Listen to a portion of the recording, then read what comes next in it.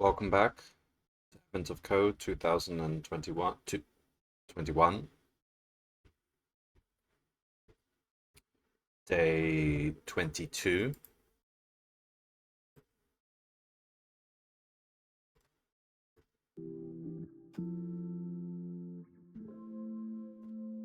Reactor reboot.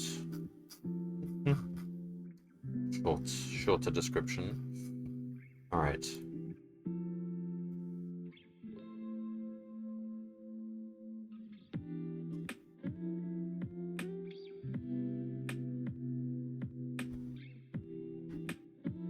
Let me just grab my coffee.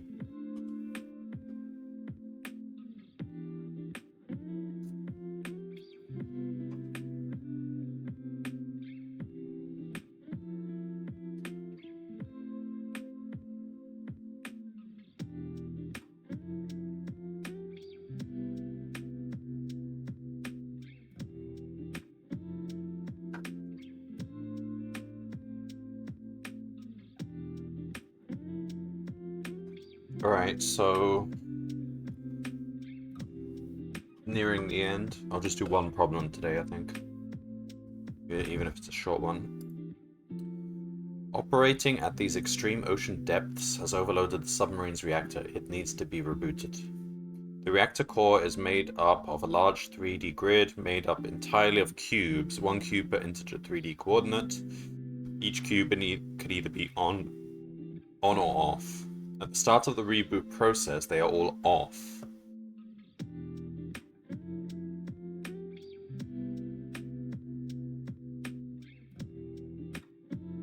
This is referring to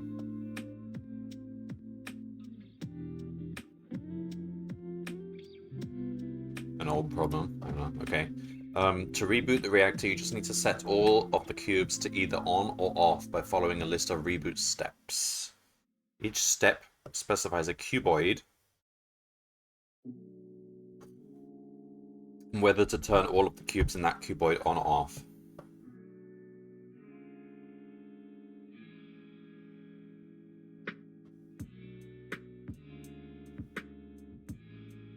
So this is saying for that range, turn them on, off, so on. Okay.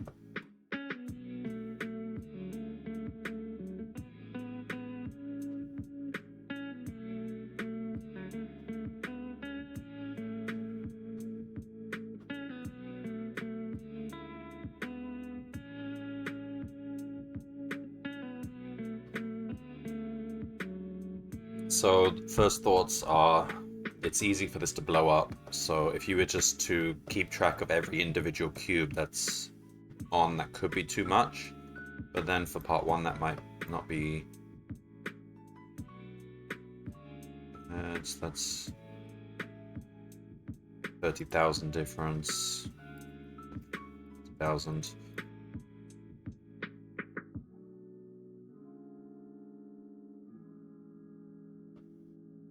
Seems like it could be too much, but we'll try it anyway.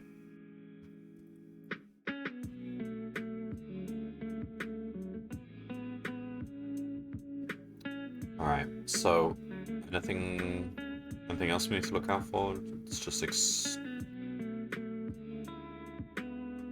initialization procedure only uses cubes that have XYZ of at least -50 and at most 50. Okay, so we're just looking at the small section first. And then we have to deal with the big ones.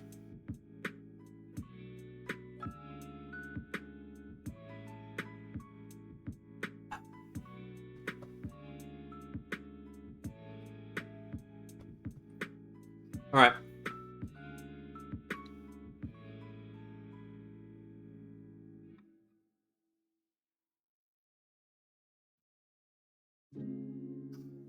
Right.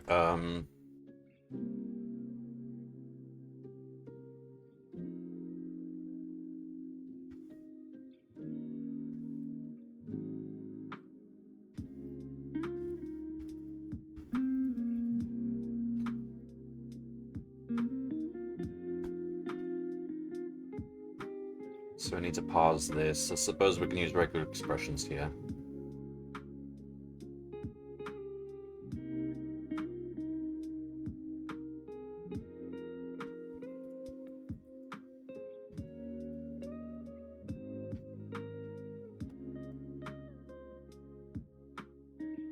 pattern.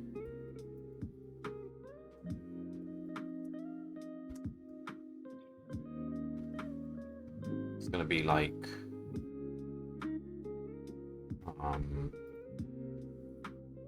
be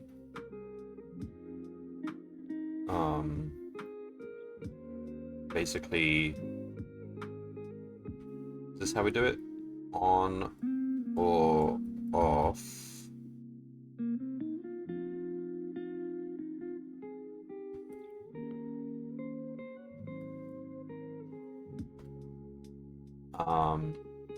X equals, and then we've got int. So it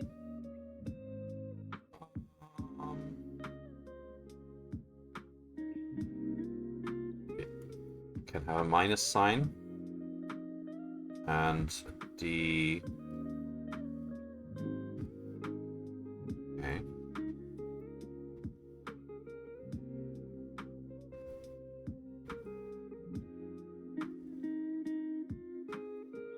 Is that the pattern? We'll test it in a second. And then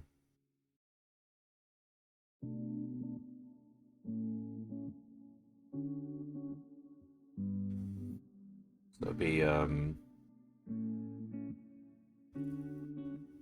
we don't match pattern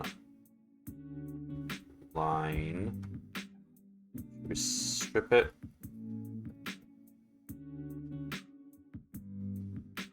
For G and RE groups.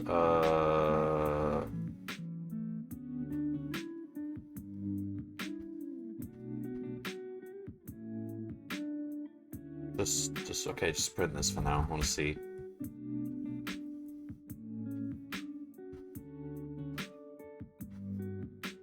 Perfect. Okay.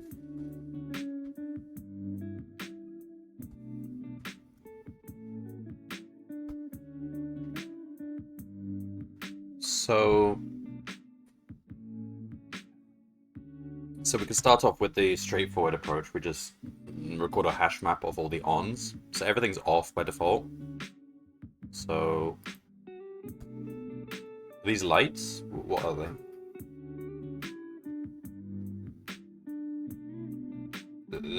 They're just cubes. Okay, so cubes equals set. So this is going to be a set of ons. So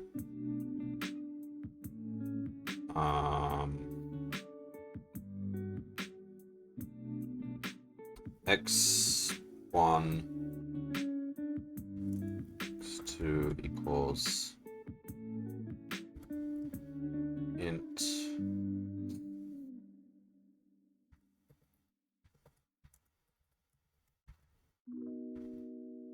it's g1 g2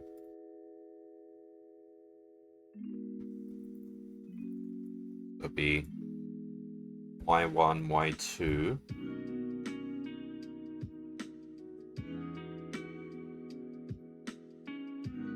z1 z2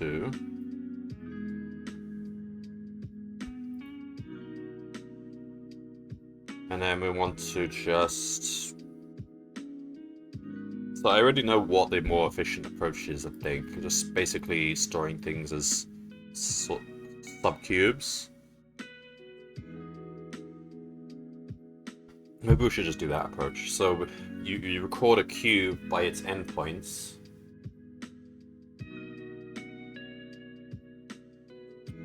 And you just say everything in that is on. And then if two cubes overlap,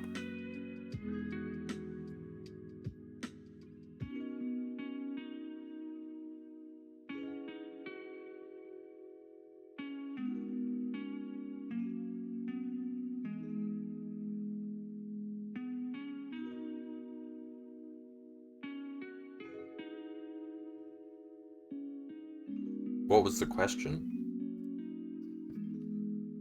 How many cubes are on?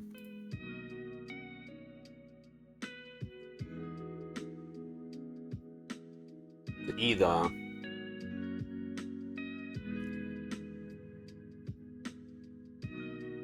we'll just solve this the slow way first. So say for x in range x1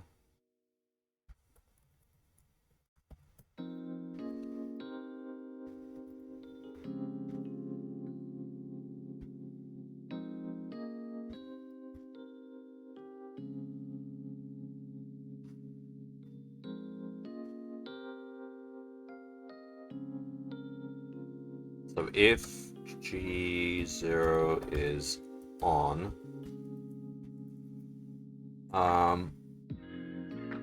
we want cubes dot add x, y, z, else cubes dot remove x, y, z.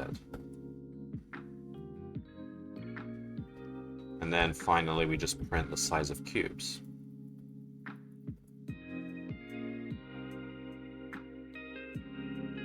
Oh, you're not allowed to remove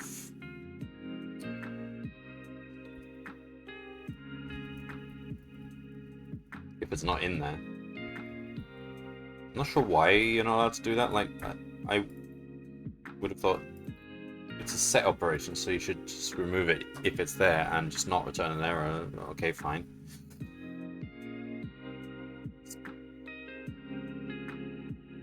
Oh, stop. We didn't do the one, so it has to be the ones between 50. Okay. So, oh.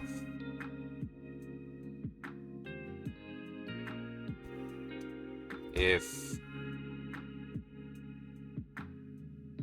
not, let's just say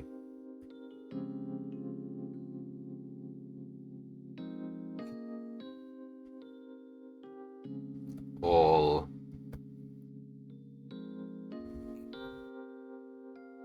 minus, let's say absolute value of k is less than or equal to 50 for k in G onwards. So just they all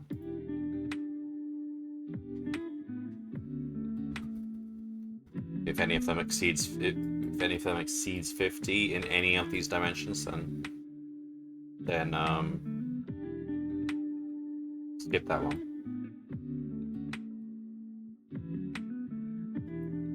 Oh, damn it.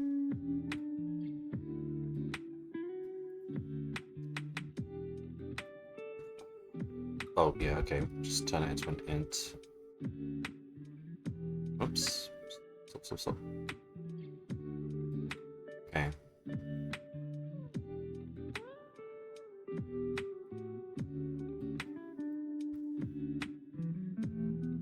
Okay, so that's correct. Now that the initialization procedure is complete, you can reboot the reactor. Starting with all cubes off, run all of the reboot steps for all cubes.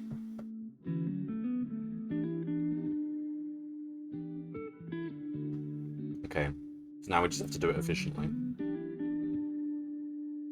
So this, we're not using that anymore. So what do we do? I think, so we can store it.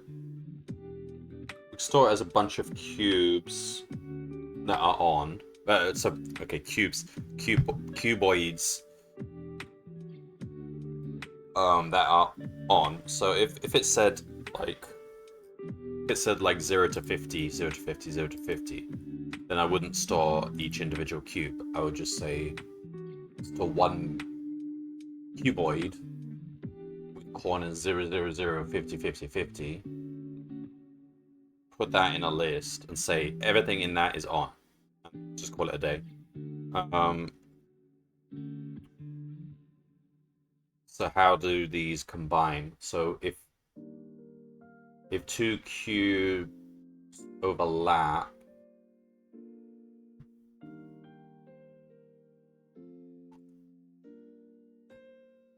we can break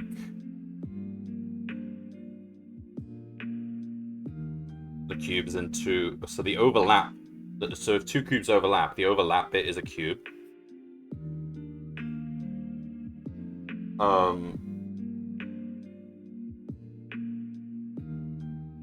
We can split the whole space into a bunch of cubes, one of the cubes being the overlap bit, and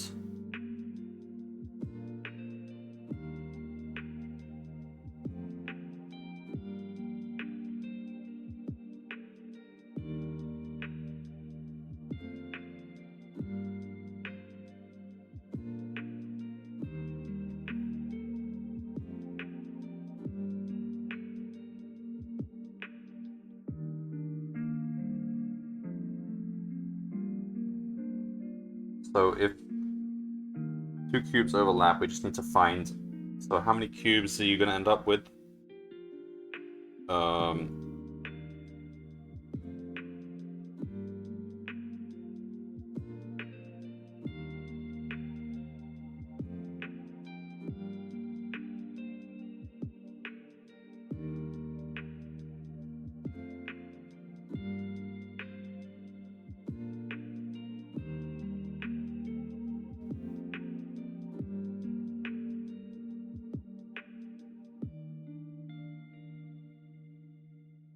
I think it's like 15.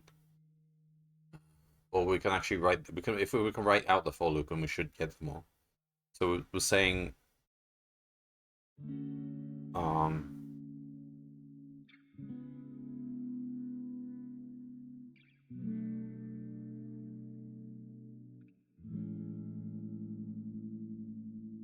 two cubes overlap, then there's one cube that is the overlap, and then there's like a bunch of cubes which are not.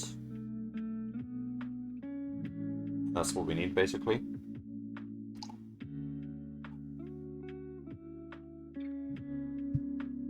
Let me think if there's a cleaner way to do this.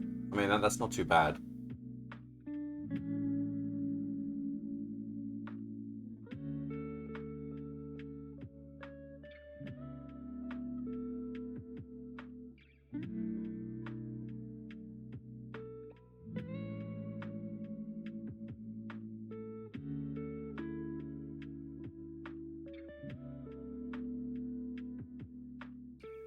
Alternatively, we can use the inclusion-exclusion principle. We just keep all the cubes. We don't break them into smaller cubes. We just say this bunch of cubes is on, this bunch of cubes is off. And then to find the answer, we have to basically find all the overlaps. But the problem is there could be a lot of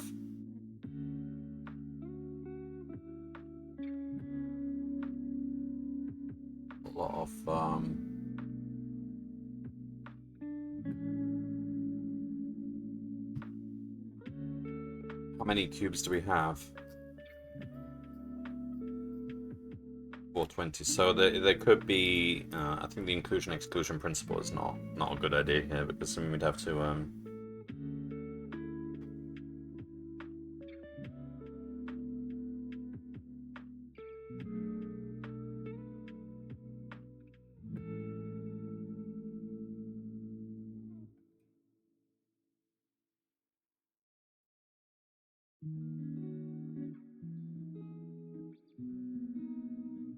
Let me have a quick think.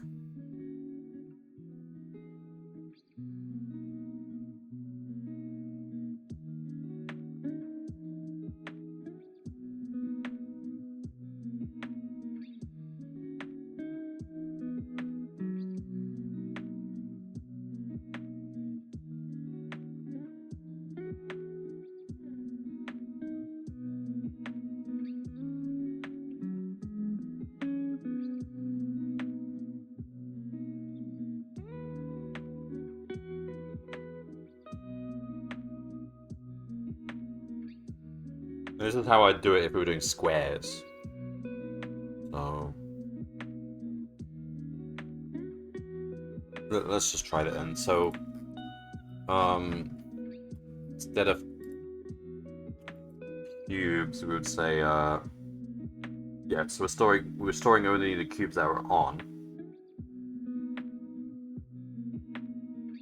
So when you add a cube that is on, you basically go through, you have to check it for an intersection with each cube that you already have. And if it does, then you need to split them.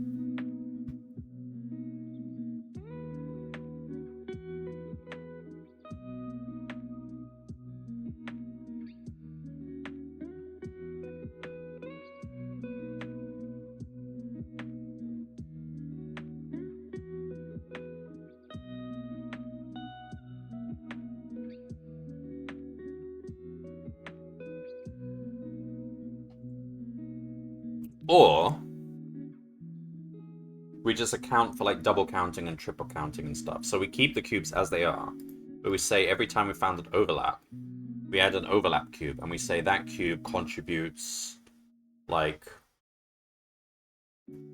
-1. So if there's a cube that's on, and there's a cube that's on,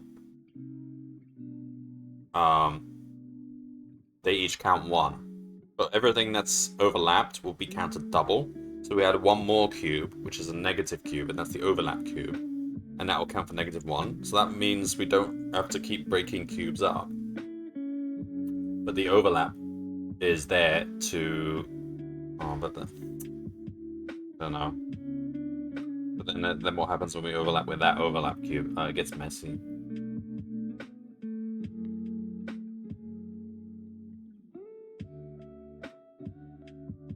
No, I think we have to do this cube splitting, so...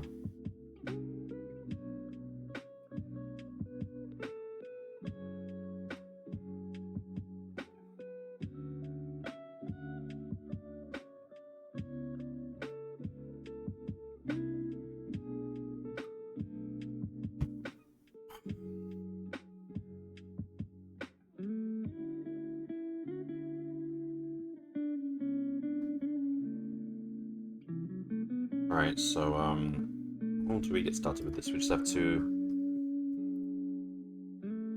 Okay, so we've got a bunch of cubes which are on. We take that out.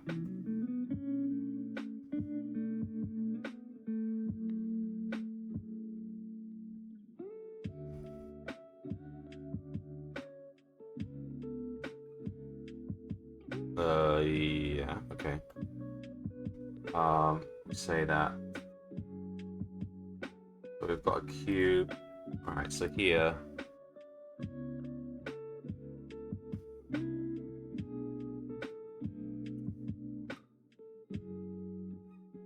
So we have to define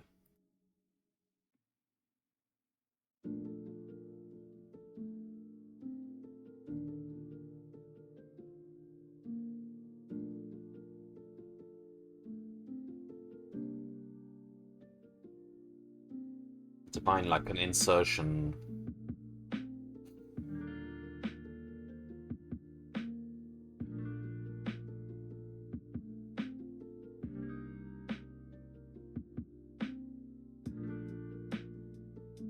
Alright, let's make this a class.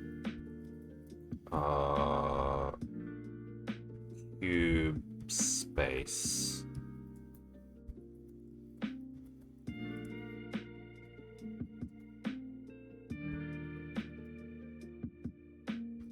So we just have a set of on cubes. We want to define add cube, and it's gonna be like this.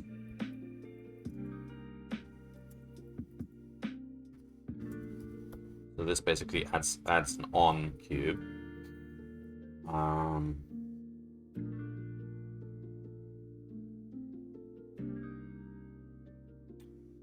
So we go through each cube that we already have.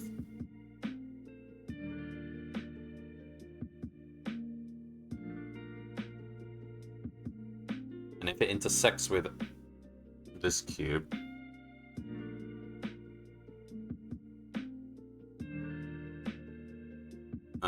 we just have to split it into the cubes. So for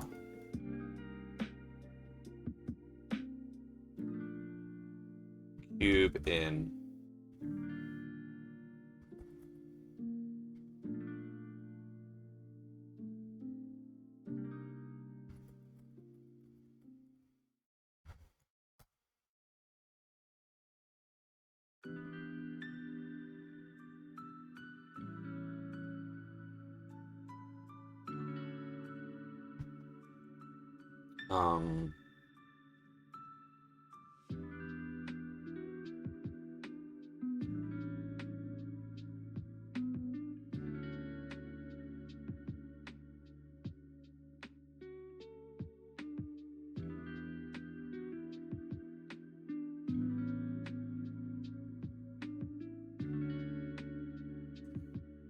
Stuffed up cubes.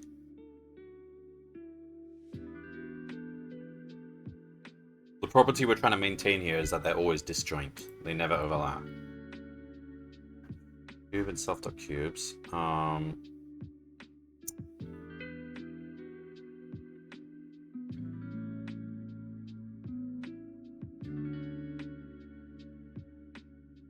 The overlap bit.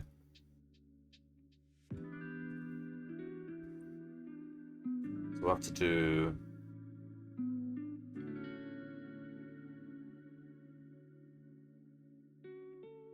Just unpack this.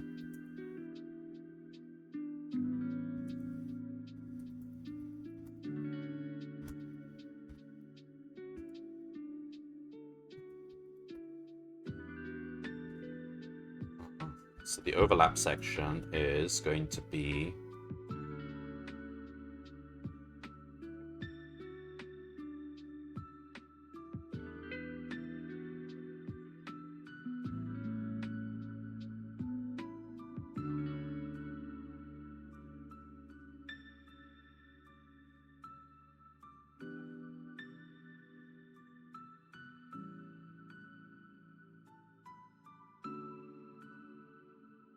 we don't need to.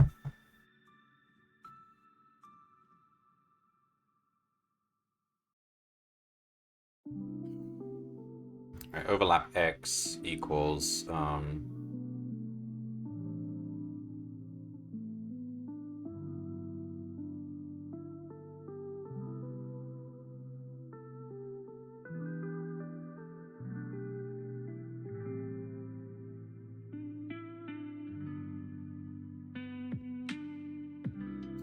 if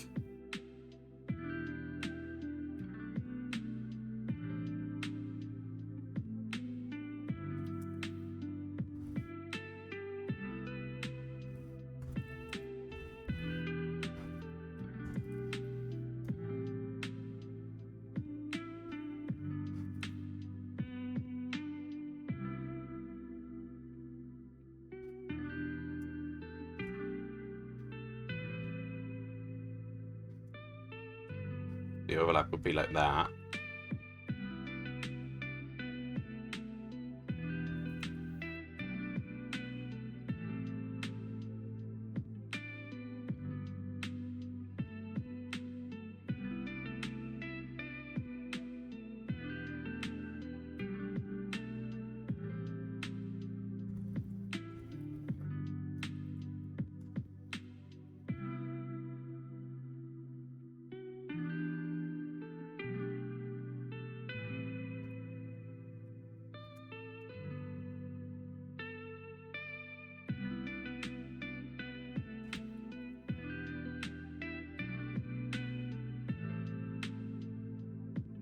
Wait, what? So it'd be A1 X2 else overlap was none. If so, it'd have to overlap in all three dimensions to actually properly overlap.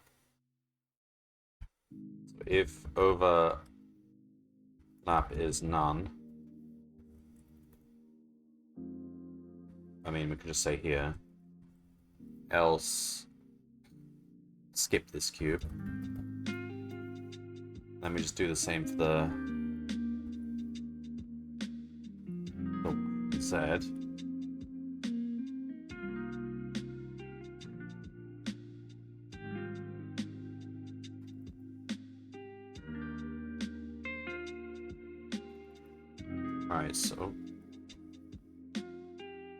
So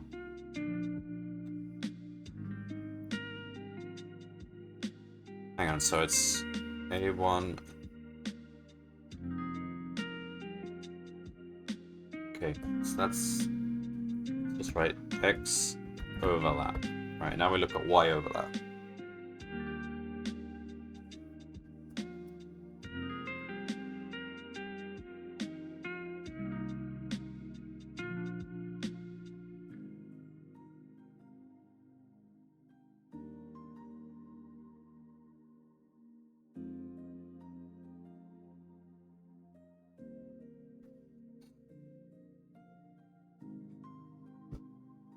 Well, so this should really be like config cube, because it's, we might add or we might remove. So we want is add. So that'll tell us. So first we do all the splitting, then we decide whether we're actually inserting cubes or removing them. Still part one? No, I did. No, part one was really quick. I'm on part two now.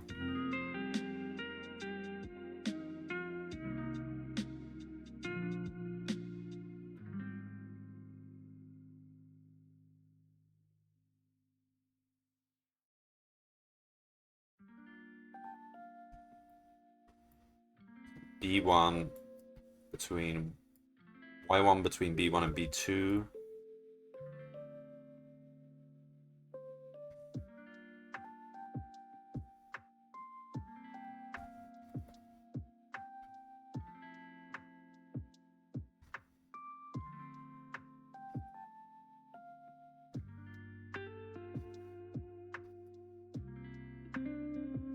And we want the Z overlap. I don't know if there's a cleaner way of finding overlapping sections between two cubes. And then once we've got that, we then have to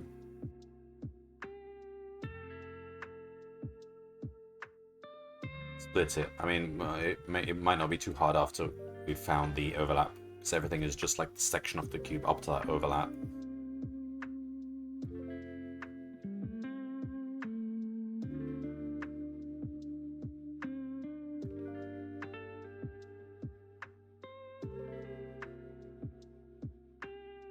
So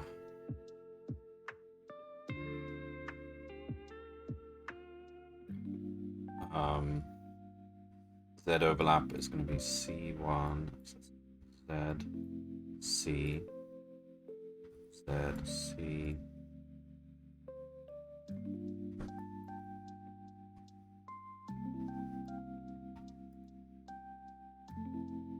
Okay, so we've found oh, well, it's going to be like overlap X.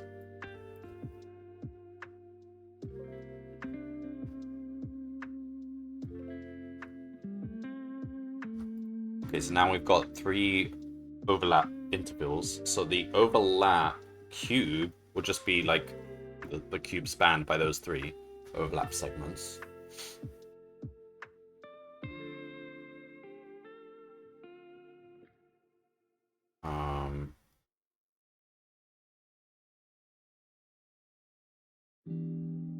So if we get this far, then there's a proper zero, proper non-zero overlap between these 2 cubes. So that is defined by this overlap cube equals so it'd be overlap x0. So it'd be like this. So it'd be like 0, 1, 0, 1, 1.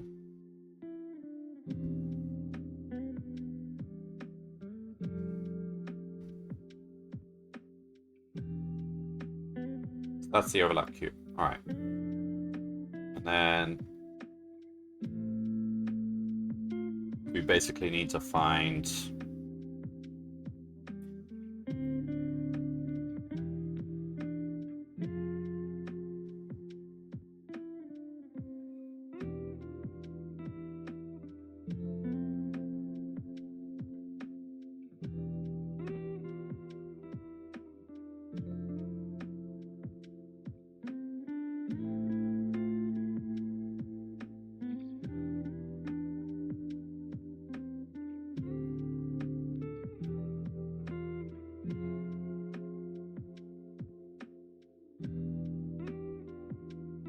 the cube splits into 5 cubes. So there's the overlap, which is like part of it. And then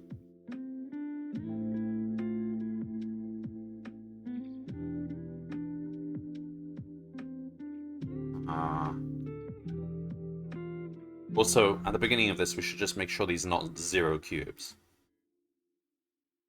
Because then we don't do anything. If x1 is x2, or even an invalid cube, well, we shouldn't have those. If x1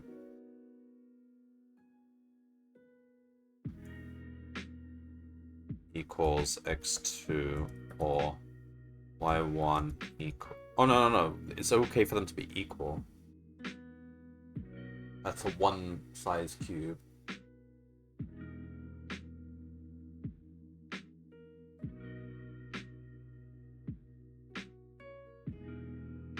We don't need anything.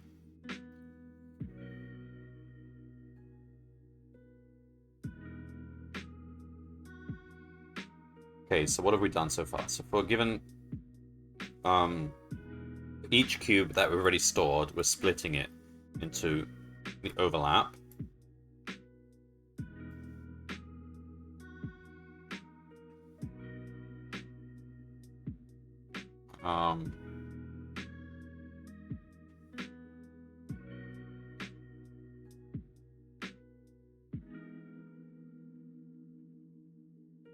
So if we've got this far, that means we're not going to insert this cube as is. Instead, we're going to split it into these 5 different sections, and then try to call insert on each of those 5 separately. So basically, if we were to go through this for loop and actually reach the end of it, that means it didn't intersect with any cube. That means it's safe to just add it. So we can just say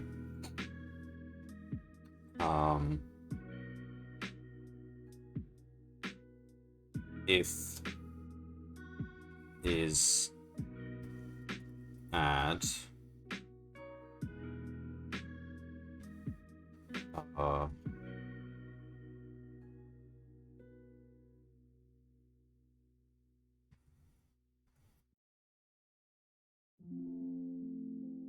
then we just do self.cubes.add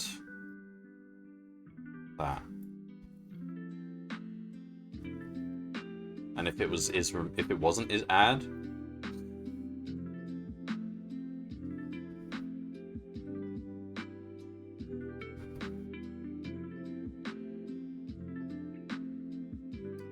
then we don't do anything because it's just empty space. We don't do anything. Okay. So now it remains to figure out what happens if it splits. So if it splits, we've got one overlap cube.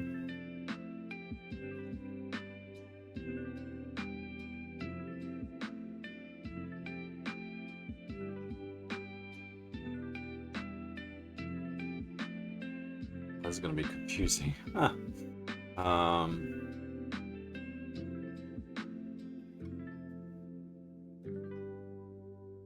So if there's overlap, we must destroy this cube and replace it with a set of smaller cubes.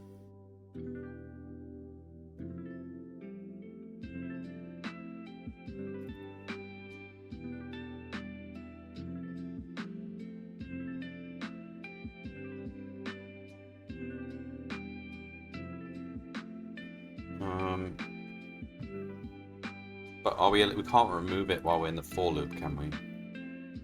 We're going to break out of the for loop. I don't know if it'll let me remove it. So if we got this far, then we must say cubes.remove.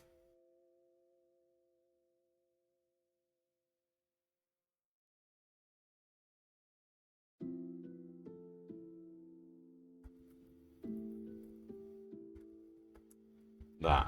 Are we allowed to do that?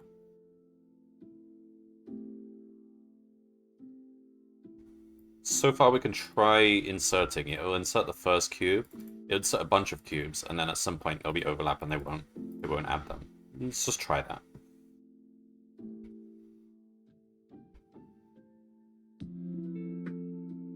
So we want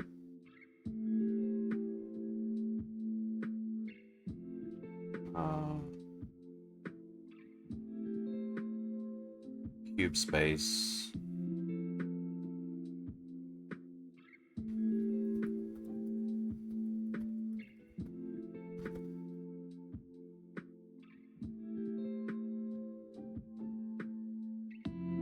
So it'll be cube space dot config cube,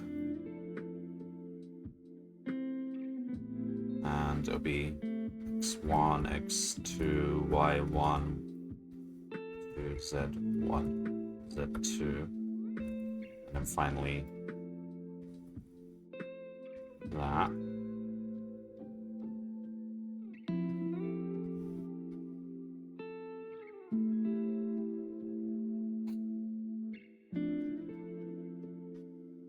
Try running it. Won't work. Set change size during iteration. Okay.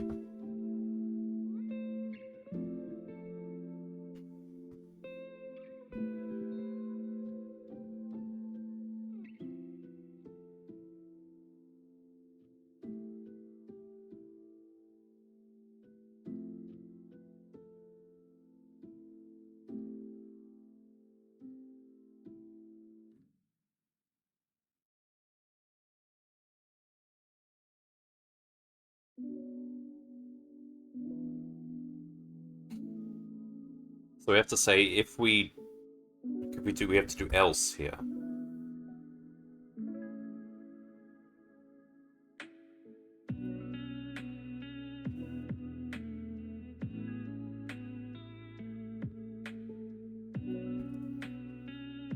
So that only happens if we never broke out of the for loop. If we did broke out, then we would go to this line here.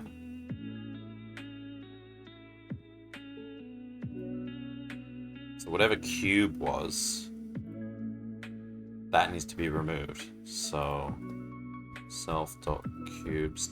So basically that.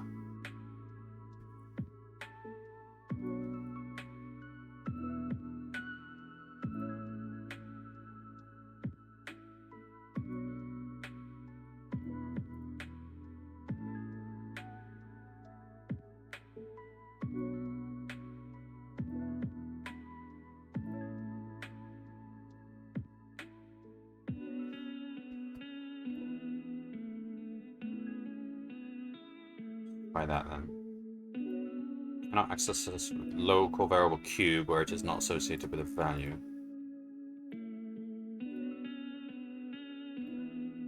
Wait, if we broke out... Hang on, no, it won't go to that line.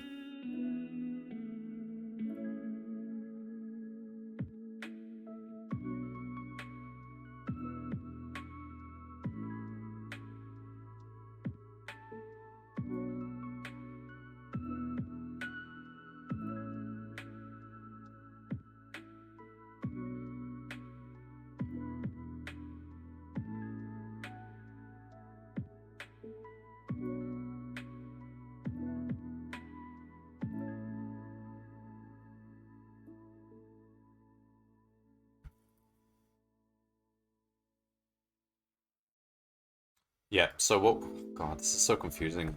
Maybe it's better if... Do we actually want this to be a set? Yeah, no, there's no reason not to have it as a set. Or it could be a list. No, a set will be efficient to remove.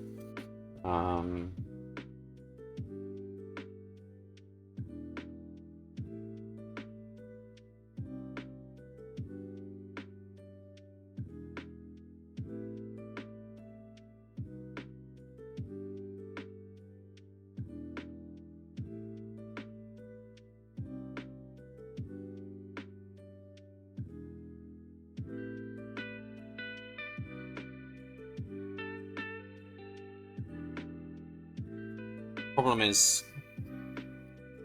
Okay. maybe instead we should just rebuild a new set of cubes every single time, but it's always one where they break down. All right, so this is actually a list maybe instead of a set. We go through that list, and for each cube we're appending to a new list the new cubes, and then we just swap them. Let's try that approach. Do that. And then we go for cube in self.cubes. So we basically got a new set of cubes. Equals that.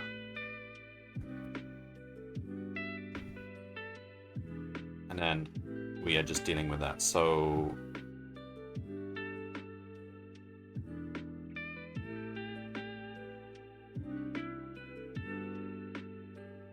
okay. So if we find overlap,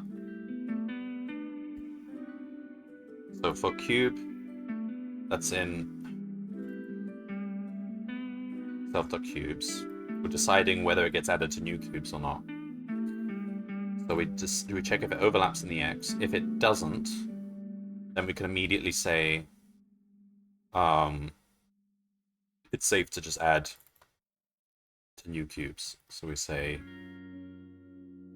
new cubes dot append cube. This does not interfere with our current cube. And then we continue. And then similarly,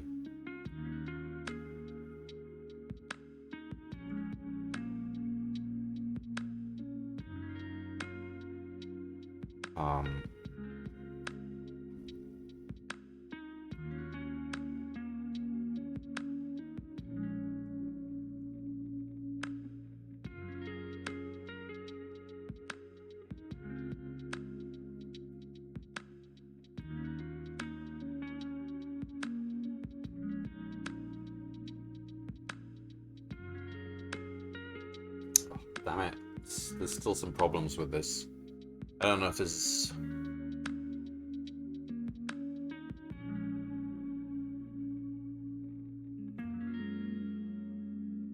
really the right approach. So the cube we're trying to add needs to keep breaking down as well. Oh.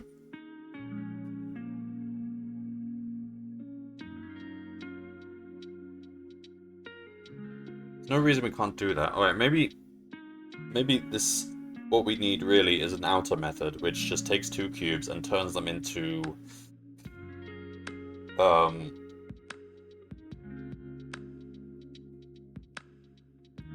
full set of cubes. That means we don't have to do that logic in here.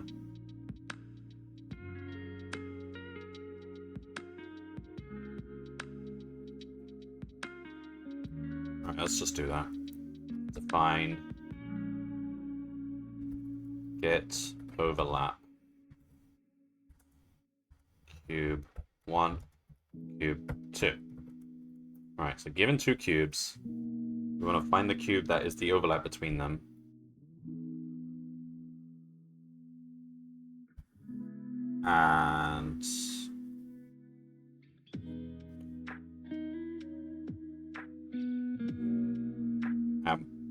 And we want to return three things: the overlap between them, and then cube 1 broken into a bunch of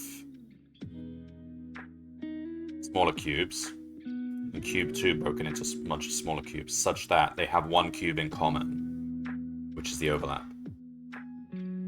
That's what this method is. Yeah, okay. This will be better. So we can say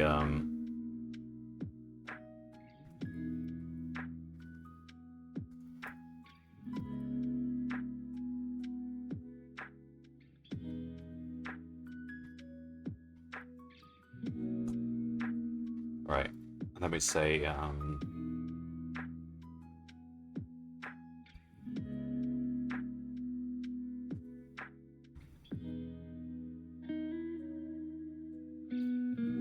alright, so if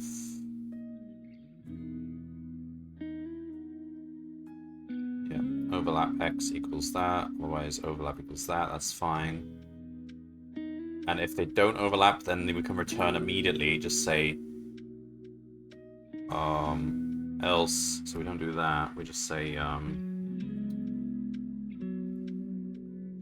return none for the overlap. And then these cubes just stay as they are. So return cube 1, cube 2. But it's a list of cubes.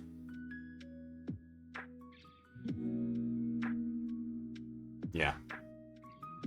Do this.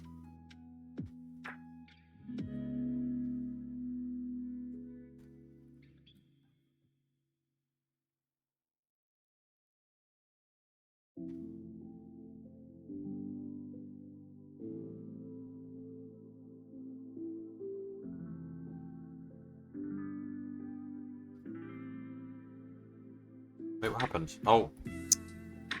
Overwrote it.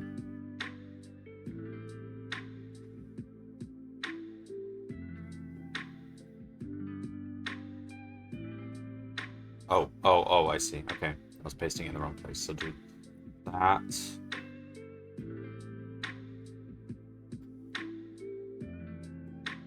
Alright. So Y overlap, similar, but we get rid of that and just say that. And Z overlap.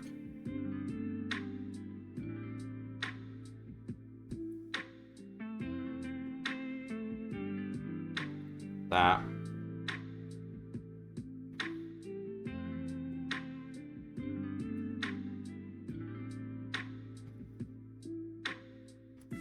Right. And then finally, if we reach this point, they do overlap. So we say overlap cube is this.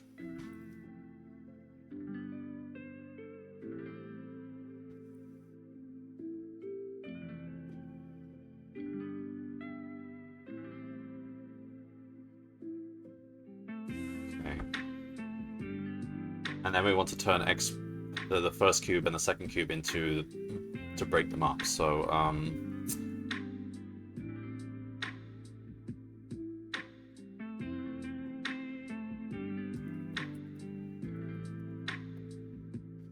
so we split the first cube. That's going to be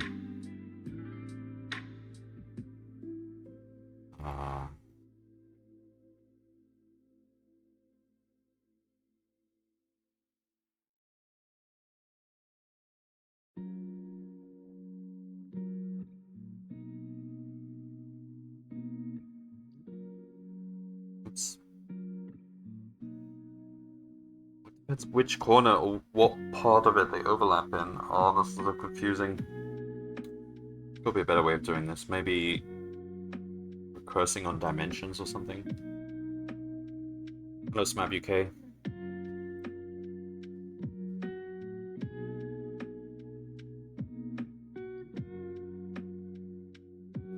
We split the first cube, so and the other way of doing this is the inclusion-exclusion principle. Maybe that would actually... I mean, that would be cleaner to write, but the problem with that is there's so many... No, that would be worse, because there's so many intersections and stuff. To pop out to the post office as you start the stream. I'm on 22, so it's a bunch of cubes, big cubes, and their intersections. I mean, I've solved this problem for squares many times before, so I sort of know what the approach normally is. Like, when you have two rectangles that overlap, split it into, like, 4 rectangles, one of them being the overlap and the others not, and then you have non-intersecting rectangles. Now I'm just trying to write it with cubes, which is just way more confusing. In theory, you could just write the rectangle version and just use that in each project. Alright, so if a cube intersects with a cube, we've got the overlapping bit, and then I think it's 1, 2, 3, 4 non-overlapping bits. which are cubes. So, well, not cubes, cuboids even. We shouldn't be calling them cubes. Oh, we've used the term cubes now.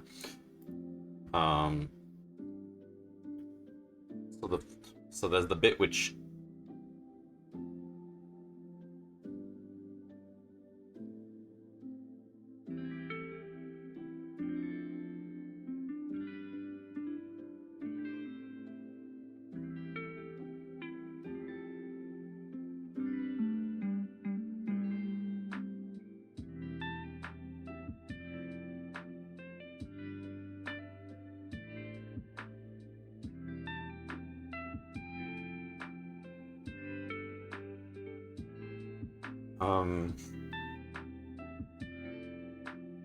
I mean, this could even have 0 size if one fully contains the other.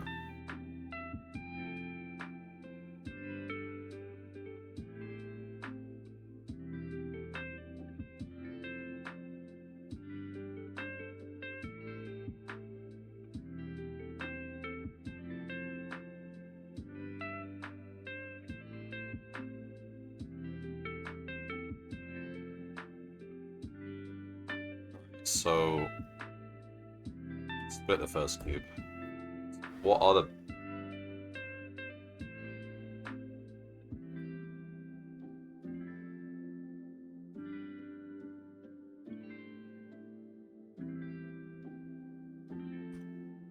So it's basically a Cartesian product of, but we just want to split the... Oh yeah, okay, so we split the intervals. So the x overlap was this.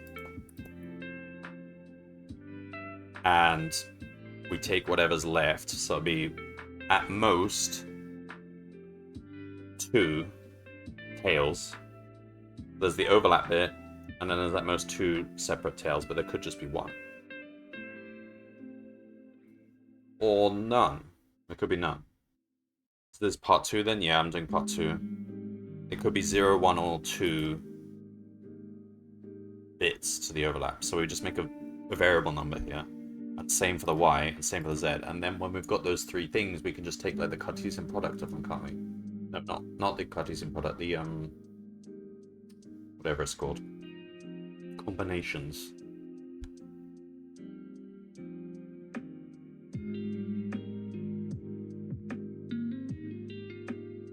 So there could be 8 possibilities, is that right? Yeah. And then including the overlap, that means if a cube intersects with a cube, that's potentially splits into 9 subcubes, is that correct? I'm trying to visualize a cube in my head now. Yes, yeah, that makes sense. An easier way to think about it is if it's like a Rubik's Cube. Have a Rubik's Cube. Oh my god, that might actually help. Let me find my Rubik's Cube.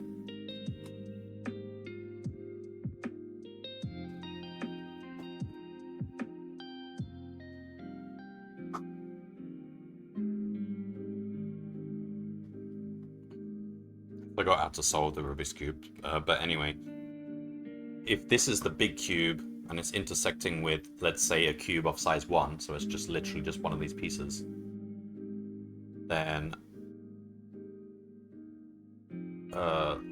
let's say that small cube is like at the center cube.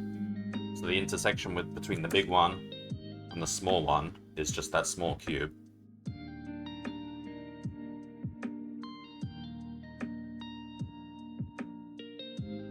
And this doesn't help. Okay, if we assume like this, the corner cube is the intersection. So we take another Rubik's Cube and this one, and they just happen to intersect on one piece. Then how many cubes does that split into? I guess there's 1, which is the overlap, and then there's like 1, 2.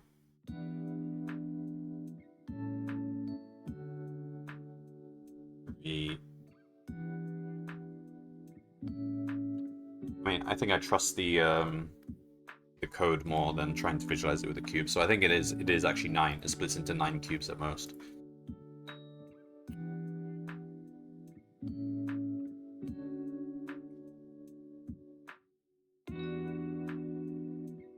And it's possible that one of the cubes is just consumed by the other one because it's fully contained, and that will actually work here because we'll get nothing outside the overlap. The overlap will be fully contain one of the intervals, so we'll get an empty list for that one. And then if we try to take the combinations, we get nothing, which is correct.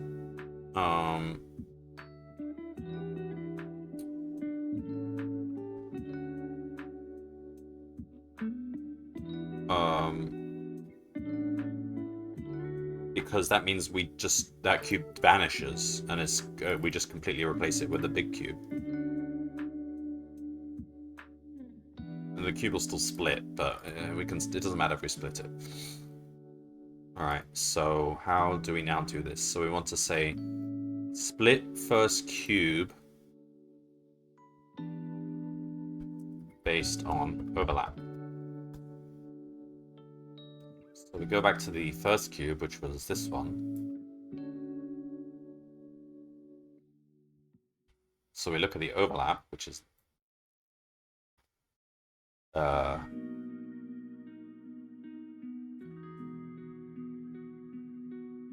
overlap X.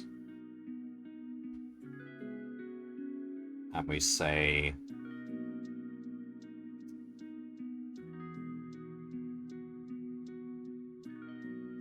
so we're going to say X sections equals just a list, and then we take X overlap and we look at the interval X1, X2. Say the possible sections are, it's going to be like this. It's going to be X1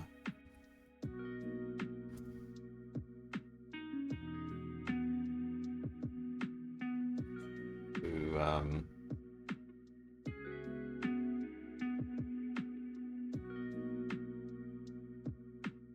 overlap. Let me just mark what we're trying to do here. So we've got X1, X2. That's first cube. And then we've got overlap. I mean, if we can get this right, then it's basically copy and paste for Y and Z. So 1. So the outer lap, essentially, is going to be X1 to overlap 0 minus 1.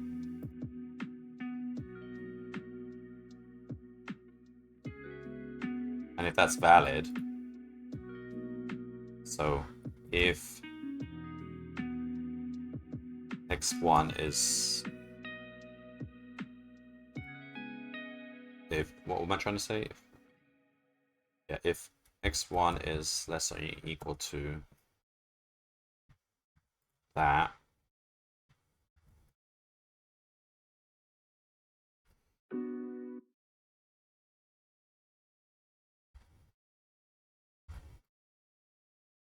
then that's the section we add.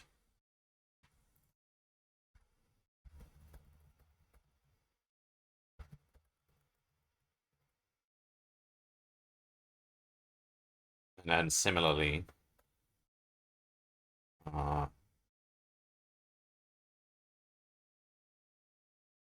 the other section would be overlap 1 plus 1 of X2. So if X2 is greater or equal to that, I mean, we can just say less than here, greater than.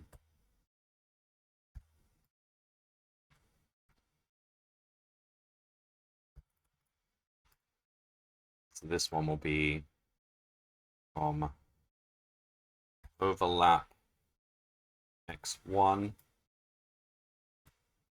plus 1 up to x2. So that's the x sections.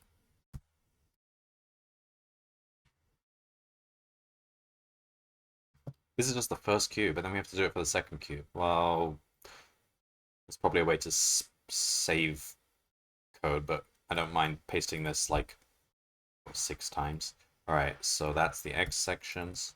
And then we got the y sections, so it'll just be the similar y1 overlap y.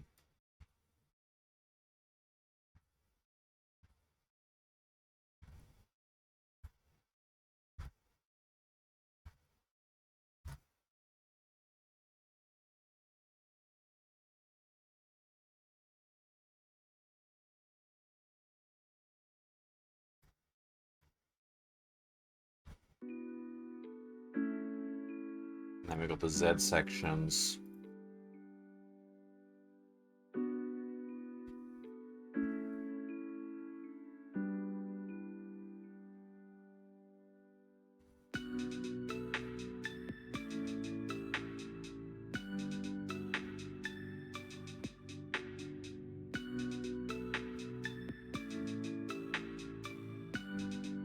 I don't think I'll have time to finish this today.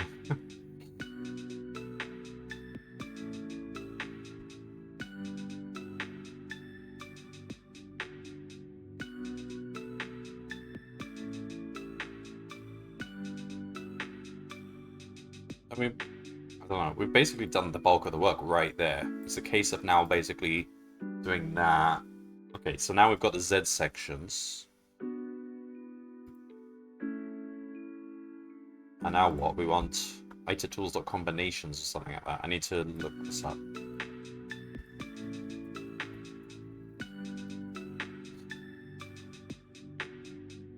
No, it's not combination. But wait.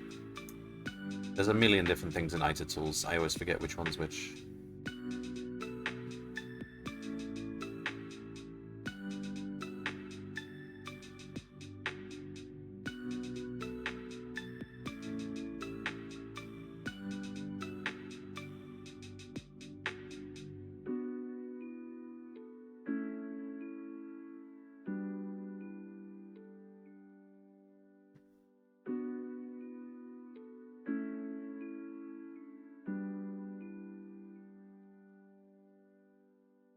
No. Combinations is one iterable. Are we not... Is this not just...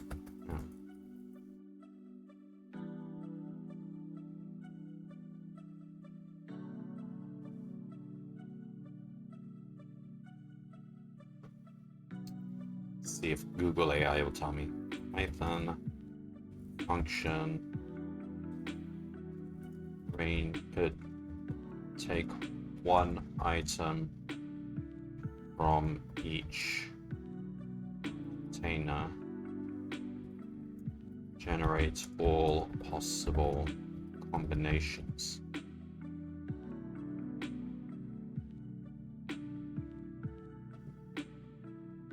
Stack Overflow.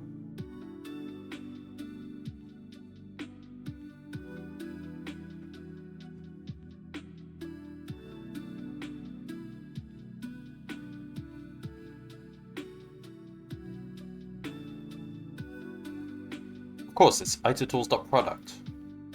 You're taking the product.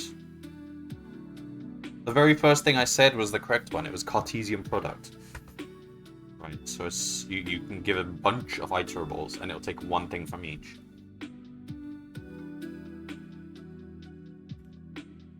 So for R in itertools.product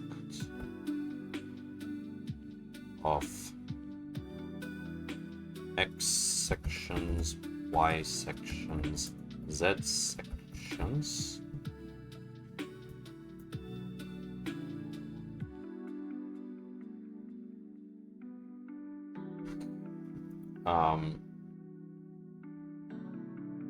What's it gonna look like? So it's just gonna take a list of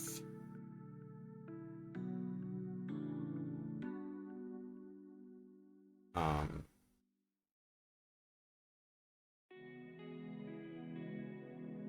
so each one of these will be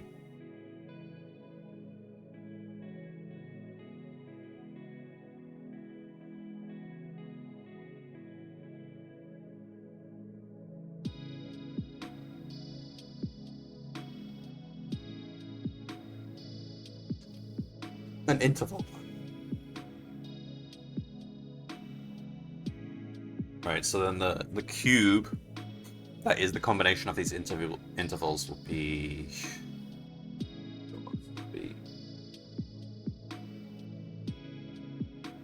Let's make sure we're not reusing the word cube. Cube 1, alright, we'll just say...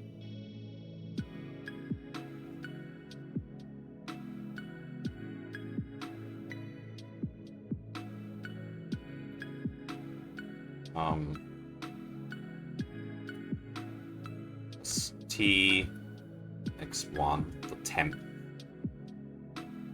equals min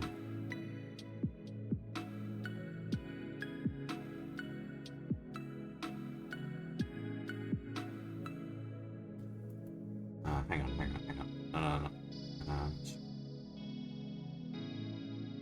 So the temporary cube will be R0 to get the x interval, and then it'll be 0. And then we get the 1. Yeah, okay, this is straightforward. So it'll be 1, 0,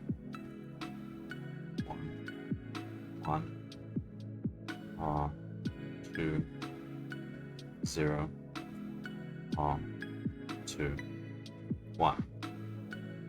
That is the replacement for the original cube. Now, it could be, we could, there are possibilities. It could be, there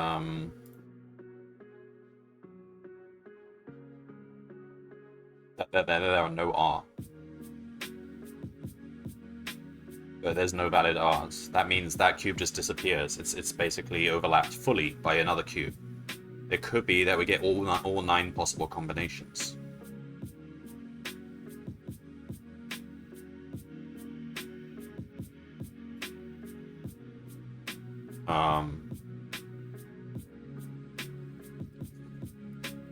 Okay, so we need to just say new cubes. So cube 1 is going to change into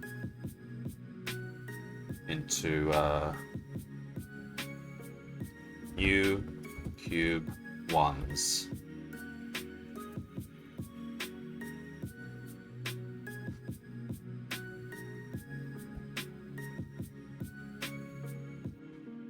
Alright.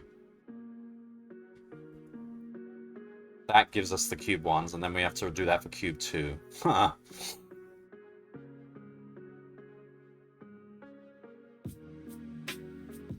So literally we just change everything to A's and B's.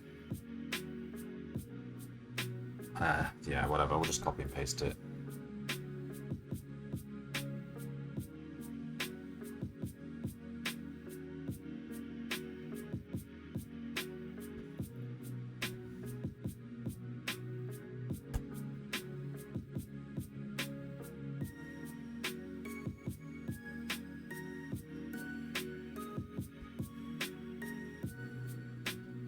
Now we want to split.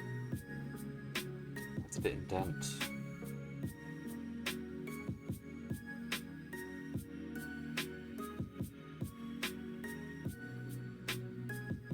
Now we want to split the second cube based on overlap. So X sections again. Then we're doing A. And we use the same overlap because that's the point. It's the overlap.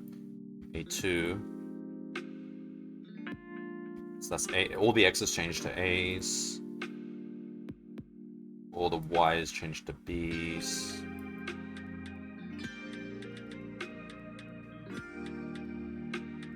All the Z's changed to C's.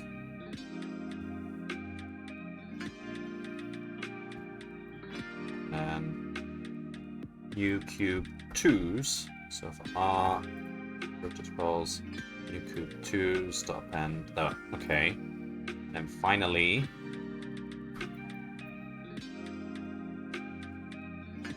we just return those. So what level of indentation are we? Here, okay, so return overlap cube, new cube 1's, new cube 2's. That is the split method. We'll call it split, not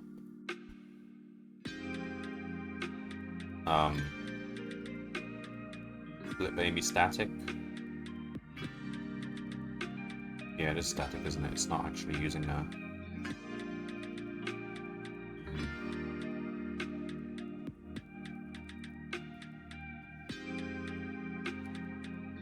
any properties of the instance. Alright, so that's kind of crazy. But the point now is that we don't have to do anything here. We just say get rid of all this.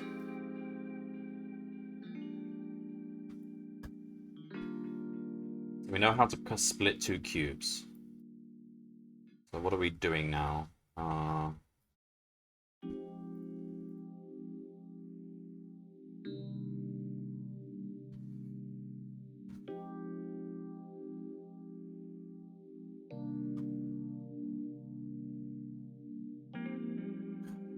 God.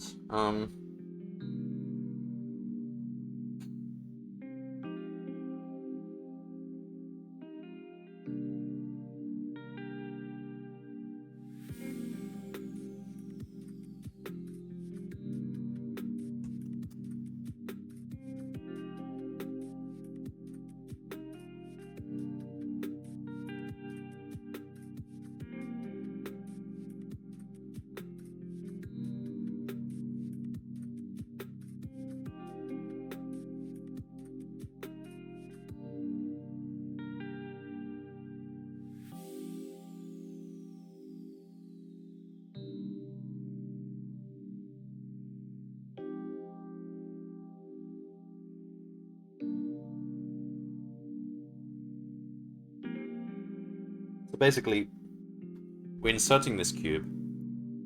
If it doesn't intersect with anything, we can just safely add it. If it does, then for every cube it intersects with, we need to split those cubes. But we also need to keep a track of how this insertion cube is splitting up as well. So we basically rewrite all the cubes that are currently in the cube space to be the split cubes. And then when we get to the end of that, we then say we now run config cube again, but this time with each of the new split cubes, and try to insert those. Yeah. So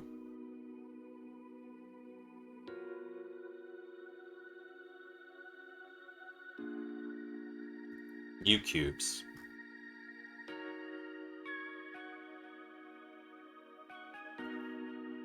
Yeah, okay, so for cube in self.cubes, we check if they split. So overlap new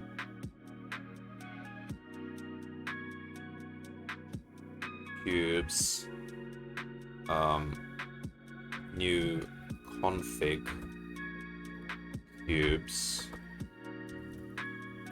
equals let's use this method. So it's cube space dot split.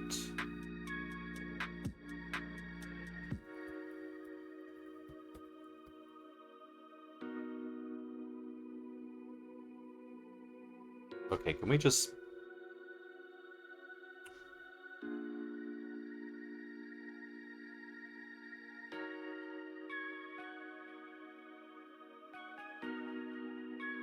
call this one the config cube?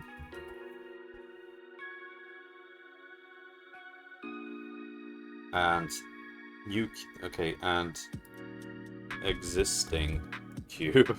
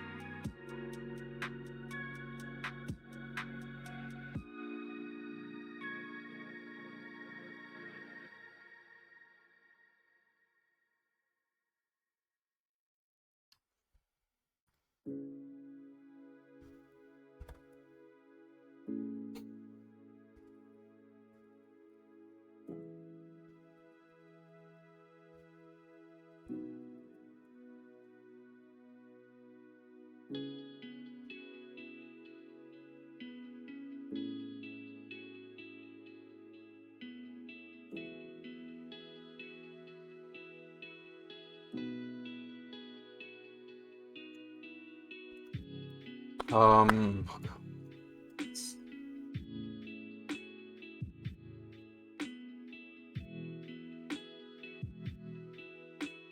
problem is, when we've done this, config cube splits, and this method is no longer valid. We actually have to recall the method from the start. Okay, we can do that. So basically we say uh,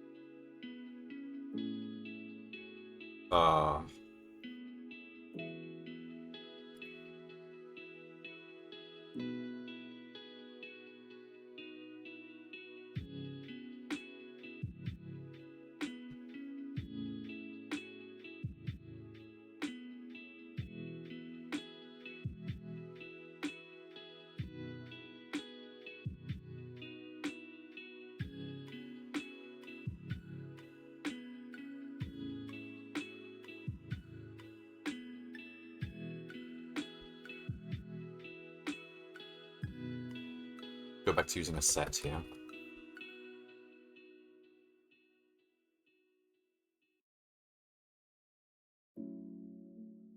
So for existing cube in sub.cubes, if it splits, then we have to call this method again, but with the split cubes. Overlap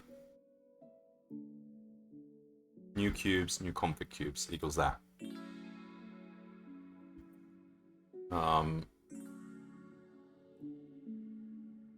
If overlap. So if there is overlap, that means this fails and we have to call config cube again. So we want to remove existing cube. So to be removed equals existing cube. And then we've got the new cubes and the new config cubes, so we break out of this. So if to be removed is defined, that means we found something to split. Then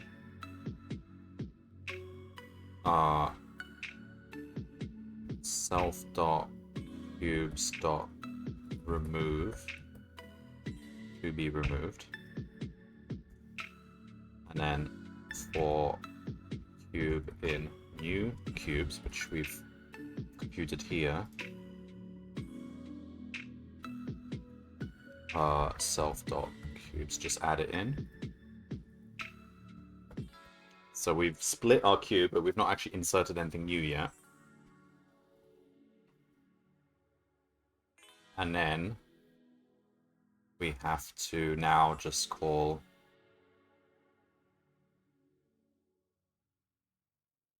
config cube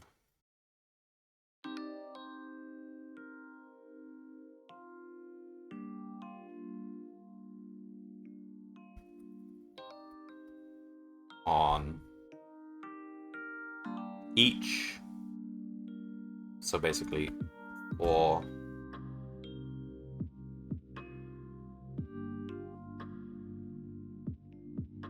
C in new config cubes, we just have to call this one separately for each of them, I guess. I'm worried that this is going to become really quadratic. We'll find out.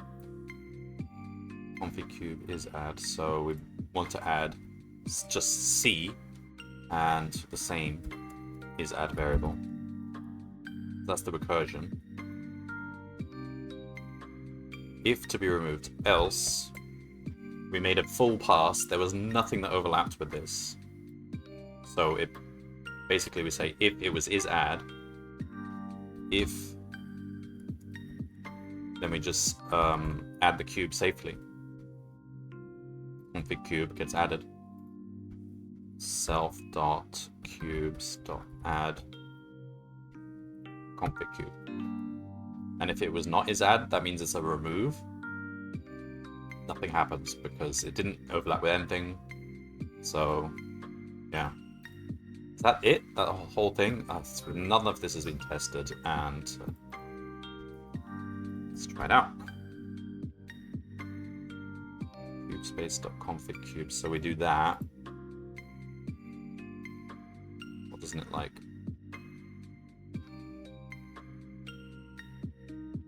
Unexpected arguments. Oh, because we want it as a cube.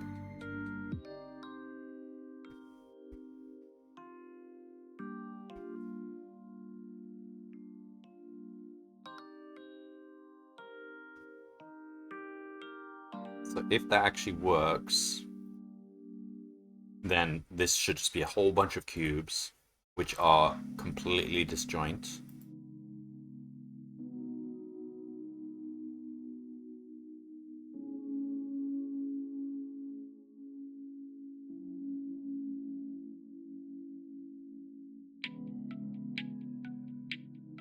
Wait, but the overlap cube...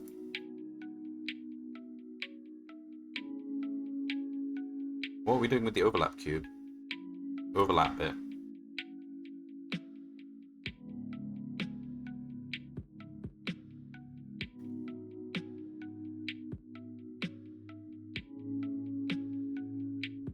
That needs to get added as well, but only to the existing cube.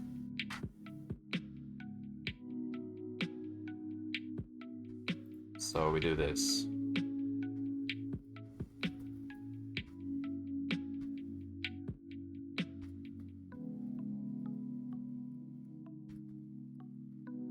The overlap is also there. So basically, the cube that's currently stored gets fully broken down into all the parts that make up its whole, including the overlap bit. But the overlap bit gets removed from the config cube. So now config cube splits into a bunch of cubes, excluding the overlap. Does that make sense? Oh wait, no, I'm not sure if it does.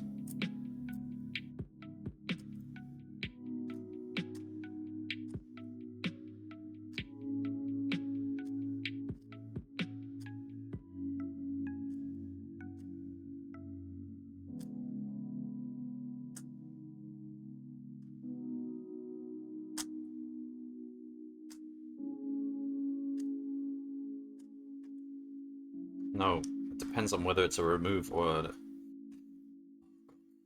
Well, confusion now.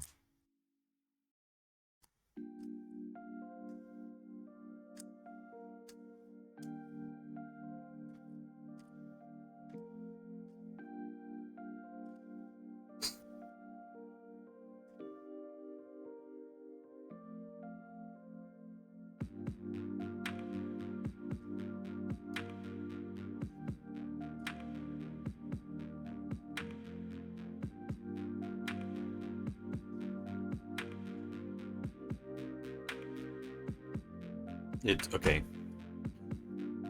It depends on whether we're adding it. So if is add, then we add the overlap as a cube. If it's not, then we remove it. And then whatever the new config cubes ignores the overlap because that's dealt with. No, wait. Not. Because it may overlap with other cubes. So we actually have to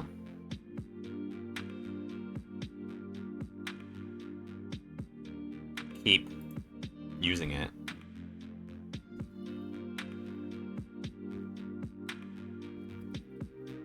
Because the overlap might overlap with other cubes, and so yeah. So we fully split the second cube and the config cube and do config cube with all those parts, including the overlap.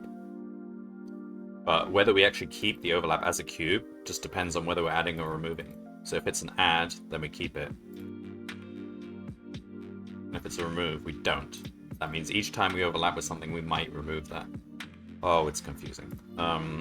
If this actually finishes, then what do we actually want? Let's see if we actually get anything.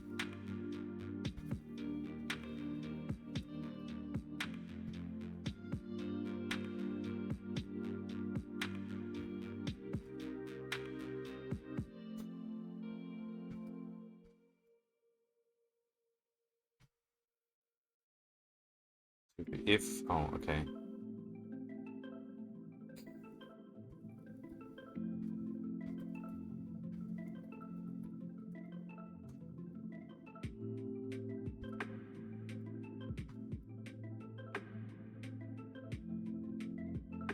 Cube space dot split missing 3 required.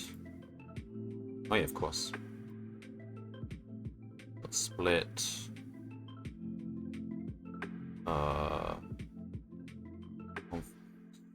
Existing cube. Config cube.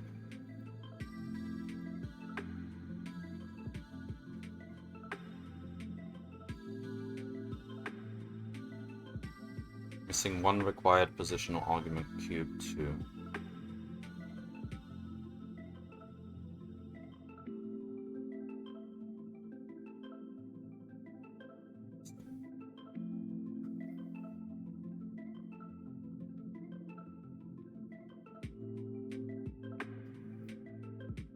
We don't still say self, do we?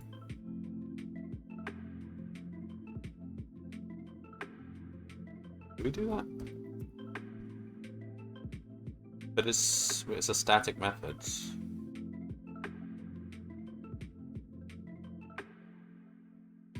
Ah, we shouldn't have self there.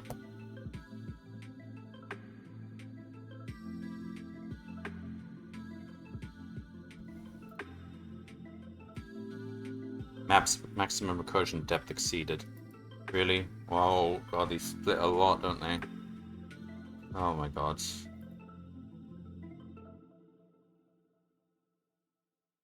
I'm gonna have to rethink this method. Okay, it might be working fine, but it's I'm relying on recursion here, and every split is another recursion depth, but we don't really want that, do we? Instead, we want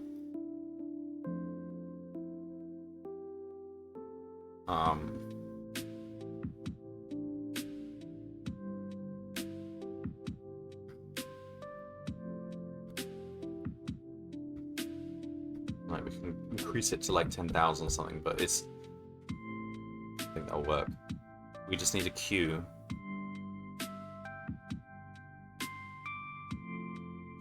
Okay, don't worry about that.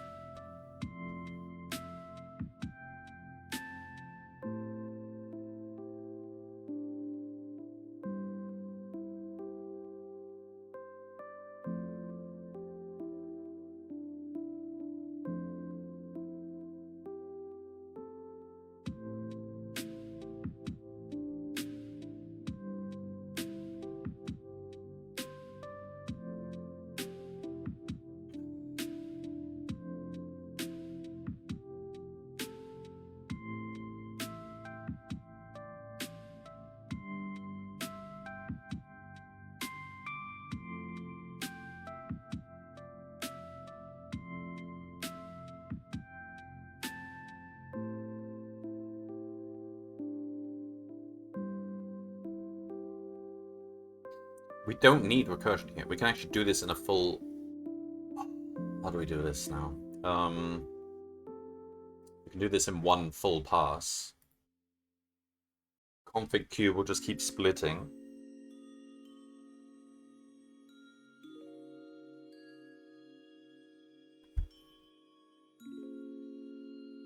This is the cube we're trying to insert. So instead of... So we just have to... cubes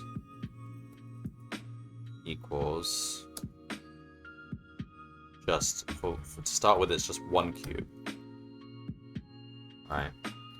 And then for existing cube in self.cubes.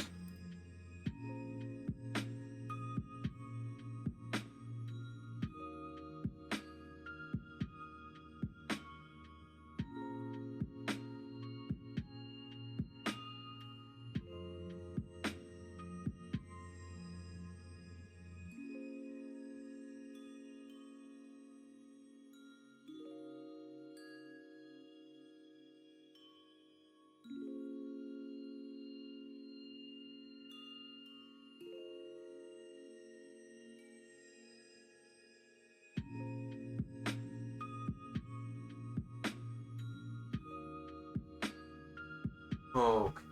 Oh, I don't really have to have another think about this. It's like there's two approaches. Either we could just focus on splitting the config cube as much as possible and don't touch the existing cubes.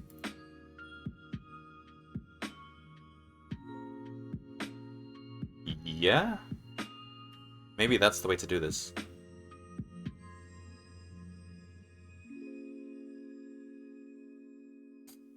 So we say...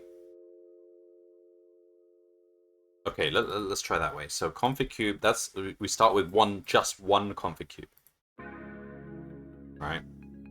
And then for C in config cubes, for existing cubes in that,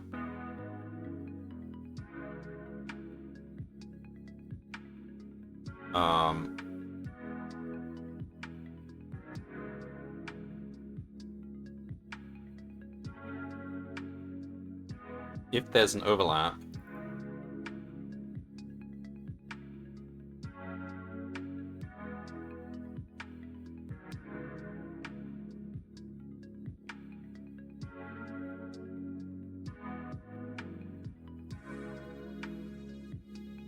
it should really just be a set, I suppose.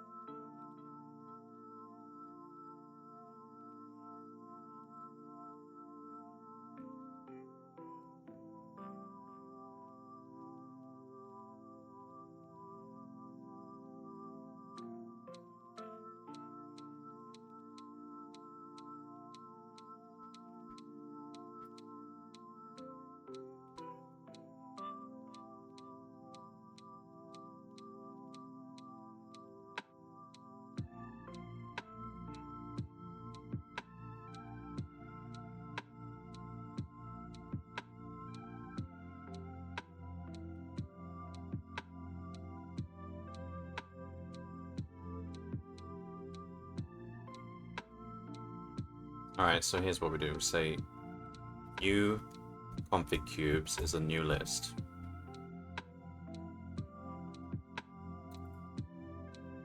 And then for C in config cubes,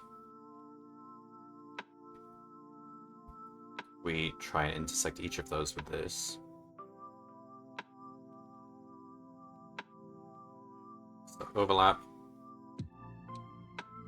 New cubes. New config. New C.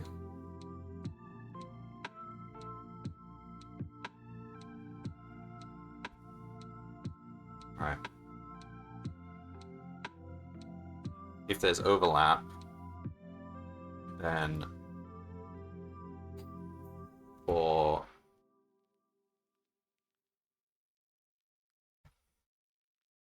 new C in new C's, we just add those.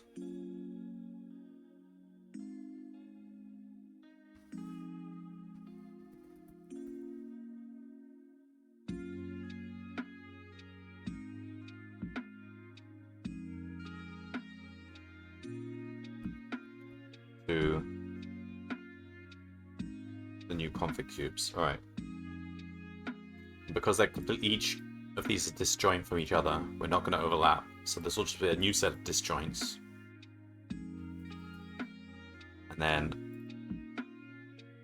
just replace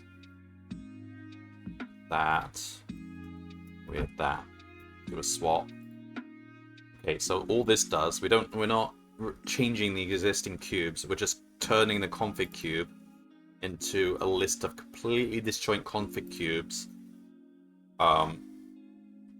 which are completely broken down by all the existing cubes.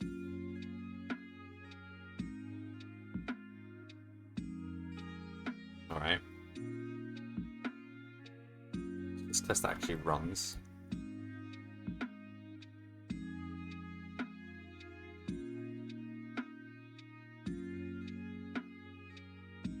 Shouldn't infinite loop, because we're not really doing anything, are we?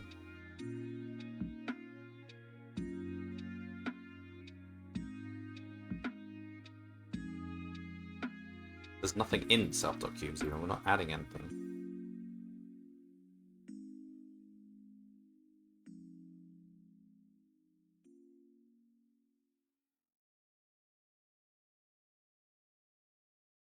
We've got no while loops.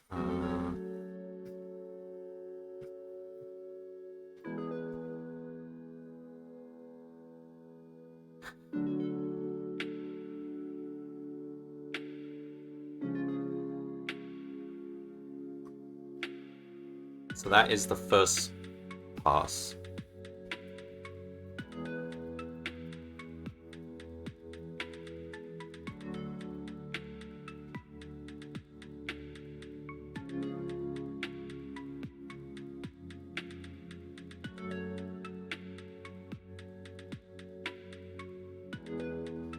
I'm not using that variable.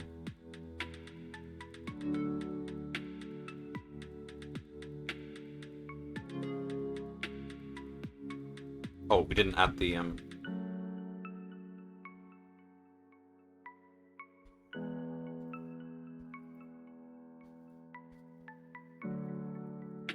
otherwise just we put C in as is. Is this just too slow? Just doing this, even though we're not. But there's nothing there. Oh god. This should be an empty list.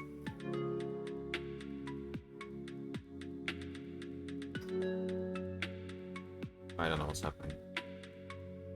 Got X in range. Oh! Yeah, why are we doing that? Okay, just doing that. Right, just run it.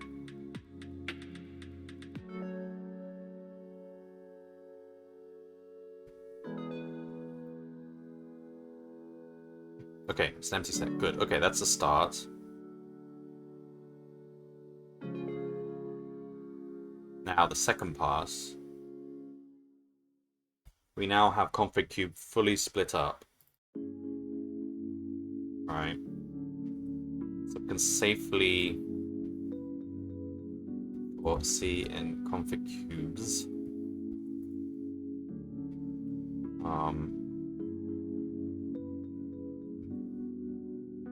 existing cubes.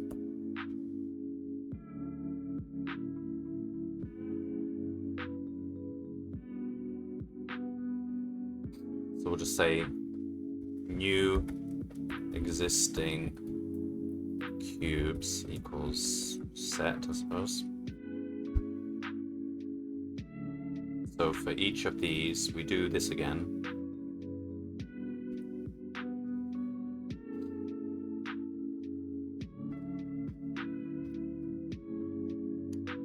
Now, we know that this won't split anymore. It might overlap, but it won't split.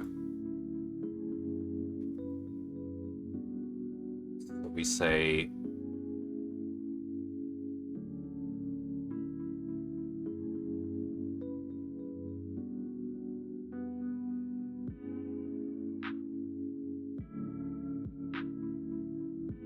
so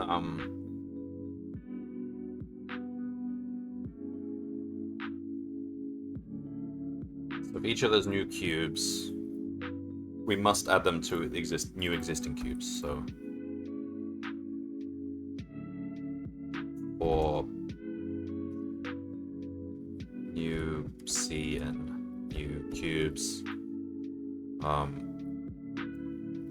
add new C. And now overlap we only add if it was is add. So if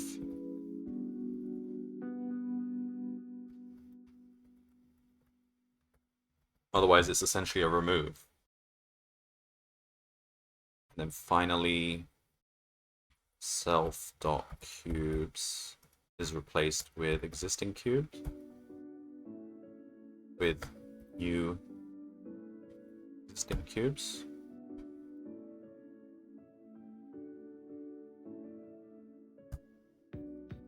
Is that it? Still an empty set. Okay. Because there was nothing there. Ah.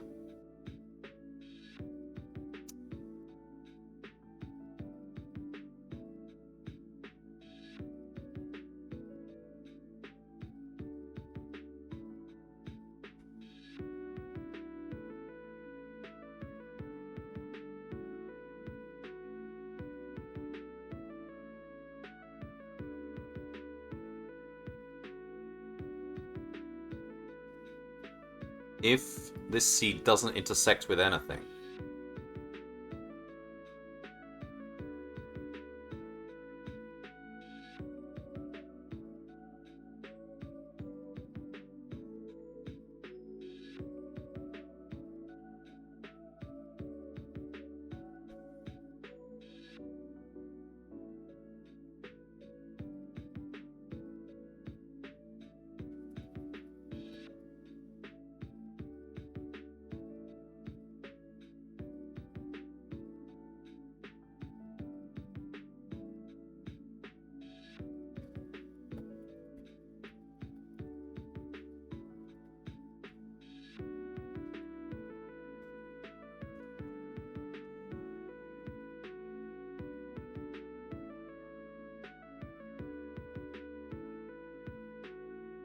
hang on. Because of the process above, this is the only time it would ever intersect. So the moment we found the cube it intersects with, we break out, right? And if we get here, and we never found any existing cube it intersects with, then that's basically an add. If is add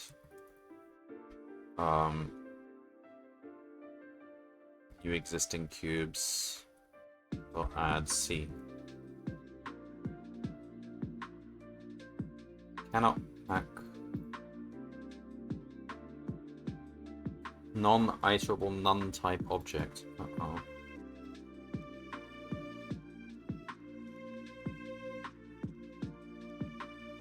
Existing cube.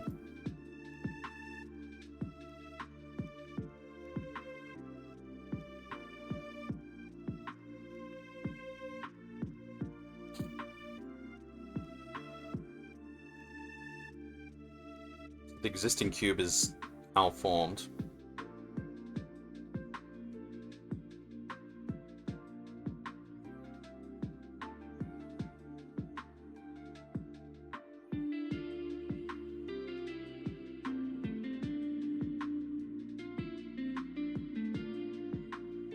God.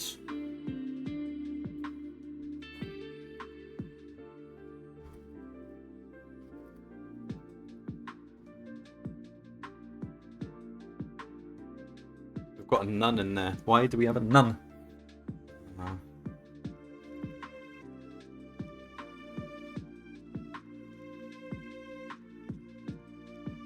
Ah.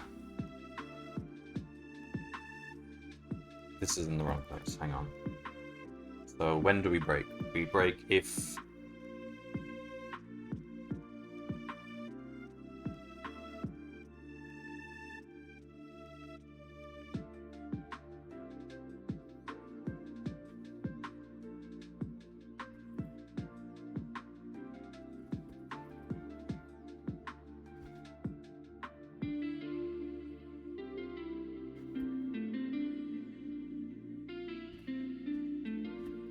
So if there was an overlap, we break, because it's not going to overlap with anything else. It can only overlap with one thing.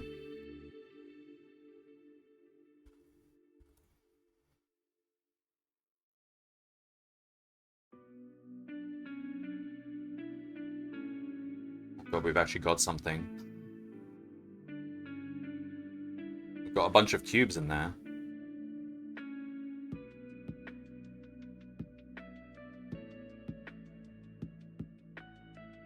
Is that a lot?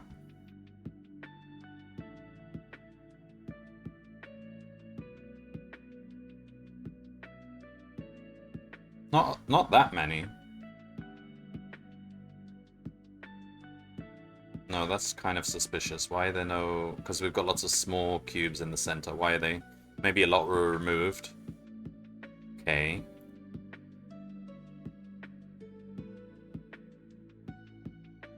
Let's try and solve the 50 case. Oh, okay, we'll just see if that's actually the answer.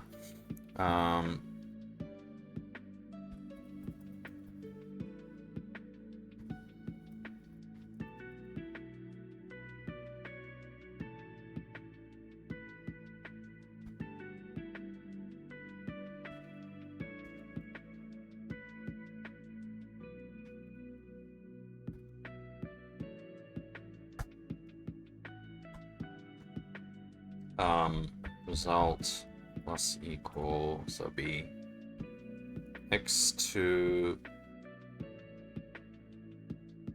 minus x1 plus 1.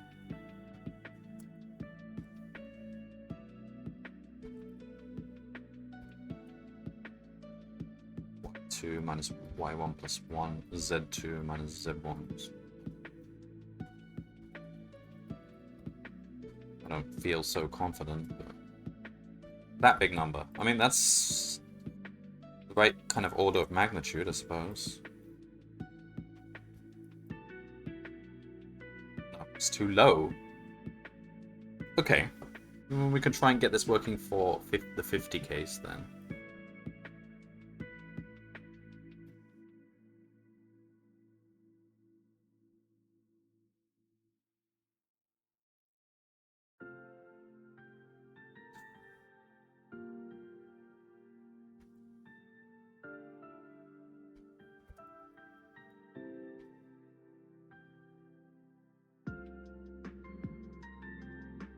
Any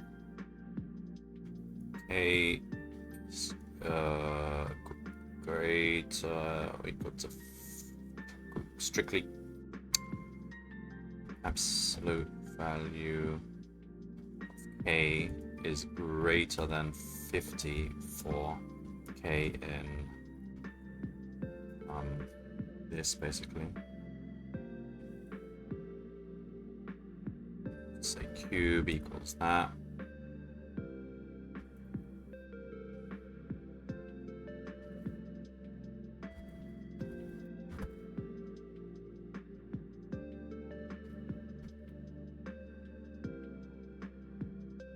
One two seven two nine six the answer for part 1?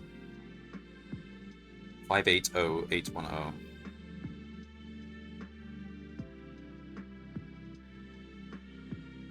Looks like double. Well,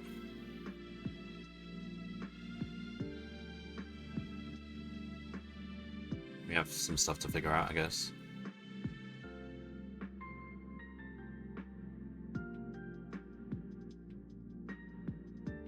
There's got to be a cleaner way of doing this, though. Maybe I'll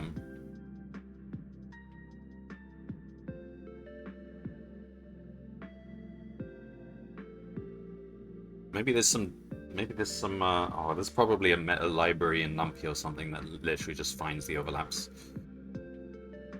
Should be using that if we can find it. I think I don't really want to do any more right now. I think just have to do a bit of research and thinking.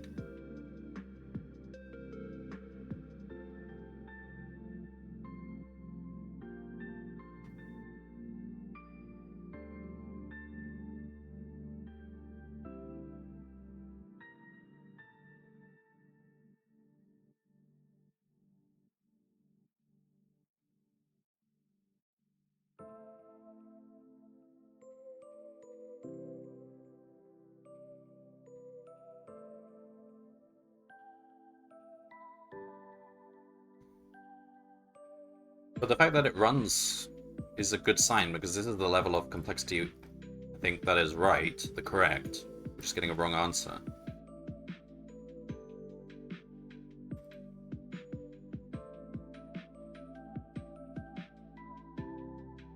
Let's just have a look at what this kind of looks like. Config. Oops. And the original config cube, what we ended up splitting it into.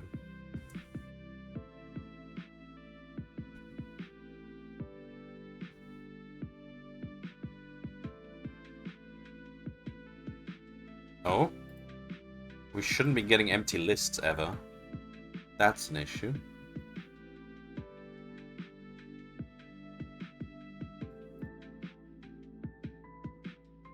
New config cubes equals that. The C in config cubes. Oh, there shouldn't be a case where we don't add something. Let's see. If overlap, if the new C and new CS.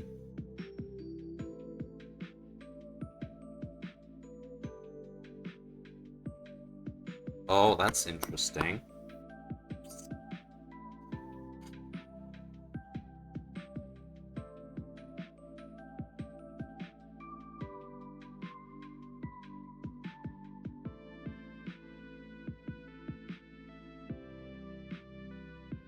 New CS could be empty. So there's overlap, but it's swallowed by the other one. Oh, okay.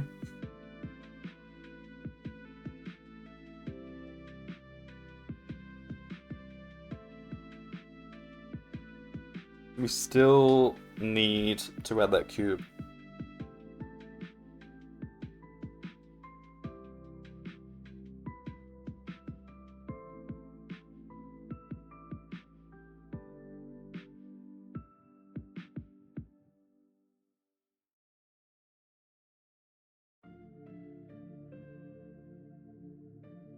Oh no, the problem here is that we're just ignoring the overlap. That's the problem.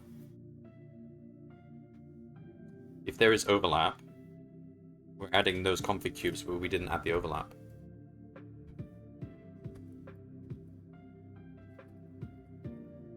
Else, we just add the original C.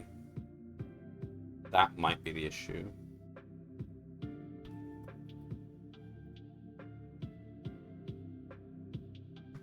$87277. That was smaller, but it's not correct.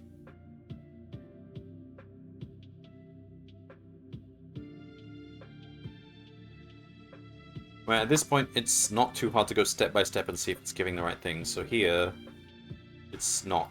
There's no splitting. That makes sense. Here, there is splitting because it seems to intersect with the first cube.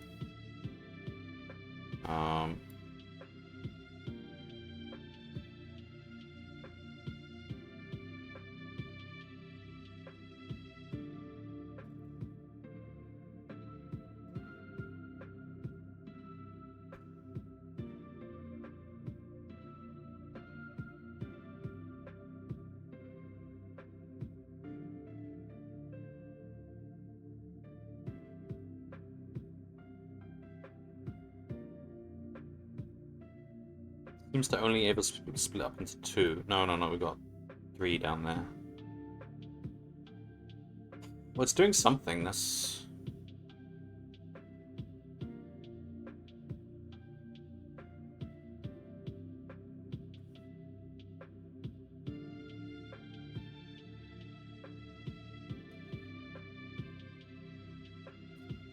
This split method is really...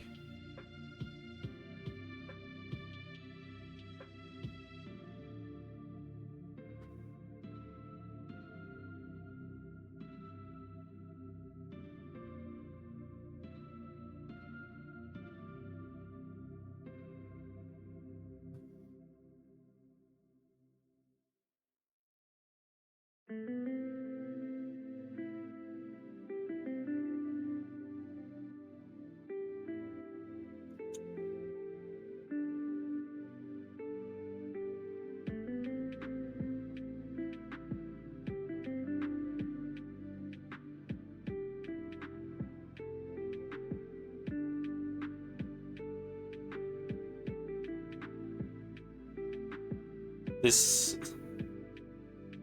So much repetition, but...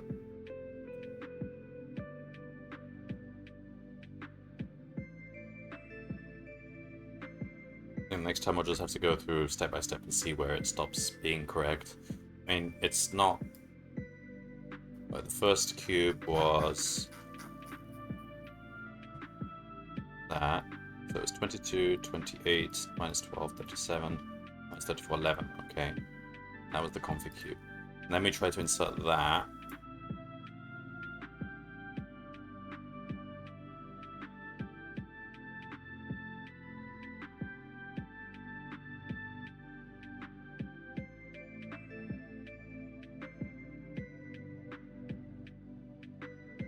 Oh, that doesn't look right. Why is it only 2? Why does it split in only 2?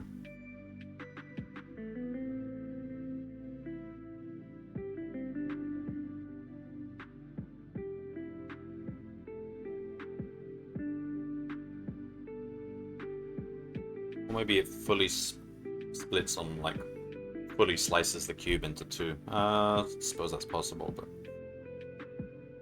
Usually it's going to split into, like, 9. Maybe not, I don't know.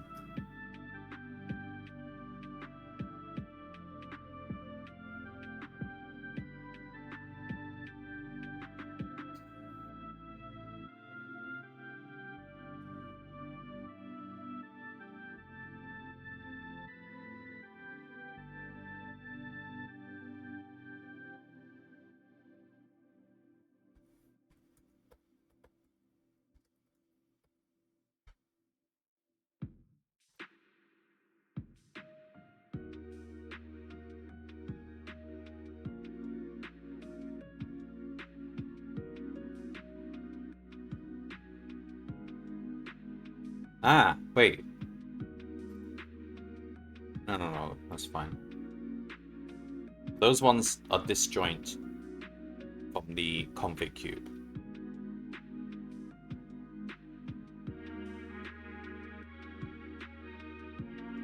Oh,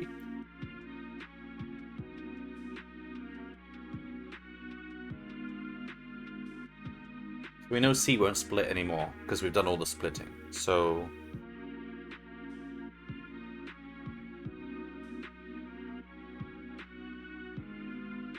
every C should just fully overlap or not, right? There's no... Why do we even have this?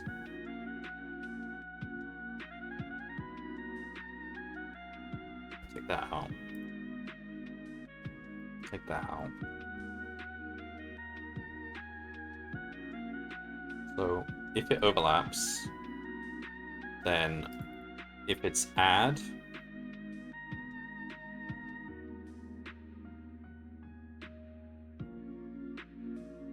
Okay, this is slightly wrong, I think.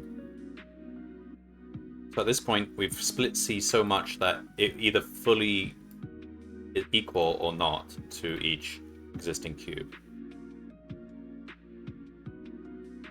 No, that's not right. Hang on.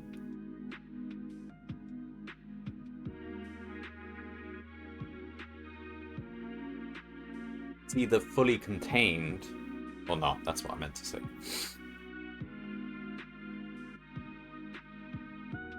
It's either fully inside existing cube or fully disjoint from it. The moment we find one that it is contained in, if overlap will be true. And then as long as it's an add,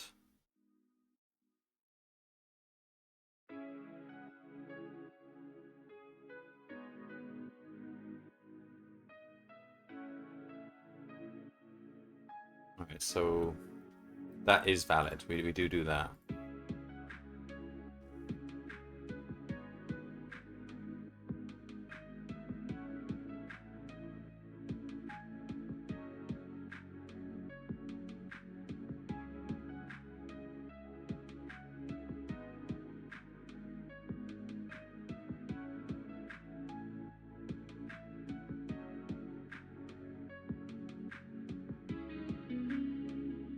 And if it didn't intersect with anything, then we do that. I don't know, it looks okay, but have to run it by hand at some point. 87277. Sure, there must be a cleaner way of doing this whole thing.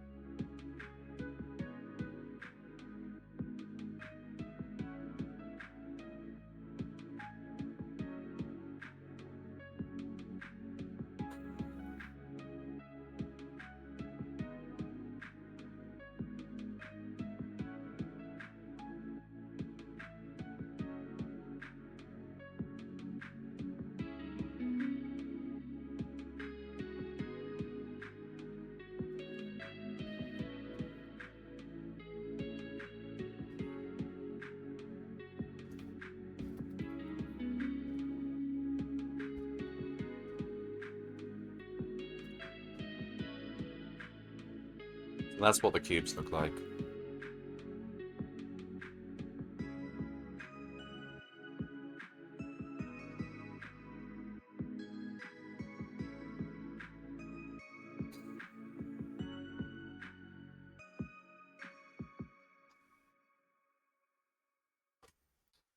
Starting to think the better approach might have been to do that thing about the negative cubes. So you just add the cubes as normal, but then you add one negative cube to make up for the... Oh, that might actually work. And if you intersect with a negative cube... So cubes actually have values attached to them. So like they have 1, and they have -1 if they're a negative cube. And we basically just add up the values of all the cubes. Oh, that could work. How do I do that?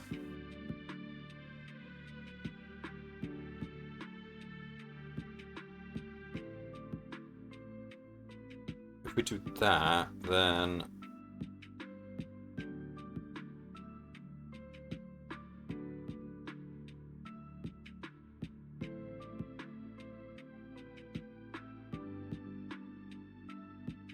then I don't think we need to really do all this splitting. We just, when we're inserting a cube, we go through all existing cubes, and for each one, if it intersects, then the overlap has to be a negative to make up for the fact that it gets added twice. Then the original insertion cube just gets added with a value of 1. Yeah, so you add it with a value of 1. Every intersection gets a value of -1. And that's it. That's how you add. Oh, but what about all the negatives? Because you have to deal with the negative cubes as well. So for those, you add a positive.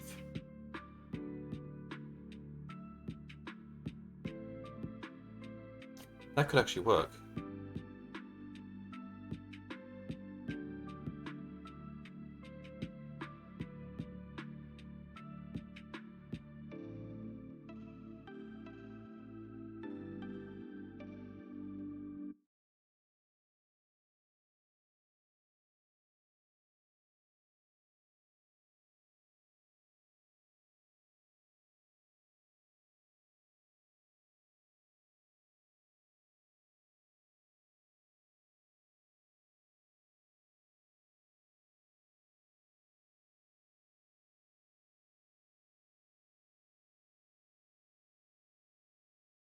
think I'll do that next time.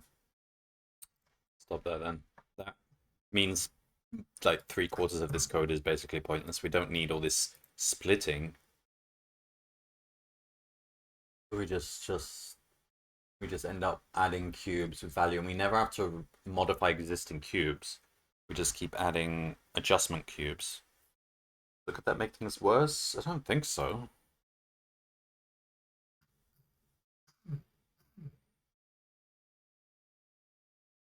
But I mean, this is basically the inclusion-exclusion principle.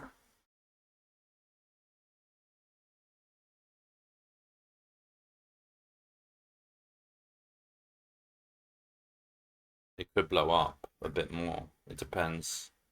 All right, I'll think about it.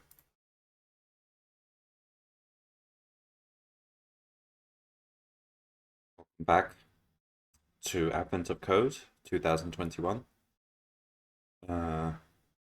Day 22. So we're partway through this, and I kind of made a bit of a mess of this cube splitting algorithm. So let's see if we can fix it, because it might be a small change, and I might be able to move on to the next problem. I think I have an idea for what I did wrong. Hello, DJ. So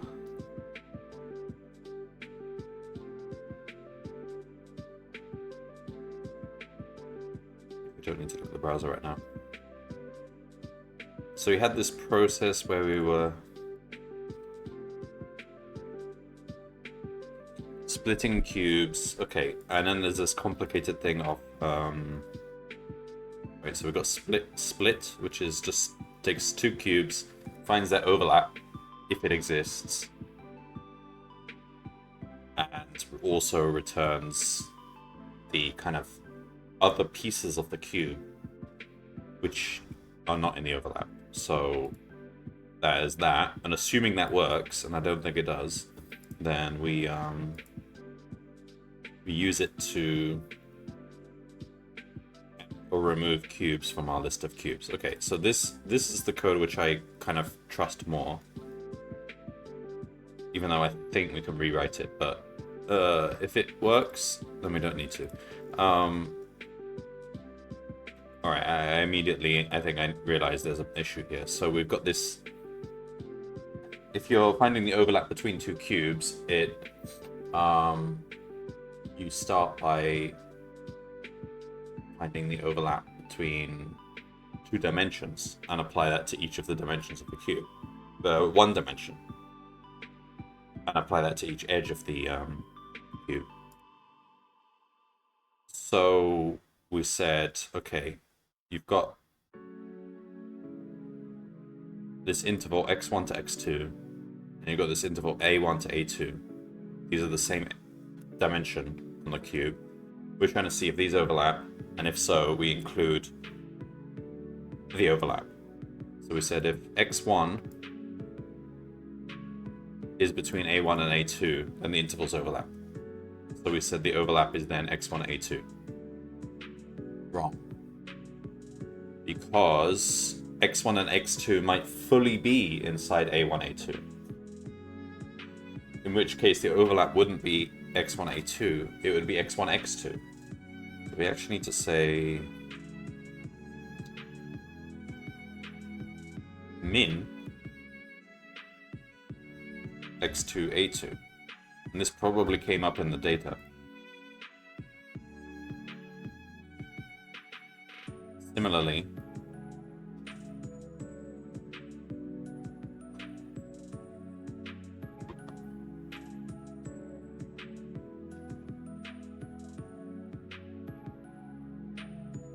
yeah, we're working on the assumption that x2 is always greater than x1 and a2 is always greater than a1, or greater or equal to.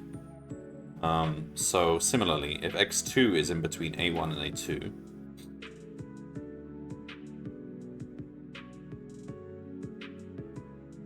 x1 might be inside, so we have to say max a1 x1. So Is that fully correct?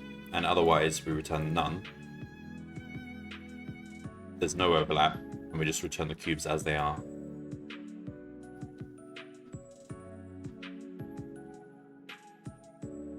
We did it like this. We didn't... Like, ideally, we should have an interval method which computes the overlap between intervals, but... For now, we'll just do this. Min y2, b2.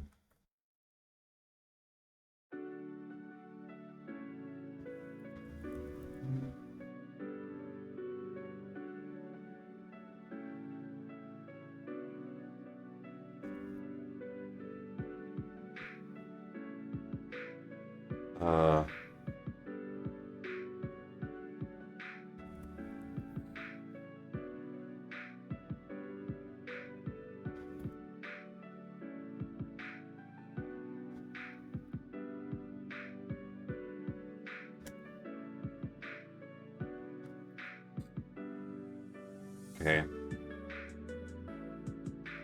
And then we get the overlap cube, and then we do this splitting. I think the splitting might be okay.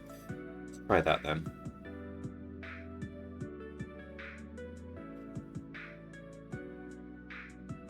What are we doing? Is it the big input?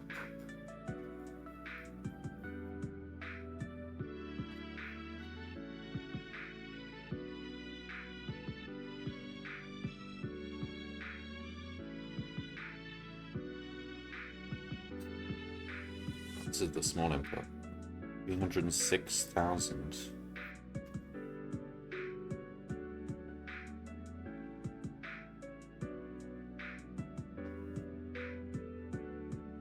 That's not right, but it's bigger, so maybe we're getting closer.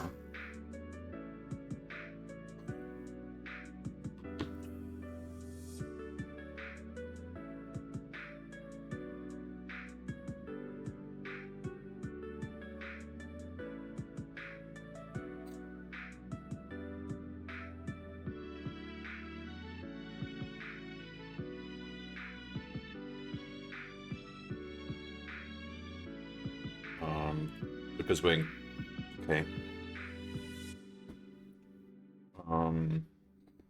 There's a lot of reworking to do here. All right, so that's one thing. We might as well do what I just mentioned. Make this a an interval method. So we say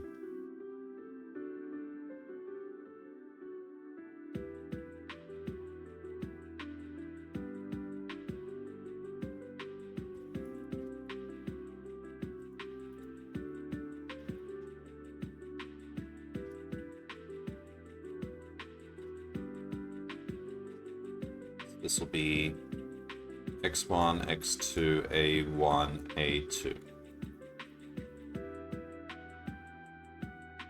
So we say this basically.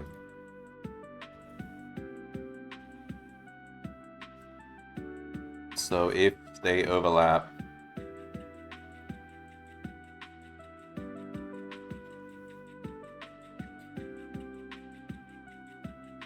return that.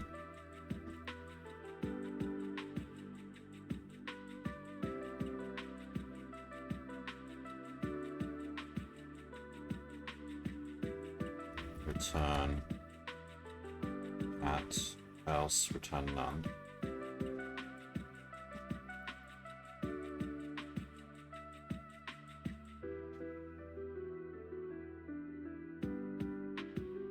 Okay, so we say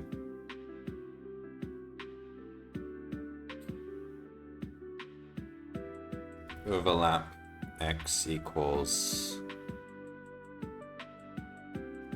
interval overlap.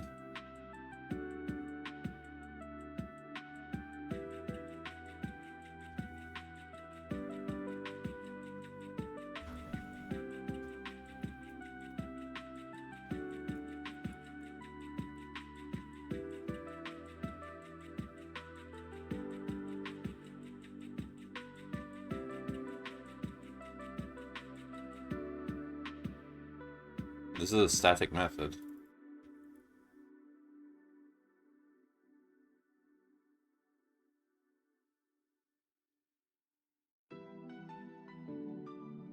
say if overlap X is none,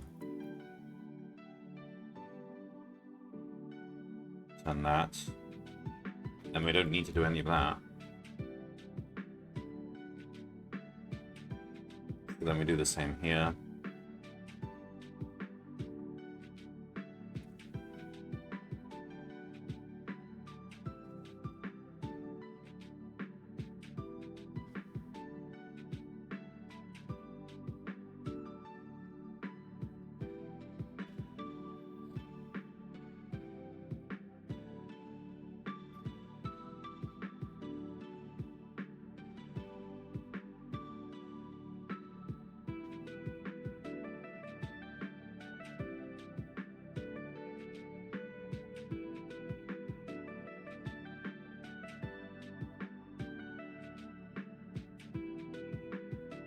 Okay, so if we get this far, we've got a cube, which takes us the new overlap: x0, x1, y0, y1, z0, z1.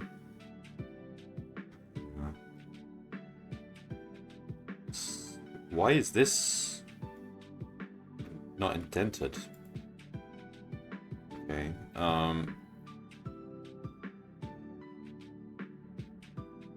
See if that changes anything. Doesn't change anything. I wasn't expecting it to. Okay, so that's splitting the cube. Let's test this out. So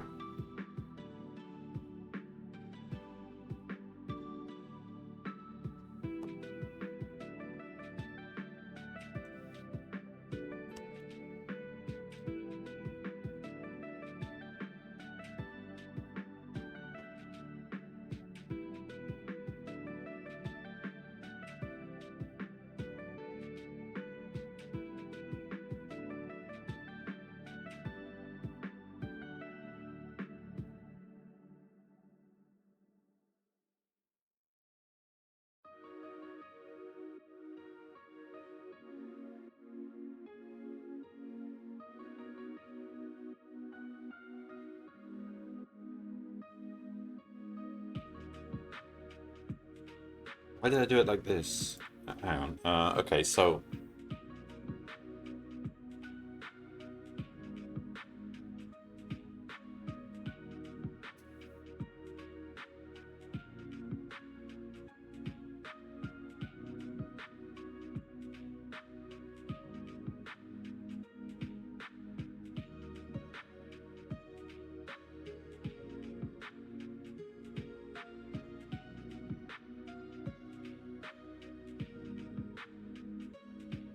here's a better way to do it.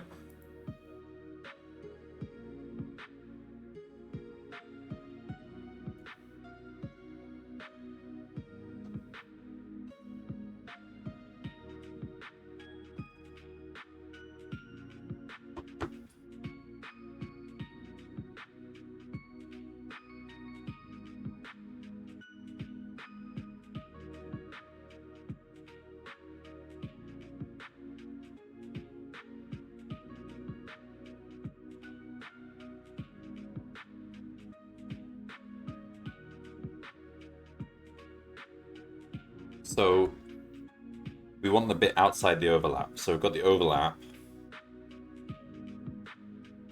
Bit outside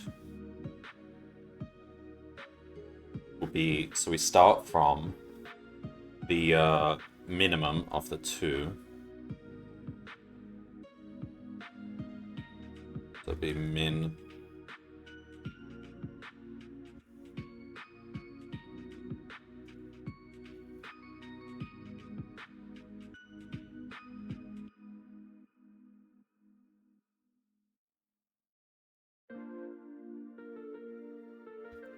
And we end at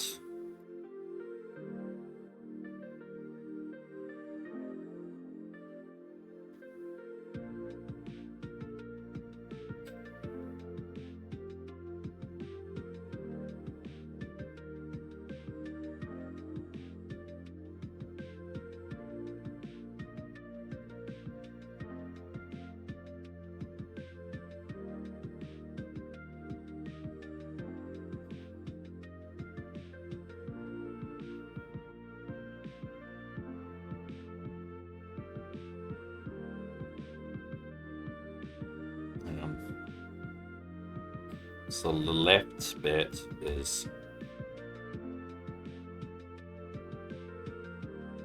minimum of those, and we end at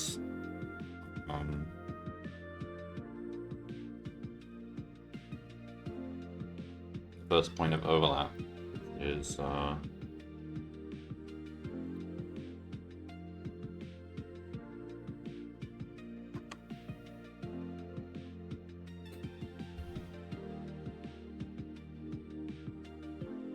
this.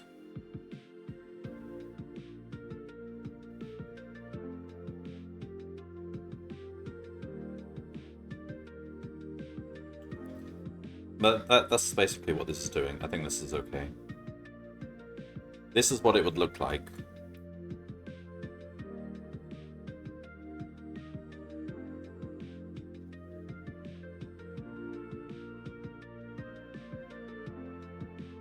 But we're saying if it has 0 width.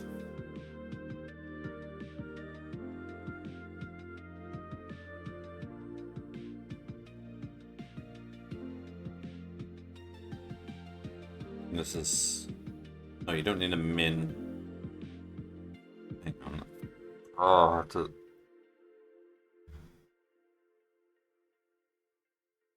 Oh, I see. There's actually a problem here. Okay, so this should have been that. So that is the left interval. And that might be a null interval, because overlap might coincide with that.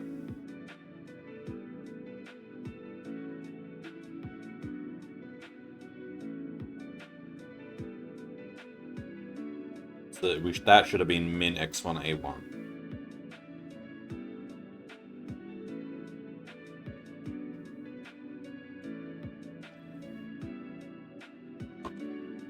We'll write it like this, that's cleaner. If left 1 is greater or equal to left 0, so it's actually an interval.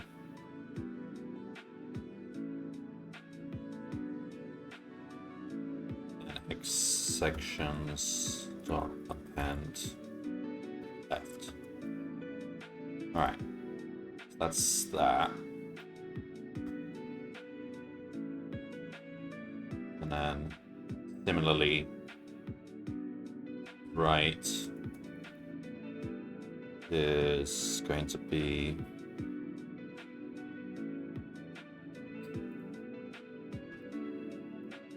sure there's a cleaner way of doing this process as well. So this one's gonna be max 2a2.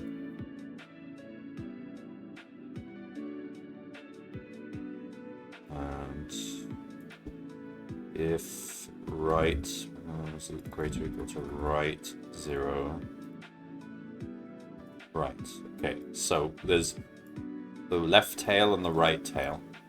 They may be null, in which case we discard them. Otherwise, we put them in. And we were saying these are the offsets. These are this side, the bits we split off. That's it's getting confusing. I'm pretty sure we could just write a method, static method to deal with this, but I'm not sure what the cleanest way is. If we've got 2 cubes with which overlap, we want to find all the bits off to the side. Well, this might work now. Let me just have to do this 3 times.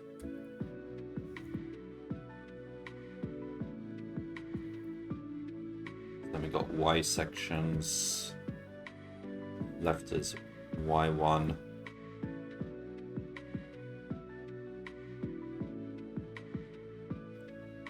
b1.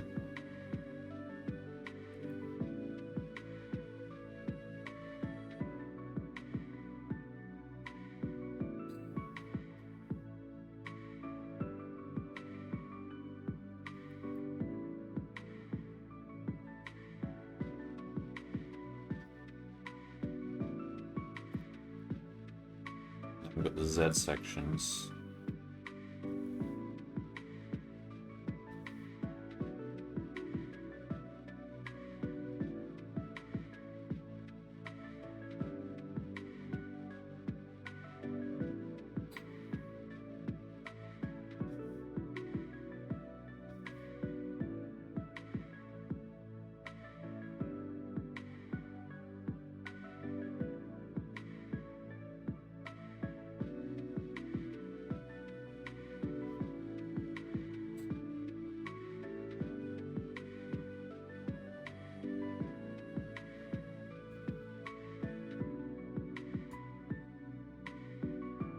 see if that changes anything.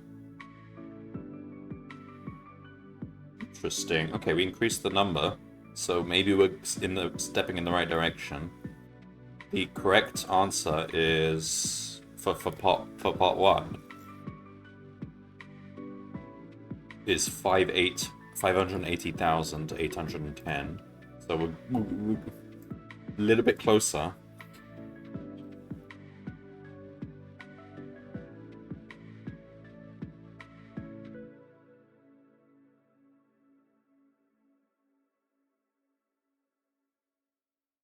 Split first cube based on overlap.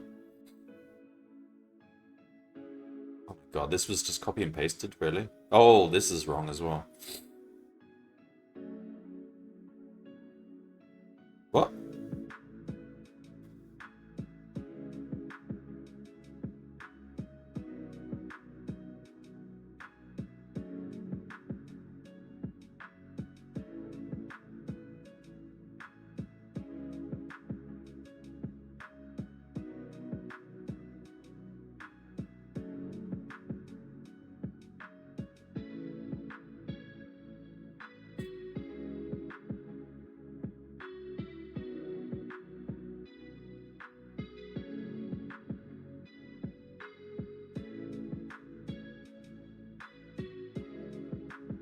Oh, let's see.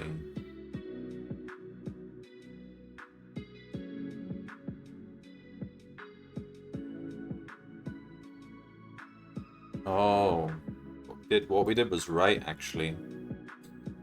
We were only dealing with looking at the left cube. Confusing. Alright, fine. I'm trying to turn it into something with both cubes, but it actually matters which cube's which.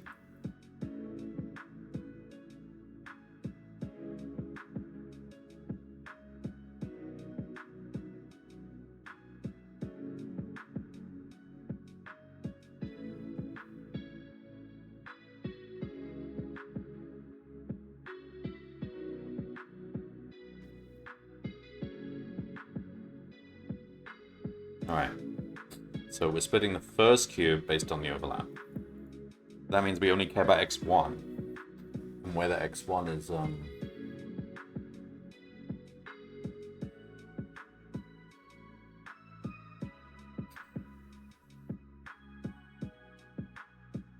yeah, that's... For some reason that's more wrong, but it's more right. Oh, okay, whatever.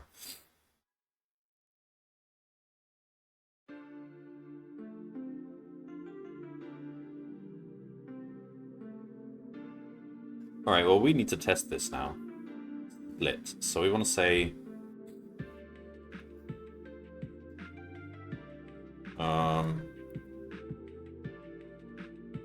test cube 1 equals... So let's just give something simple like...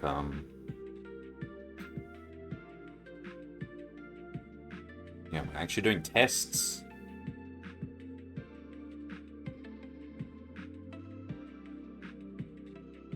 That's how you know we're in trouble, that we're actually doing tests.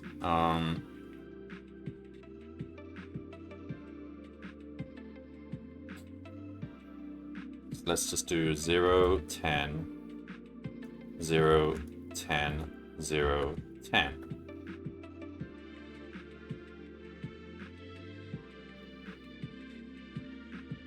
Alright. Test cube 2. Let's just do the unit cube on 0, 1.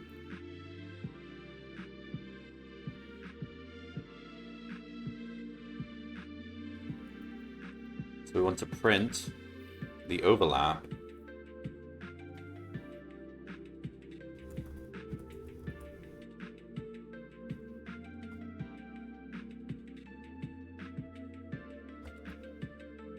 cube 1.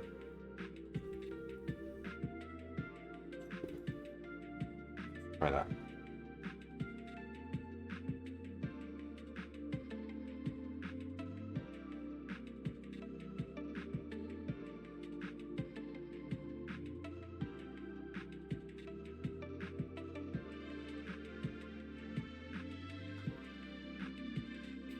Not interval overlap, split.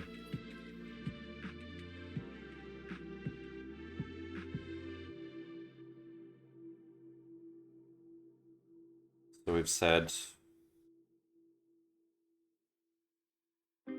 So we've said test cube 1 contains test cube 2. Okay. So the first part is the overlap, and that is the smaller cube. The second part is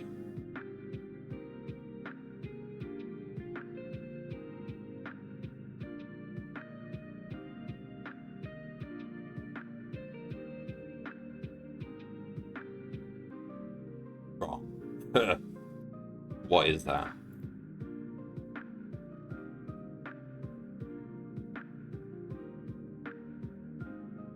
What the heck is that? That's not even...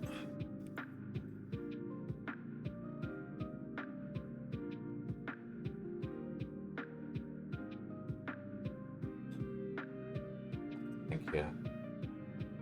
Right, that part there is right. Test cube 2 doesn't split because it's completely contained within test cube 1. It doesn't split. It's just like there's no off sections. Test cube 1 should split in like multiple different places. I'm trying to count how many places it should. It'd be like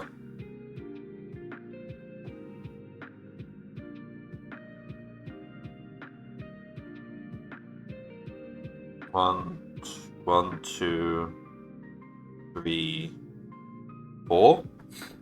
There should be 4 things there, and none of them should be that. Why have we got that? 2.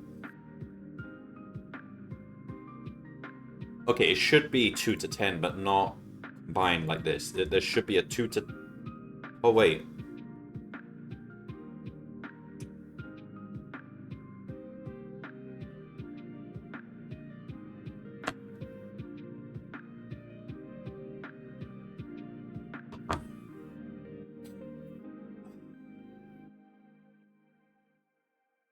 Okay, this is one of the correct... Okay, this is actually one of the correct cubes. But it's like the corner cube, the one that isn't in line with this at all. But there should be an additional 3. 1 for each of the dimensions. There should be a 2, 10, 0, 1, 0, 1. Oh, I see. Oh, this is so complicated. I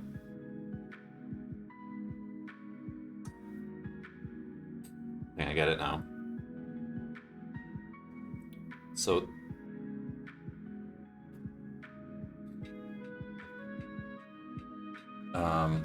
what the problem is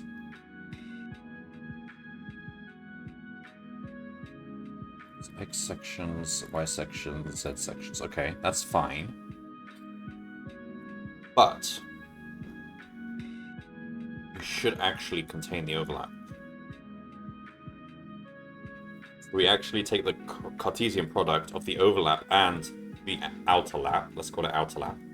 It might even be a correct word, I don't know. The overlap and the outer lap. And we take the Cartesian product of the overlaps and the outer laps of each of these. And then from the result, we just get rid of the one fully overlapping cube, and we should be left with all the other sections. So that sentence probably made no sense. X sections is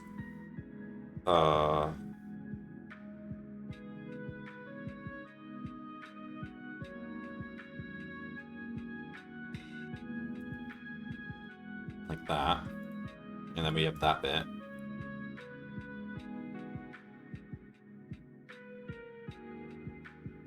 And then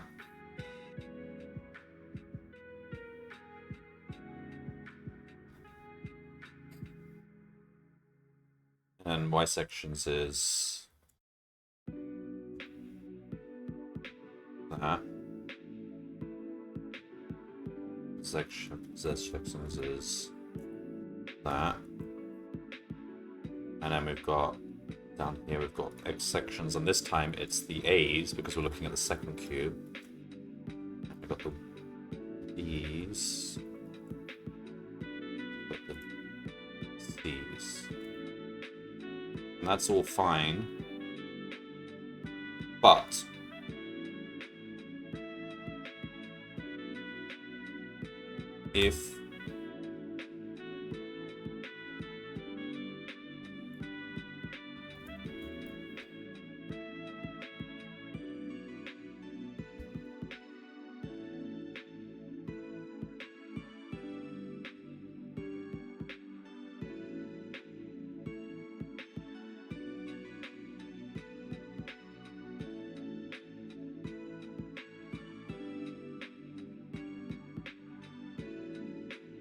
if cube is overlap cube, skip it because we've already accounted for it. We're taking the overlap out and keeping all the off sections separate. So that's basically what we do.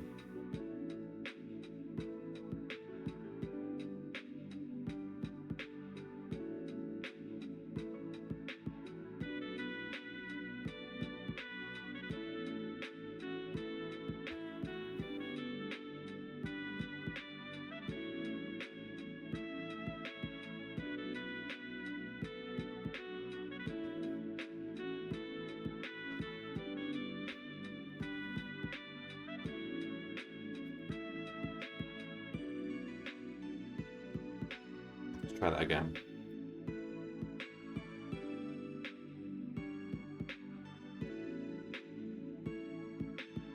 No, that's not working. Well, it's stuck. How could it get stuck?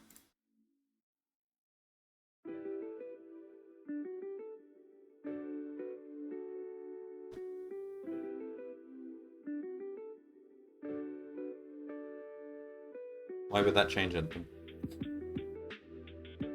Is it too many products now?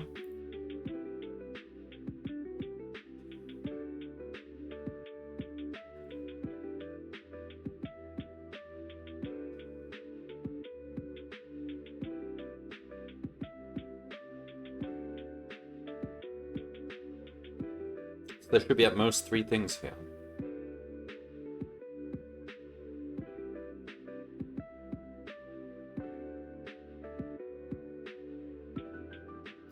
Just don't do all this stuff right now.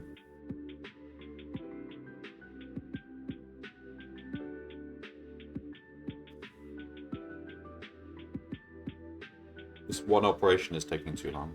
Why would that happen? Okay, fine.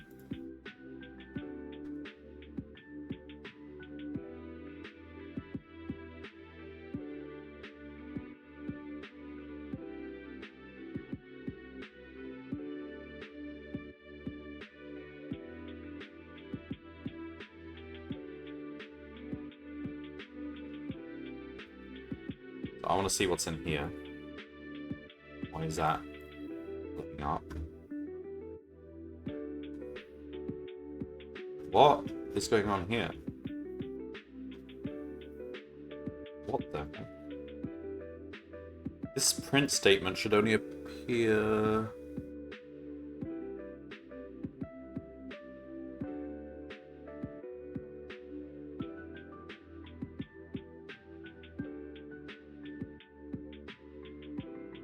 once. It's not in a while loop or anything. What?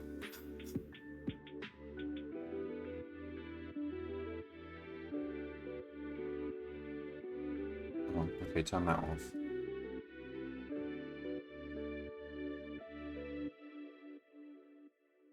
Alright. Is this right now? We've got... and that's wrong. No, it's not the product, it's the... I can't figure this out.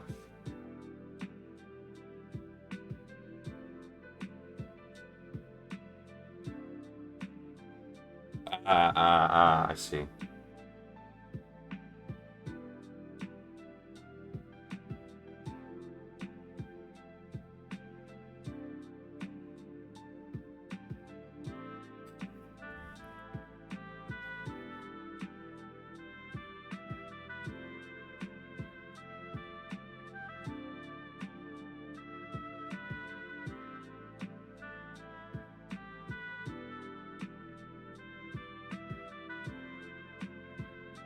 So where did we do this? So the right-hand side is still empty, right? Yeah, that's correct.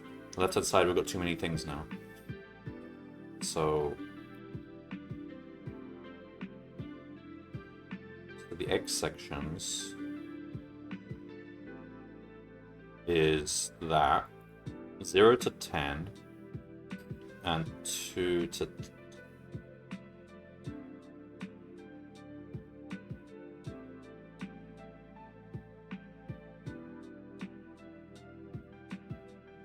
Okay, yeah, that's right. And then we got 0 to 10, 2 to 10, 0 to 10, 2 to 10.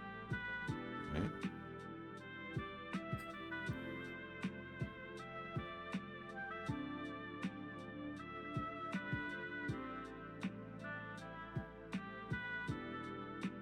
Wait. Why am I leaving a gap between 1 and 2? No. I think I have another problem now.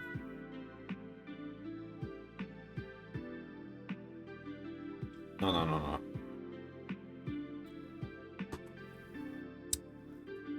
We have a different problem. It should be from 1 to 10. What did I add 1 here?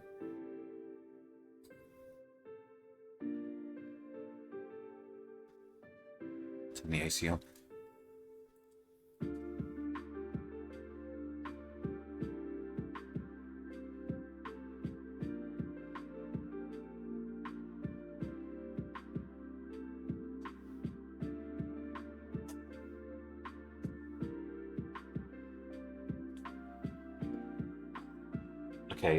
Okay, so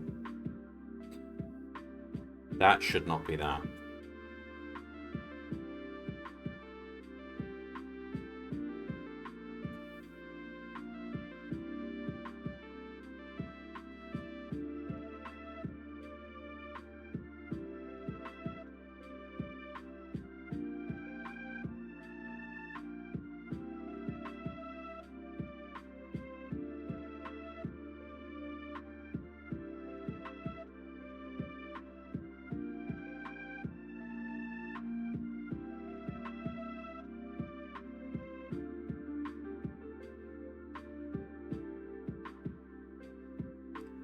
Yeah, should not have those.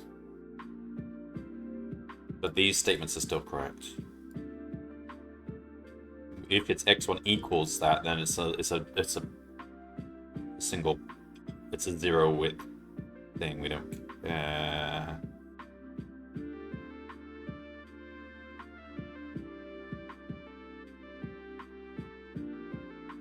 Or do we? Don't know.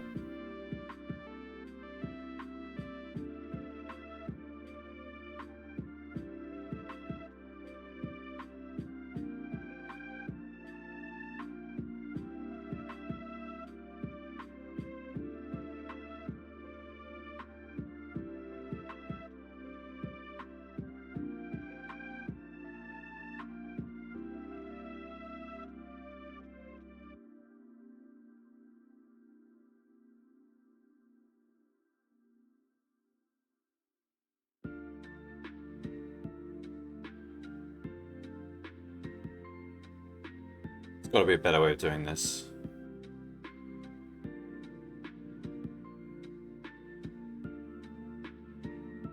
We want the cube that's strictly outside the overlap. Yeah.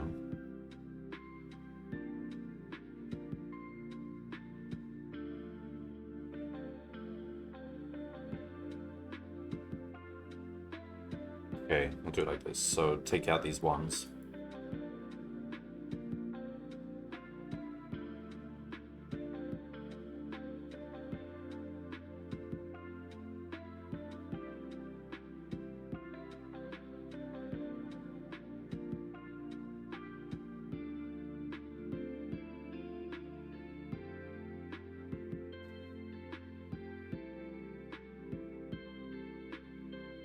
Okay, does it look right? So we've got 0 to 10.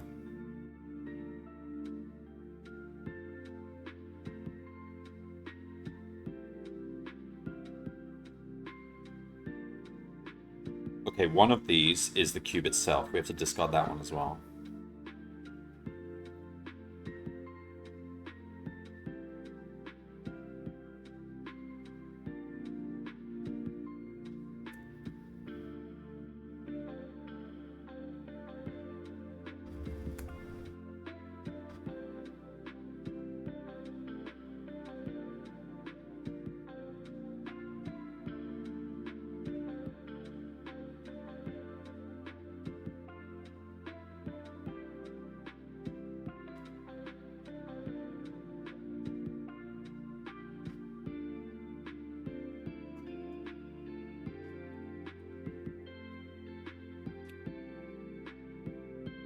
Okay, so that's the overlap. Then we've got this. So we've got how many? 1, 2, 3, 4, 5, 6, 7. 7? Is that right?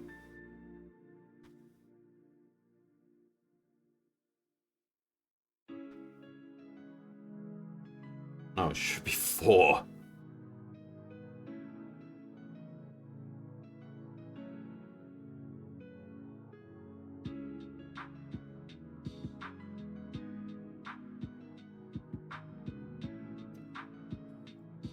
And we got duplicates here. Oh, wait. Just 110, 110. Oh, no, hang on. So we've got 0, 10, 0, 10, 110. That's correct. 0, 10, 110, 0, 10. 0, 10, 110 more.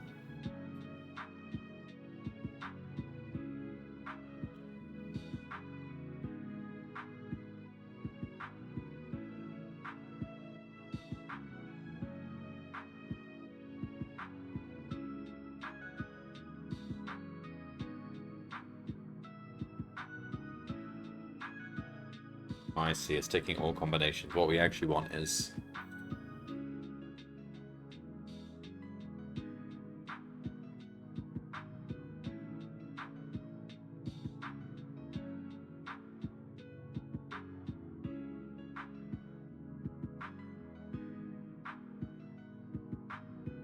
We don't actually want to do a product here.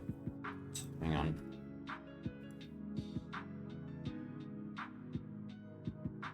No, it's not a product. We shouldn't be using this at all. It is...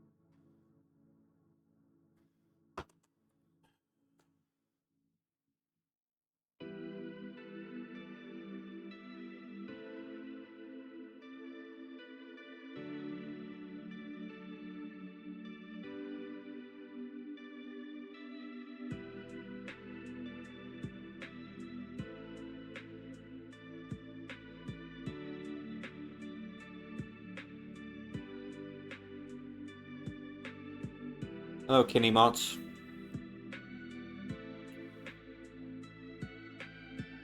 Alright. Probably a better way to do this. I have a question about Python. Sure. I'll see if I know the answer. I need to draw a diagram here. Where's my Rubik's Cube? That's gonna help me visualize this.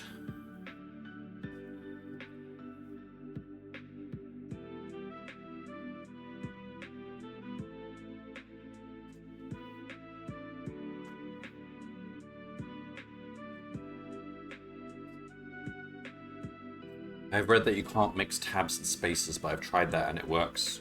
Where did you read that? I think Python doesn't care. It's all just white space. It's just got to be consistent. Like, you're using the same level of indentation. But I don't think... Oops. Don't think it,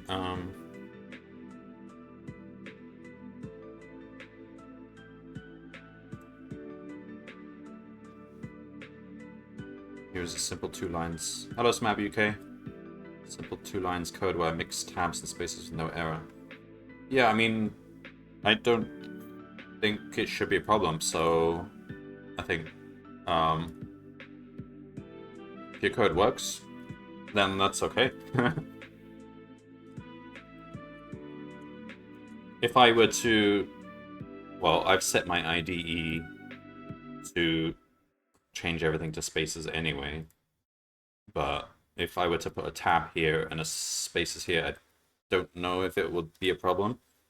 But using tabs in one place and using spaces in other places should be fine. It should just ignore all the white space.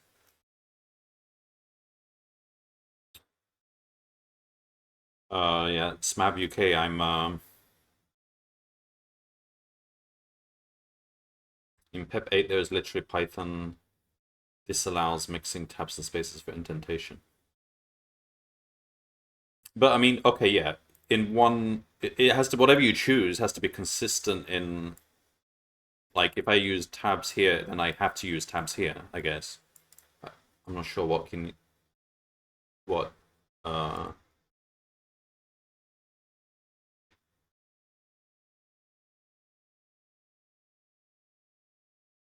where you're at, where, like, are the tabs and spaces in the same place or are they in different places?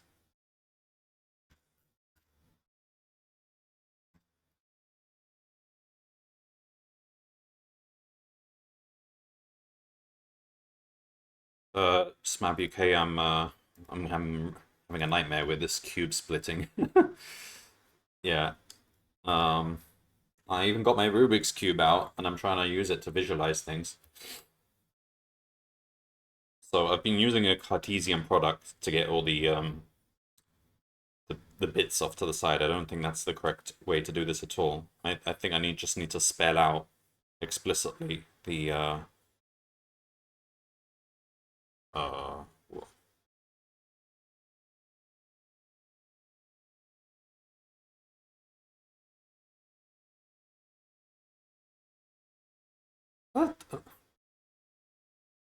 It's like 12 bits plus the overlap itself, essentially.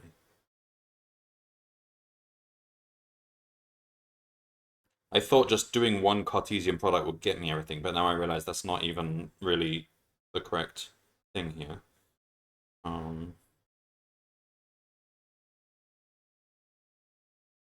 So when two intervals intersect, we end up with three pieces.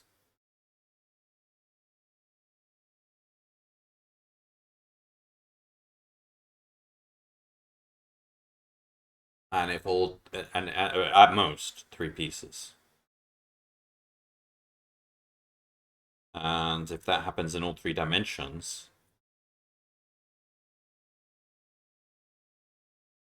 then we basically have the Rubik's Cube situation. 3 by 3 by 3 would be like 27, but that's a lot of those are not things we actually want. Alright. I probably need to just be more explicit. So, yeah, 27 is...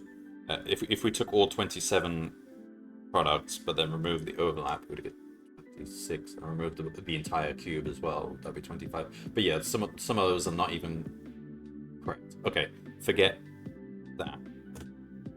But we got as far as finding the... Okay, so we got as far... This bit here is the intervals on the outside. That's correct. So if we've got a cube, a unit cube, and a 10 size cube, then the bits we care about are the 0, 10, 1, 10. 0, 10, 1, 10, 0, 10, 1, 10. Okay. And we are expecting one cube, one cube, one cube, and then there's the big cube off to the side. So 4 cubes, essentially.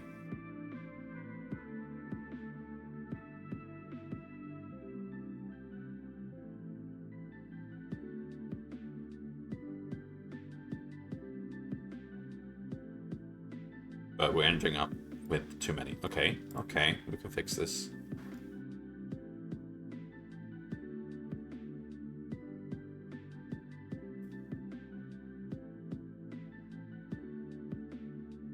Way too much repetition here. This should have been... made into methods. Okay, so this is where it's all gone wrong. That is, we don't want to do that. Okay, so far this is correct, I think.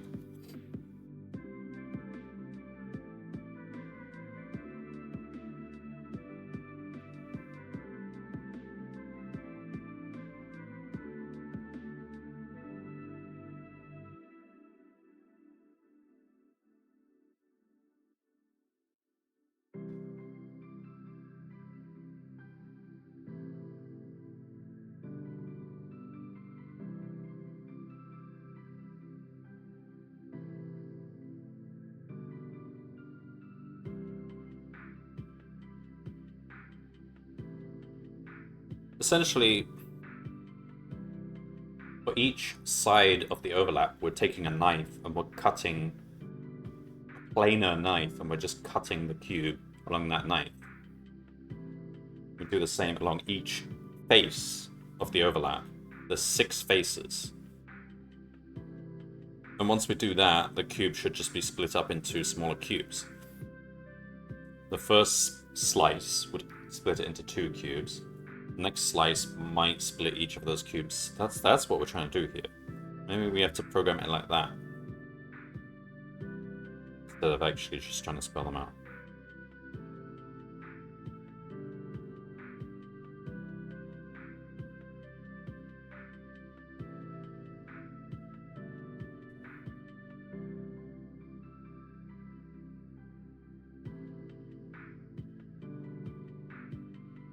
And let's try that.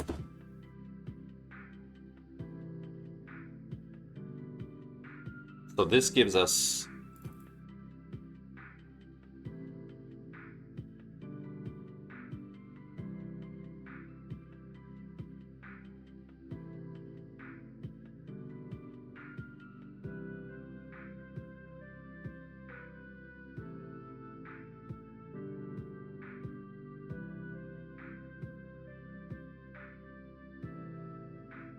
Alright, so once we have an overlap, okay.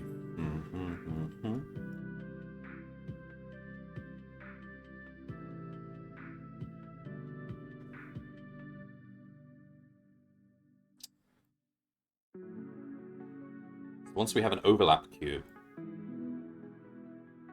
we want to use that to slice the cube up. I don't think we want to do any of this. Let's like comment this out. Comment this out. So we've got an overlap cube. Basically, we want to slice the cube along each of the overlap faces, of which there are almost 6.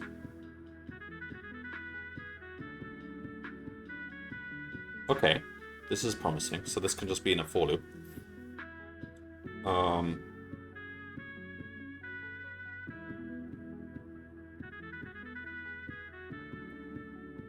So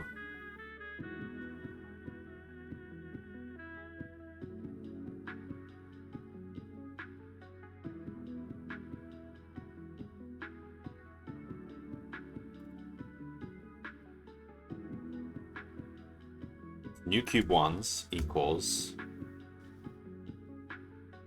for now, it's just cube 1. And every time we do a slice, we may end up with more, we may not. The slice might just be off to the side. Alright, so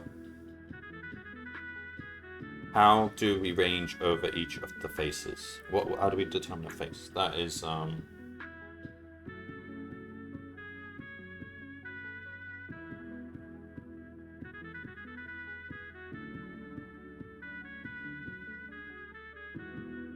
fixing x at fixing one of the dimensions at a specific coordinate,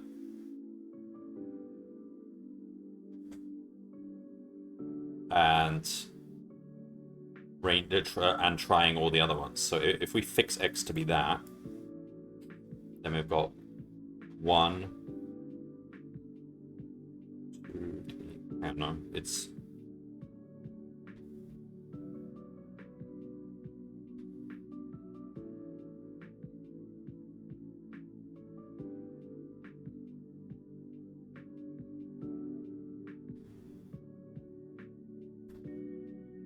yeah. It's just 1 for each of these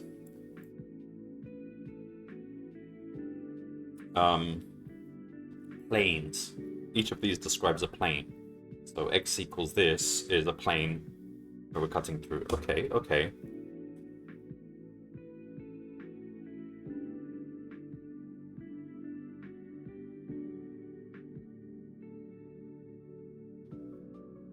Let's make a method then.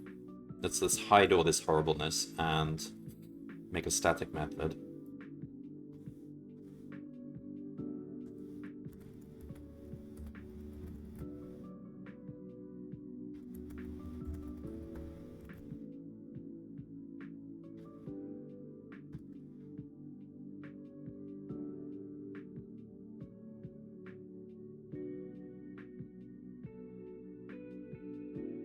Cubes. So we take a bunch of cubes.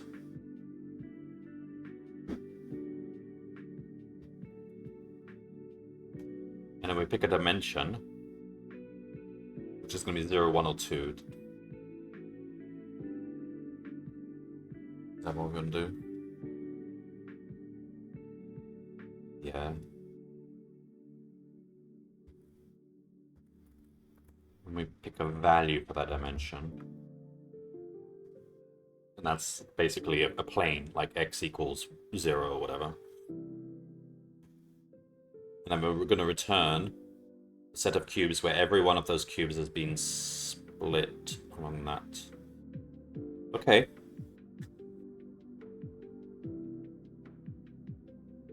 So, for cube in cubes.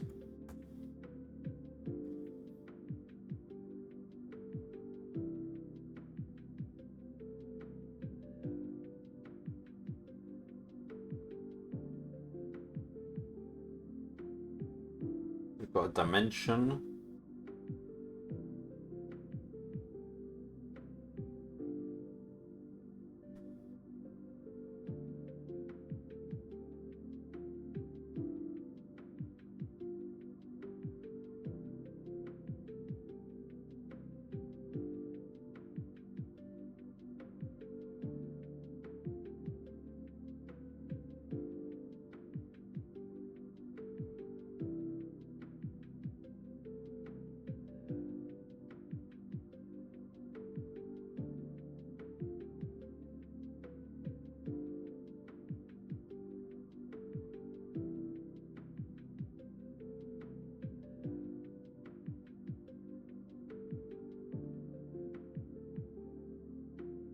So if it were x, then for every x1, x2 pair in the cube, we want to split that into... Okay. So maybe we just say x, y, z and... Or...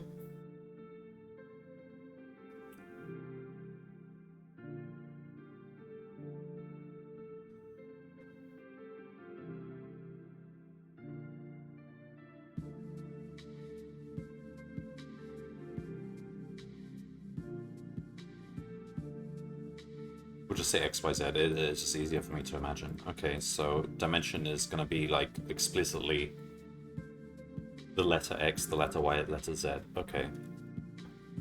If dimension was x,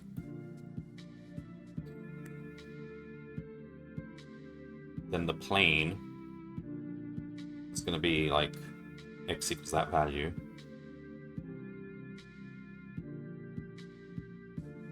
So we need to get x1, x2, y1, y2, z1, z2.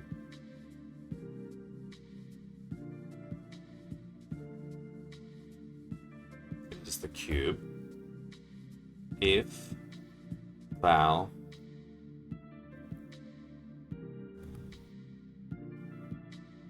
is strictly between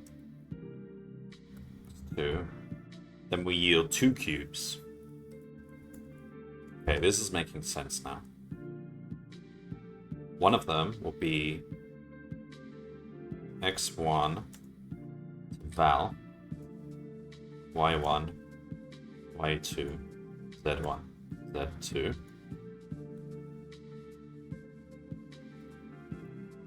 The other will be val to x2.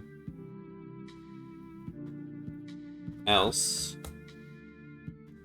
we just yield the original cube. We basically do that in each dimension. I mean, this, we shouldn't need to do... We should be able to do it in one, but I can't think right now, so...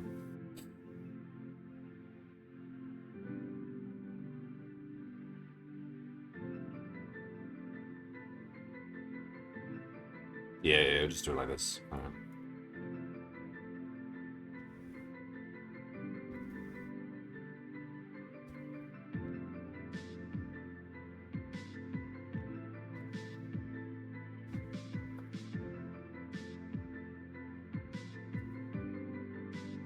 So it should be...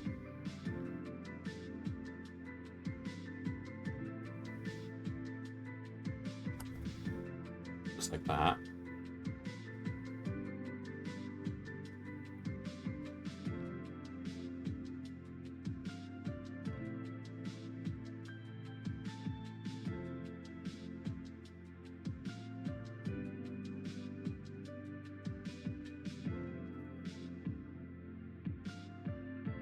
Why are we doing this every time?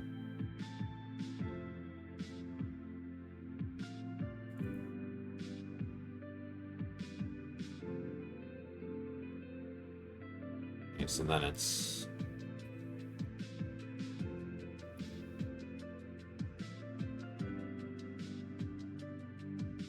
just make sure this is the right way round, because... I just want it to match the above. Okay, so it's x1 to val, val to x2, y1 to val, val to y2. And here it's z1 to val, val, z2, and this should be z1, z2. Okay, and that's it.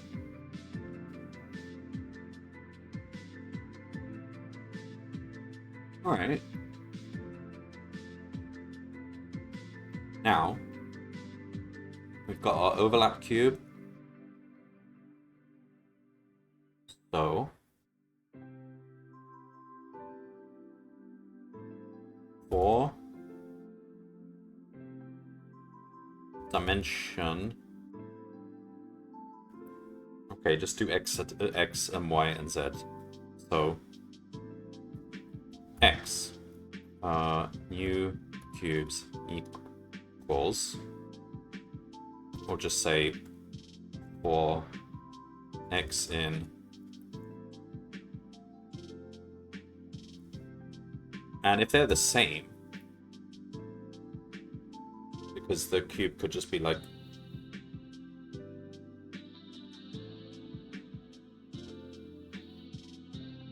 zero width. Can we have zero width cubes? We shouldn't be allowing them.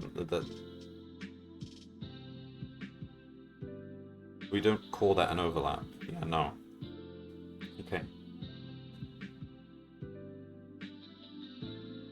We just u cubes equals slice cubes.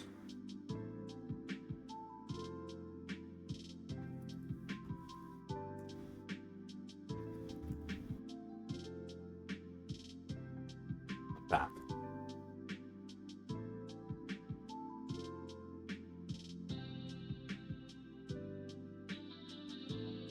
Now we've got y in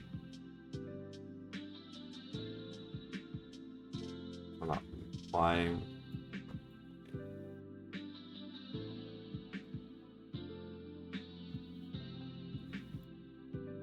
Finally. Why does it keep indenting? Z, Z, and overlap. Z, Z, Z, Z.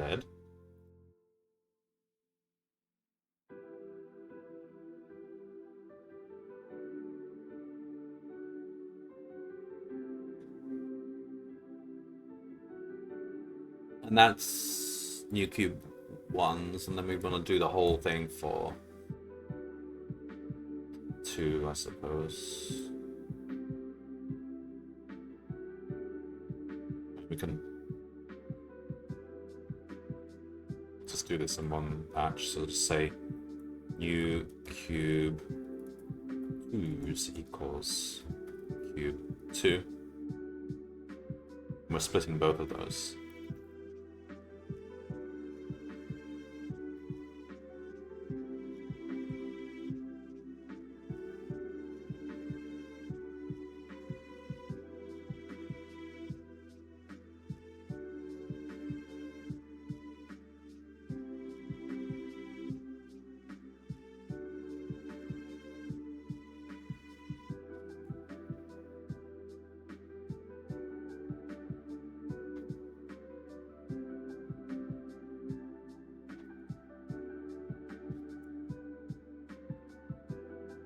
This is much cleaner. Now, hopefully, oh, it's gonna have to be a list, isn't it?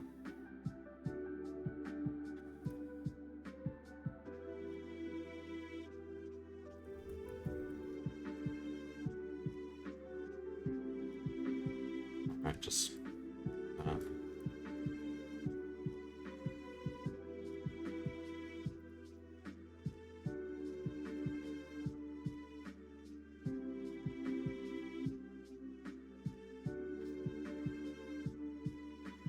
and then finally we just return. Essentially what we wanted was this.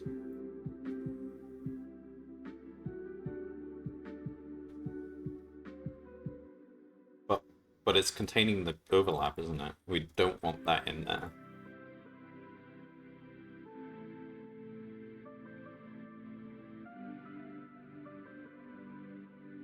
The overlap will definitely be in there, in each of those. So just say discard the overlap. So new cube ones dot remove.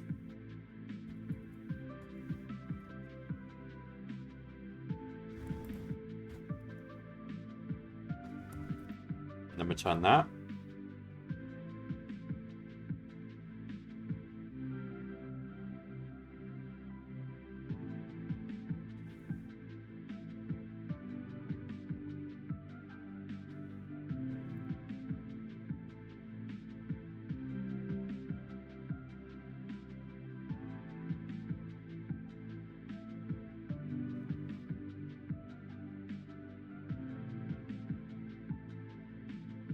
All right, so we've got overlap. We've got 1, 2, 3, 5, 6, 7. Okay, that's still too many.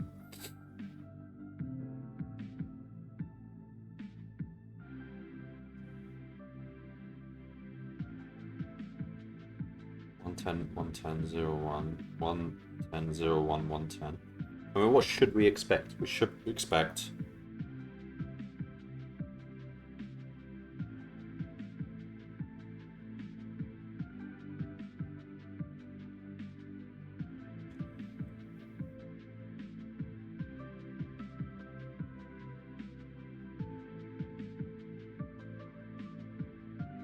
no, no, maybe that's right.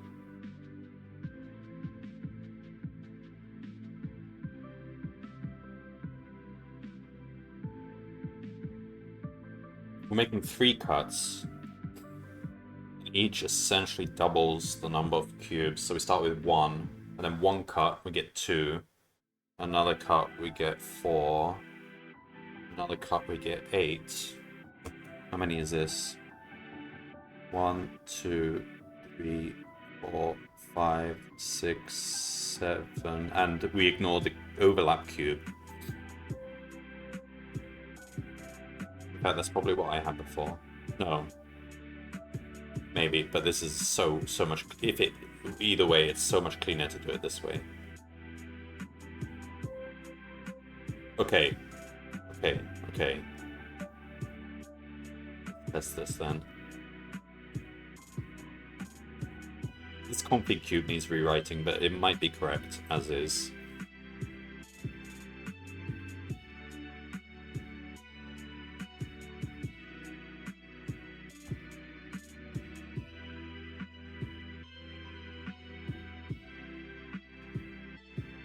X not in list. Should always have the overlap cube. If it doesn't, then something's gone wrong. Oh!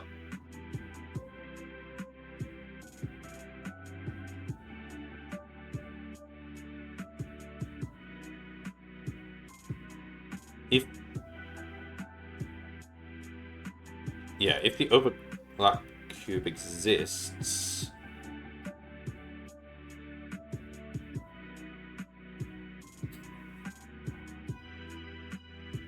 then it should always be one of these, right? Let's see what happened.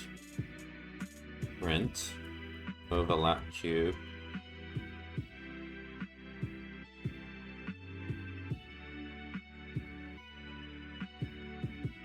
New cube ones. Let's see what happened. That's the overlap cube. Minus 22.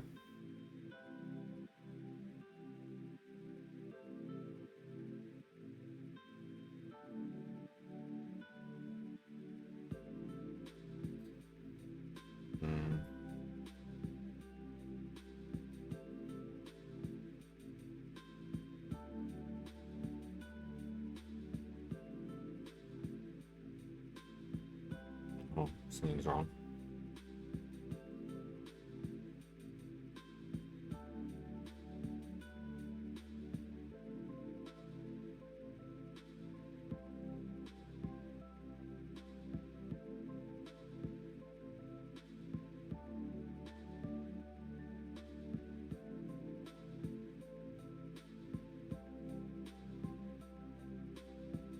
Okay, just do this.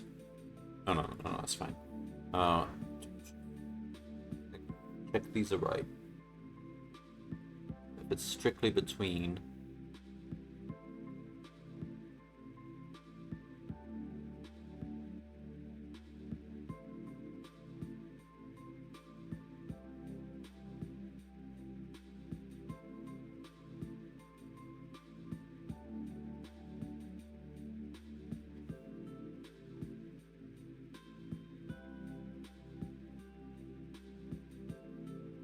We don't need the parentheses.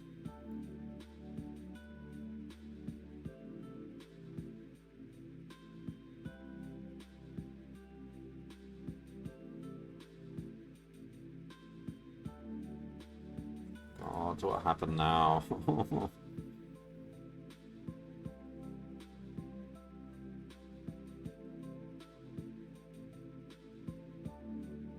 Just like GitHub Copilot explain my solution to this and diagram which bits of code were slicing, which bits of cuboid. Very impressed. Yeah, I mean, for this kind of thing where I know in my head what I would do, but it's just a bit messy to actually code it, I would totally, like in a real application, totally use AI and then just kind of review what it gives.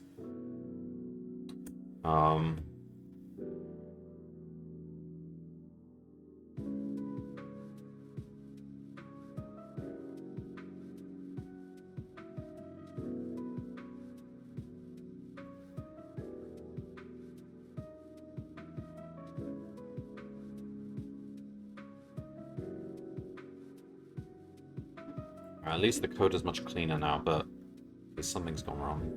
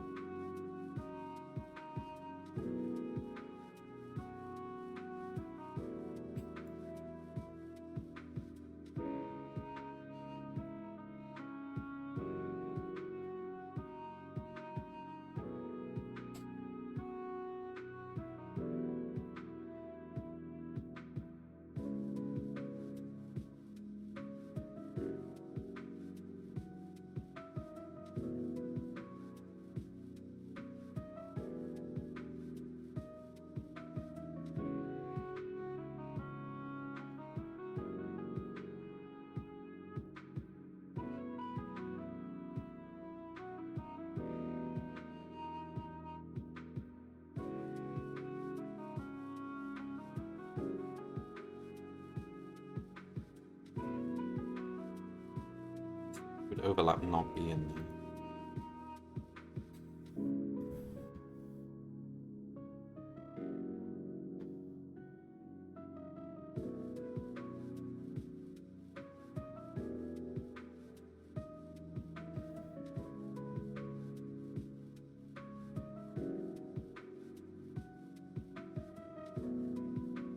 Right, so that first one apparently... Okay, that first one's fine. It didn't have an issue with that first one. And we ended up with that. Okay, the second one. This is the problem one.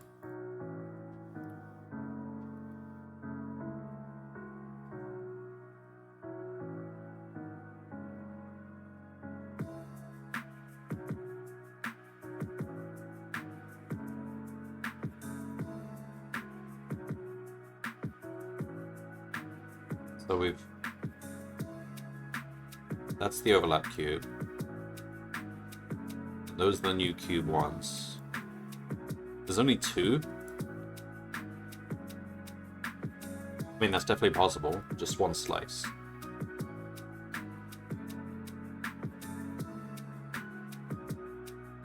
But how did we end up?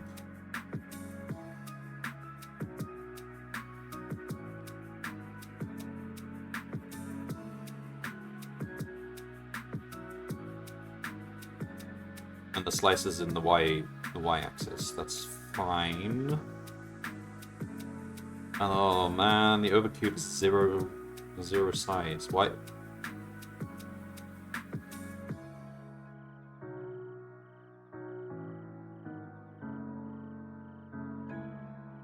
Oh, that's...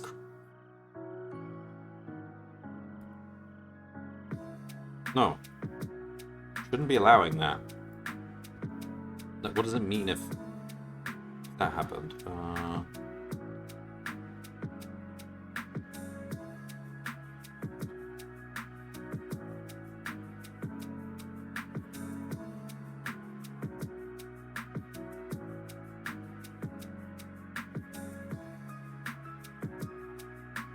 Yeah, if overlap has 0 size, we don't count that as overlapping.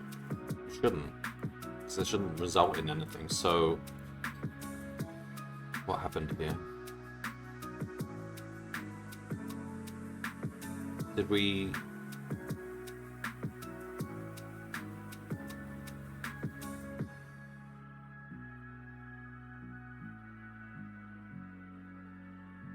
Okay, so that shouldn't be... Should be strictly...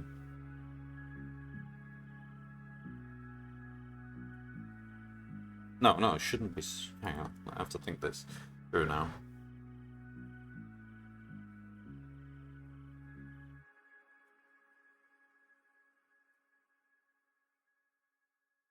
So we shouldn't return this if it's 0 size, basically.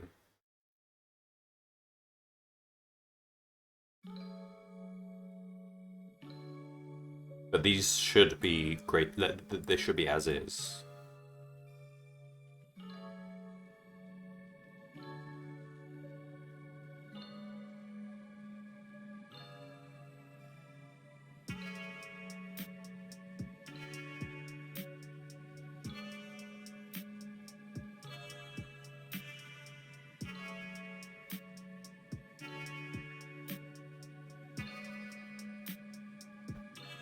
Yeah.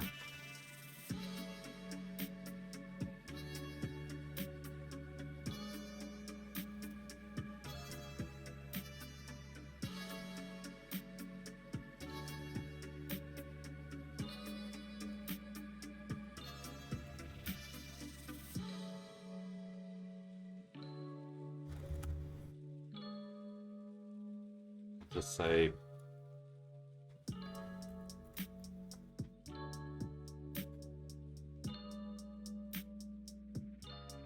okay, it's doing something. Take that printing out.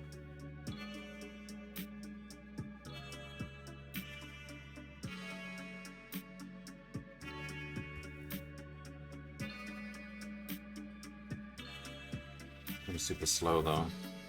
This is not as efficient as what I was doing below with lighter tools, technically, because we're sort of trying to cut cubes again and again. God, what is that? Now we're way off. We're in the millions now. What did we print here?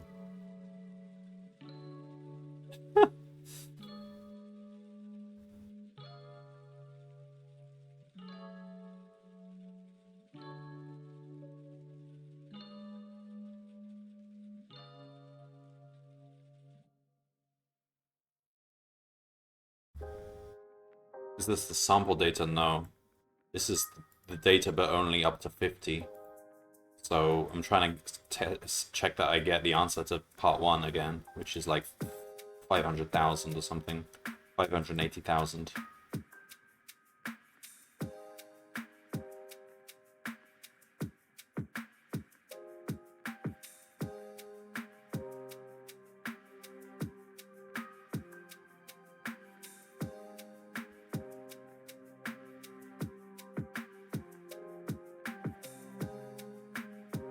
Well, it seems like the split makes sense now. So...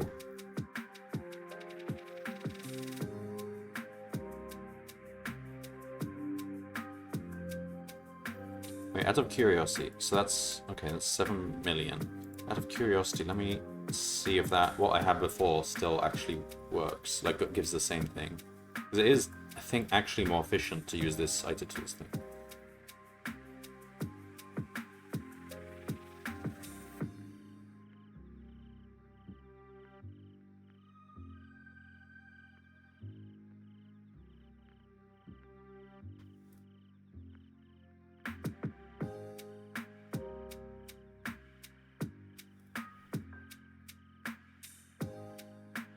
Try that.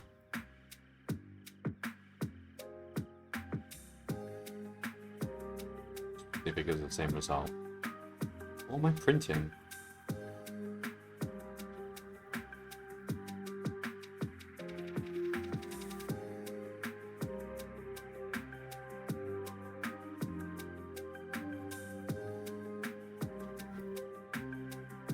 This is actually slower.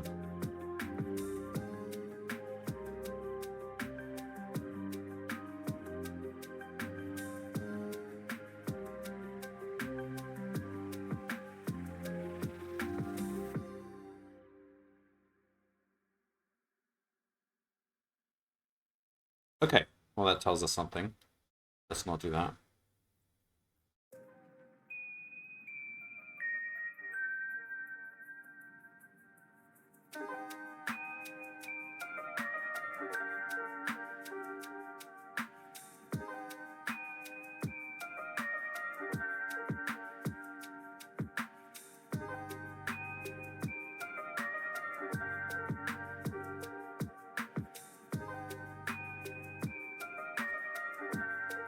Okay, so...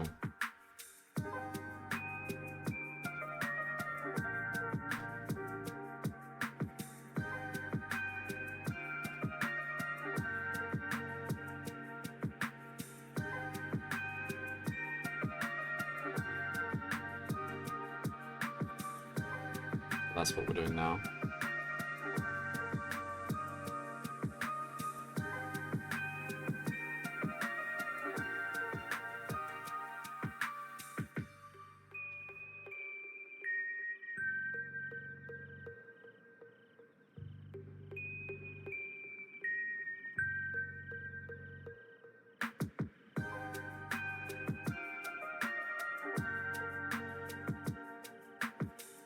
Okay, so it runs.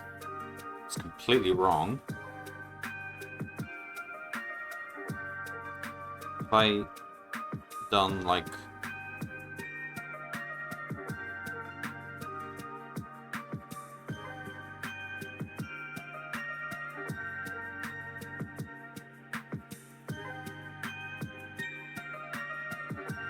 I think the split method is correct now, so I think the problem really is in the what we're doing out here with the adding and removing. Okay. So I think we shouldn't do this.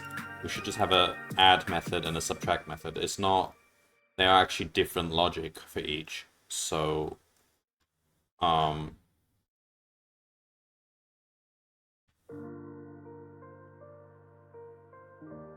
Let's do them separately.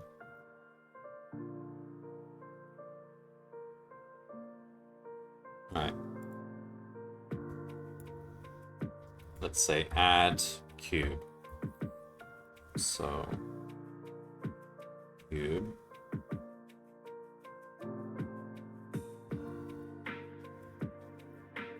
We have this variable cubes, that's where we're storing the cubes, okay.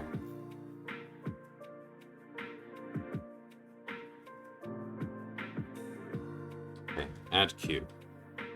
So we have a bunch of cubes. We have a cube to add. Let's call it cube to add. Now, what we were doing before was okay. Let's not be influenced by what we did before. Let's try and write this again. So,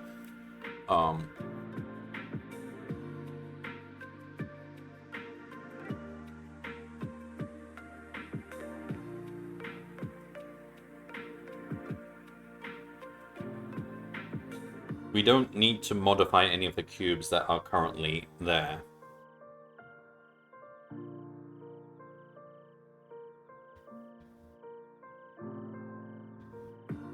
We just need to... Hang on. Okay.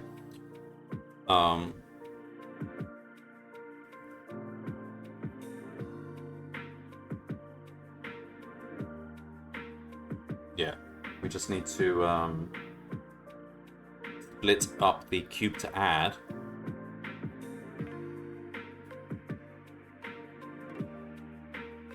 And keep splitting it up until it is kind of a bunch of disjoint.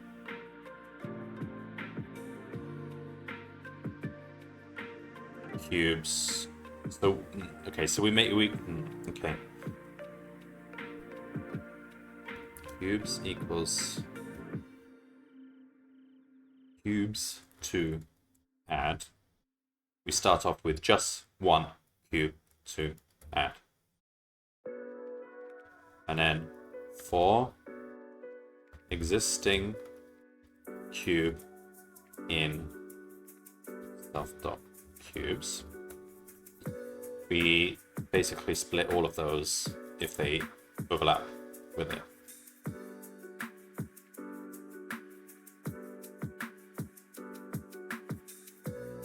So,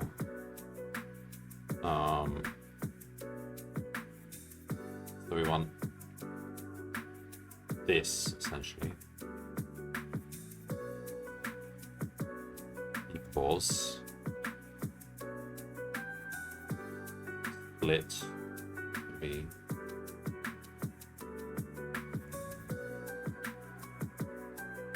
split based on existing cube and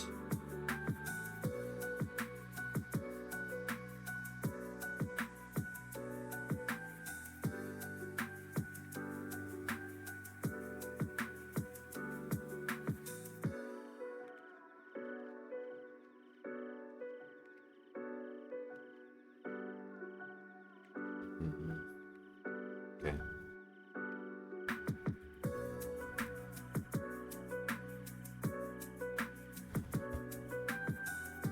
Do this. Now, put the overlap cube. Put that, okay.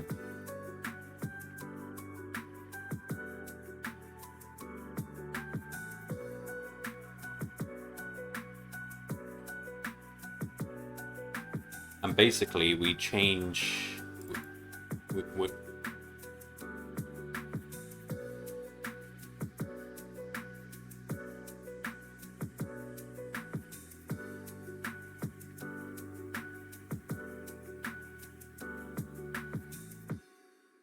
This might as well be a set.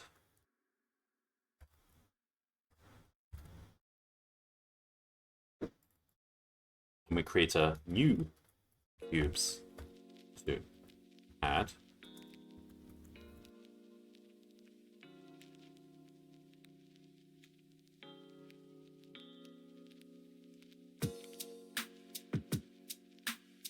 We don't care about this one. that out. We don't even care about the overlap, because the only thing we're going to add is all the extra things on the side, and that comes in new cube 2s.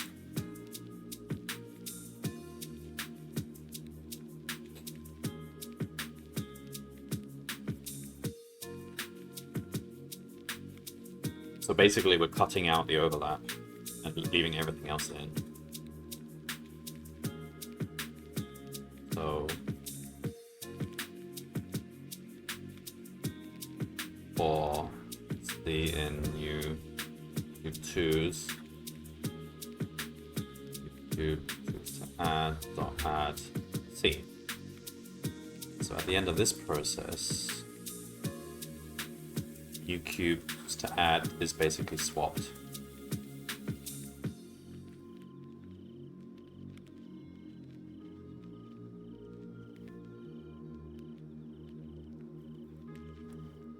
Like that. So it'll grow with each cube we're intersecting it with, and then at the end of this,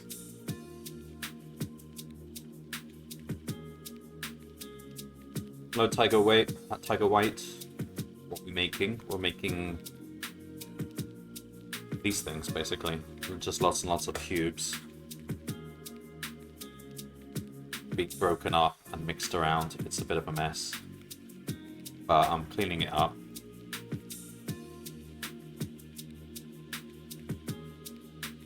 Cubes to add.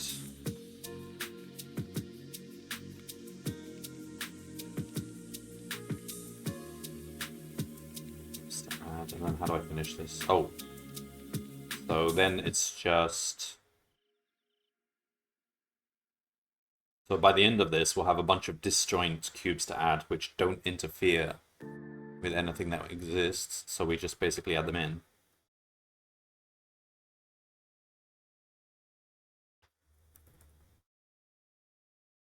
We can just do this, can't we?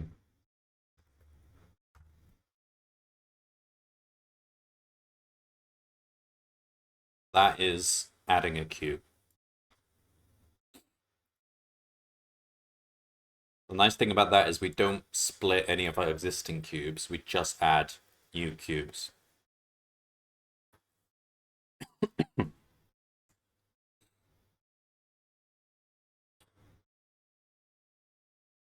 Alternatively, we have the remove cube.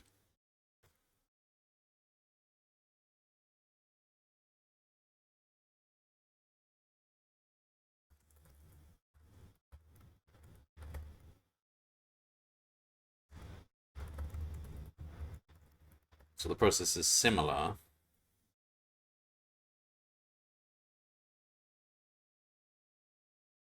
But this time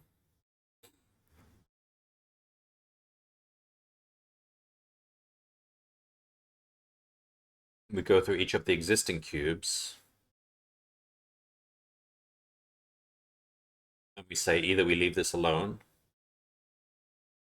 or we discard it and replace it with the splits, ignoring, basically remove the overlap cube. Okay.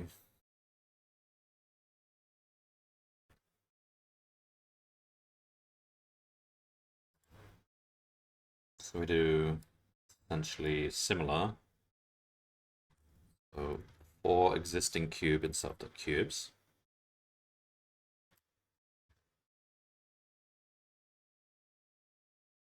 We don't have that. So this time we don't care about that.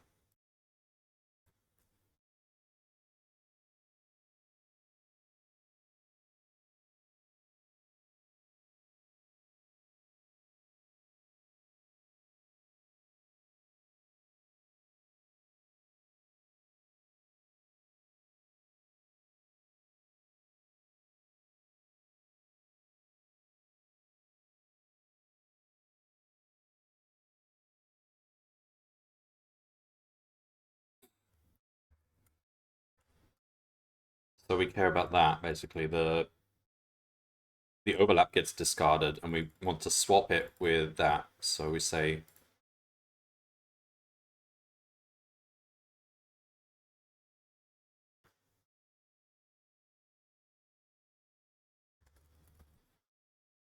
so if overlap is not none, then we need to keep, because we don't want to, okay, to remove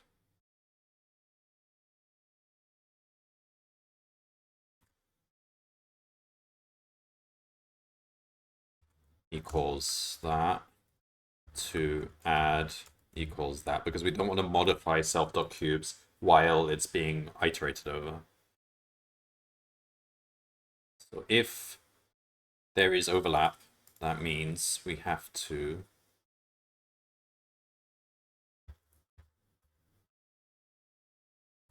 get rid of existing cube and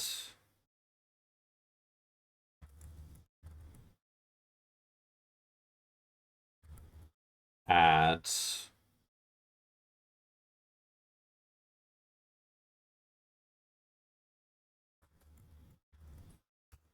all those new cubes. That.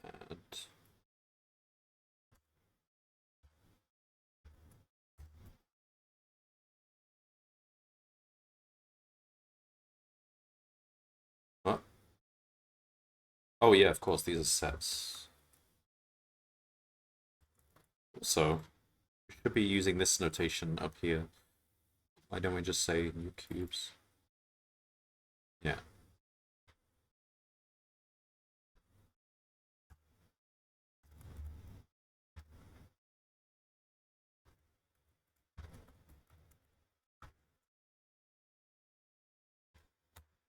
Okay. So that's to add. So after we've gone through all of this, we then just do self.cubes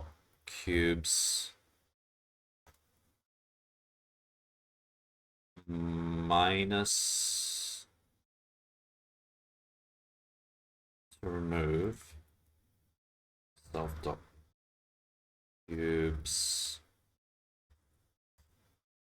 to add, and that's it.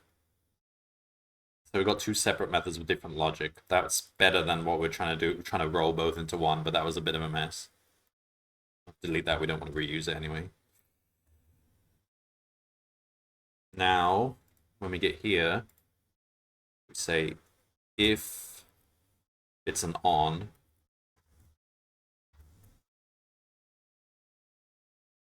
then add cube.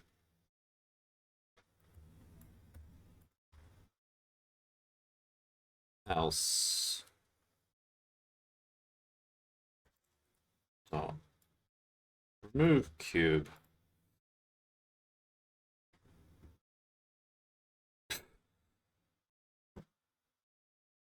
Smaller, it's still way off.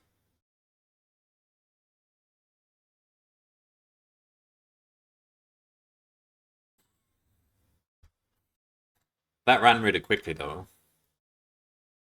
which is good.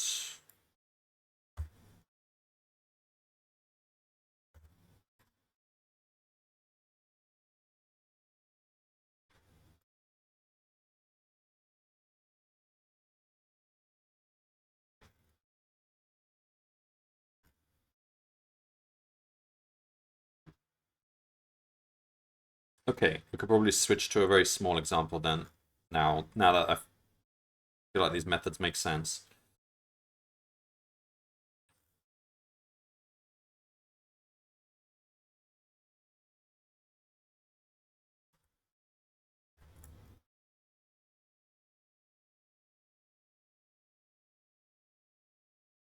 So the answer should be 39 for this case. Hang on. So that.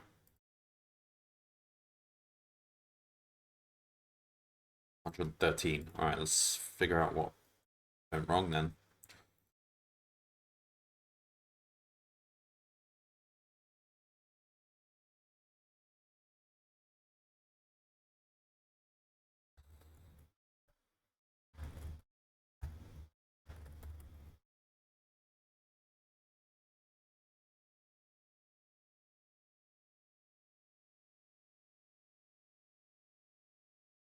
Not many cubes in there. Well,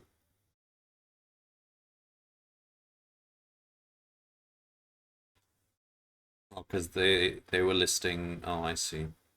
They were listing them completely individually. So after step 1, you have 10, 10, 10, 10, 10, 11. So it's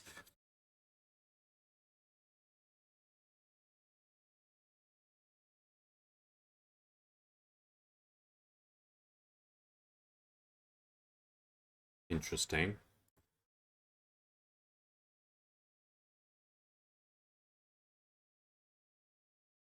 We've got the right orders of magnitude. We've got the 10, 10, 10, 10, 10, 10.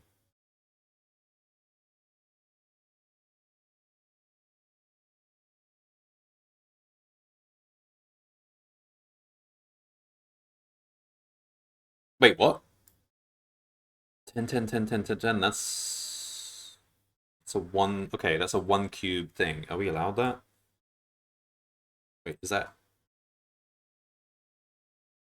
10, 10, 10, 10, 10? Why would that happen?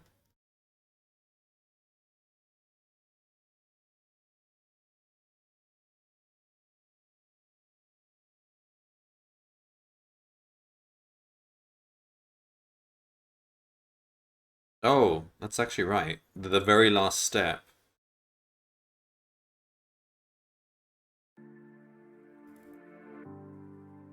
was to just turn on 10, 10, 10. That's okay, good.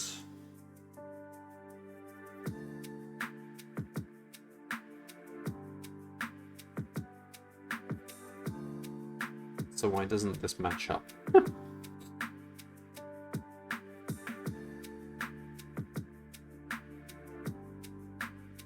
We should have 39 cubes on.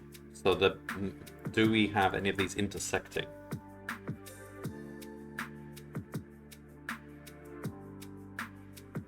We can check.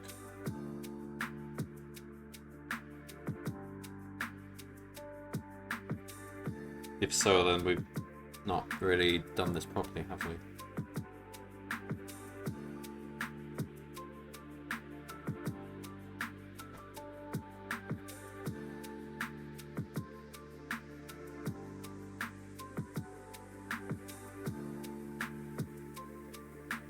Let's make a method here.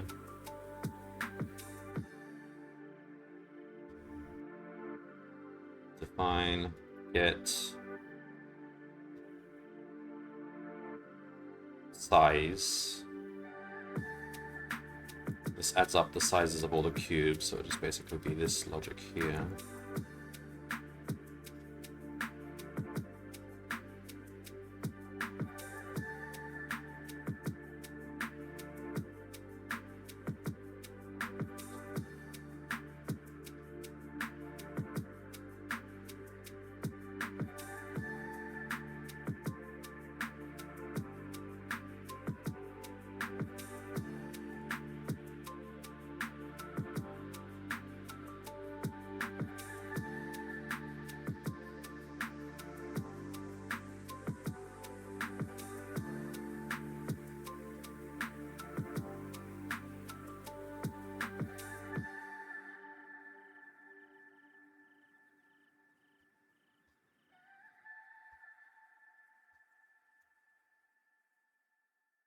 Okay. Now we say I just want to know the size at each step. Started off with 27. That was correct.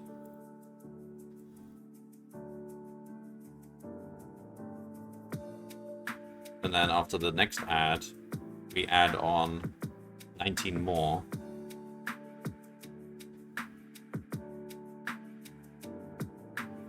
With some overlap. So it should not be anywhere near 83. What the heck happened here? We've got duplicates, overlaps.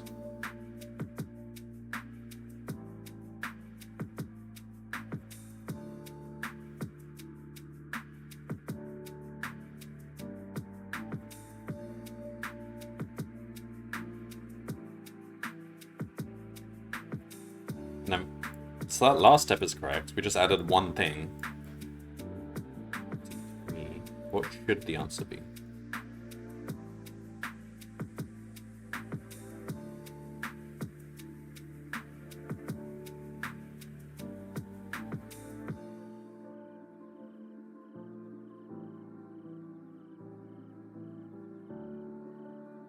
Answer should be 46. We got 83.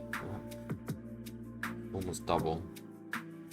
Okay, well, that narrows it. That gives us a way of figuring out.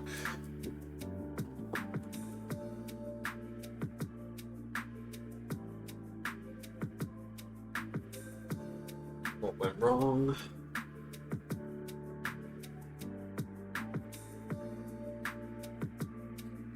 So the add method was already wrong.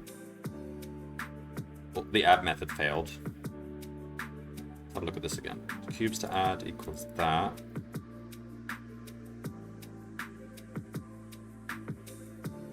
So for each existing cube, we will see if we have to split the adding cubes. If we don't do any splits, we just add the cube to add as is. So for existing cubes,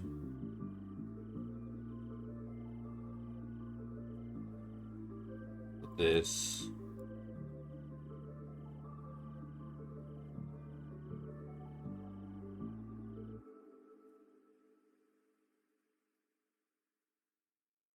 For each cube that needs adding.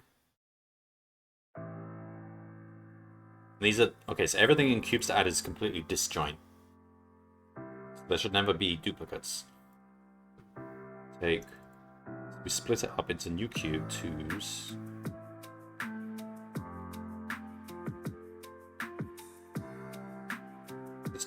Cube, new cube to add. So we add in those new cube 2s, so basically it's taking the overlap out. We should only really do this if there's overlap though. It shouldn't matter. Like, that should be correct even if there's no overlap, but just say if overlap. Do that.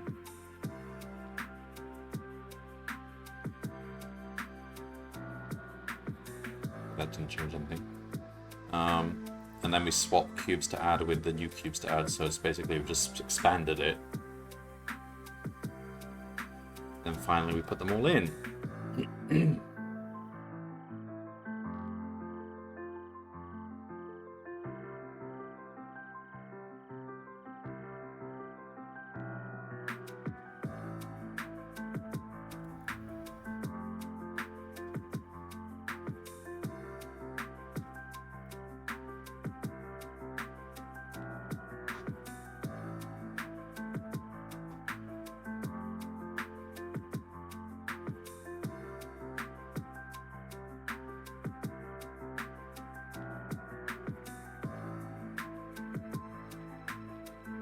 So here, this is what we ended up adding. 1, 2, 3, 4, 5, 6, 7. There's 7 new cubes being added.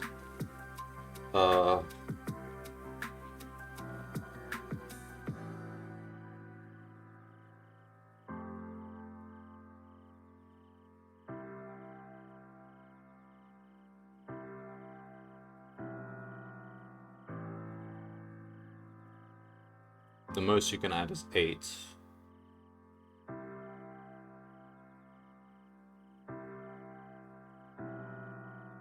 That's interesting. Hang on. How do they intersect? So the first one is 10 to 12, 10 to 12, 10 to 12. The next one is 11 to 13, 11 to 13, 11 to 13.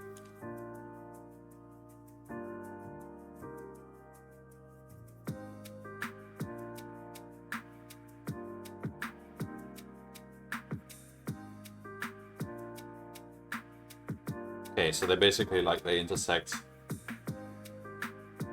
kind of almost fully overlapping, but like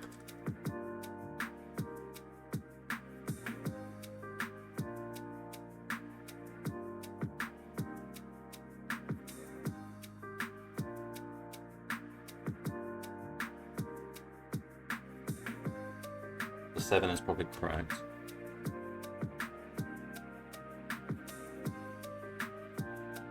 How did we get so many new?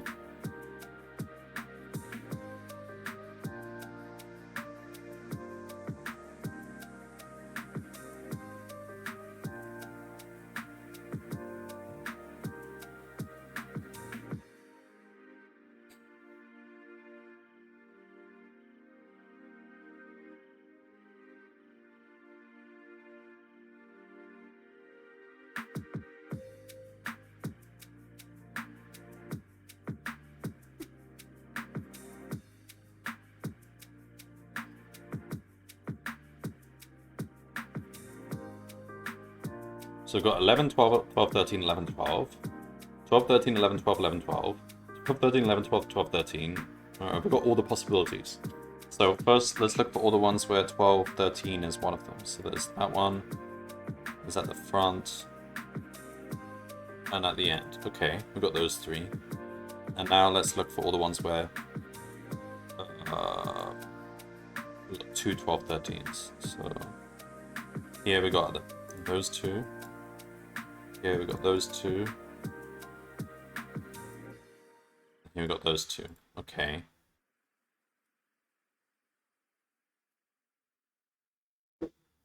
And then what else is there?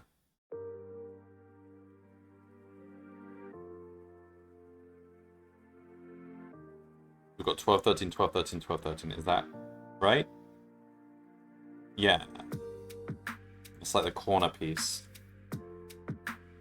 Isn't that right?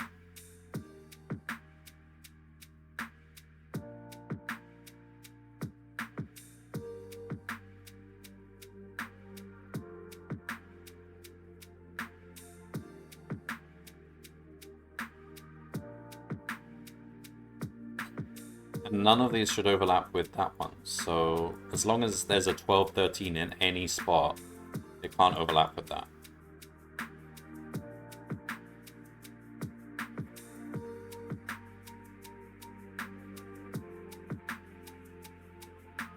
Okay, so why then?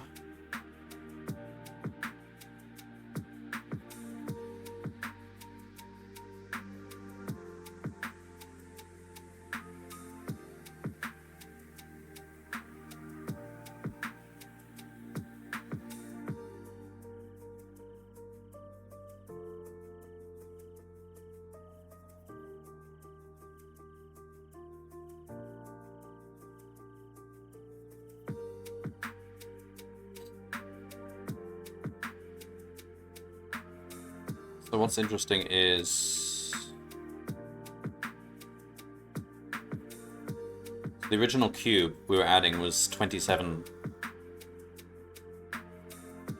size 27.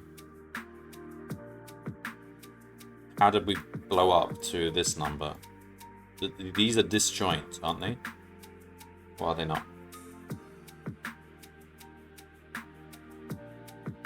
Maybe they're not. Maybe this is not even the correct splitting.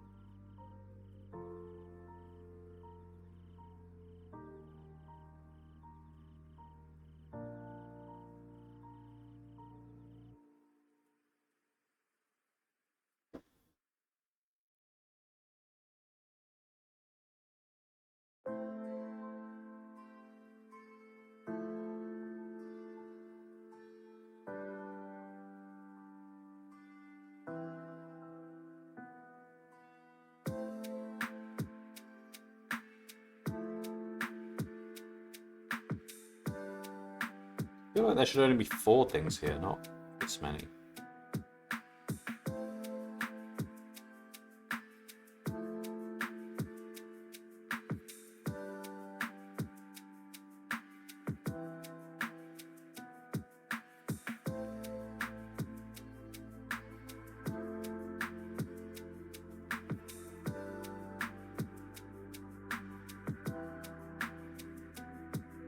I don't know.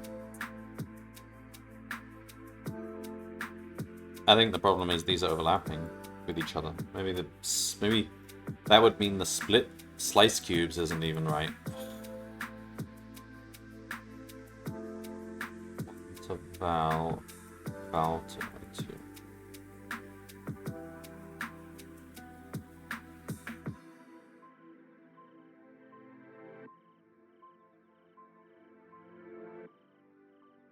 Oh wait. Oh wait. Because of how we've defined...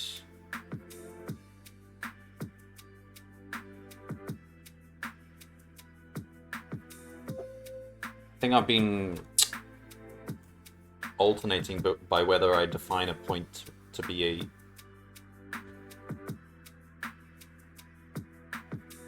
Oh, here's an interesting point. So the cube we added at the end, 10 to 10, 10 to 10, 10 to 10. What should that look like when we insert it? It should not look like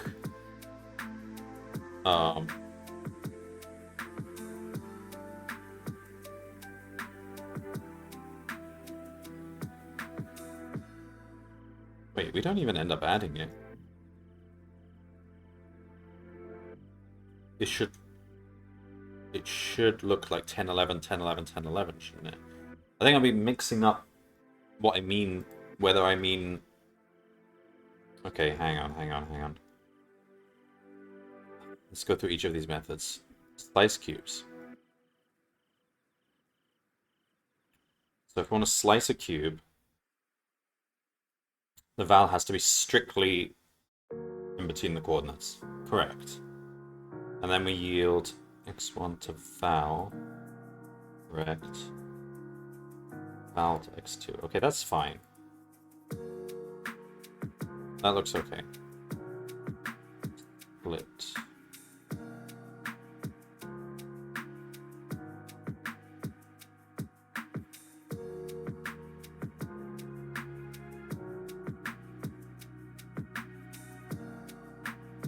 All right, you know what? I think problem stems at this outer method, which is actually adding the cubes. I think we said the way. So this cube here, 10, 10. From our perspective, it's not actually 10, 10. It's 10, 11. The way we've defined cubes.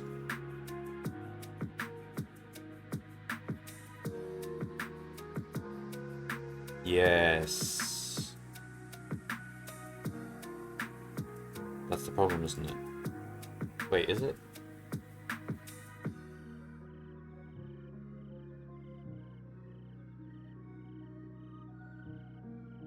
Yeah, because when I did part 1, I did a for loop and I included the endpoint. Here, we're defining a cube. Okay, hang on. So it should be...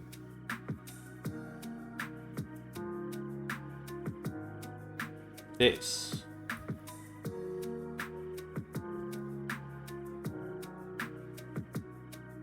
If we're including that, like, column or whatever, then we want the endpoint of it.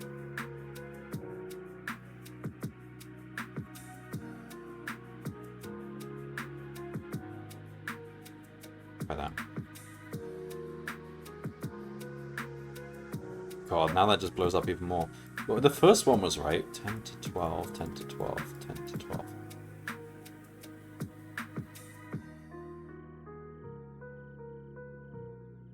I see. Oh, okay. I think we've just been constantly mixing up how we define a cube. Alright, how do we want to define a cube? We want to define it the way they've done it. So like this, we want to say the cube is from there to there inclusive. All right, that's fine, but we haven't maintained that up here. So up here, when we slice the cubes, we actually want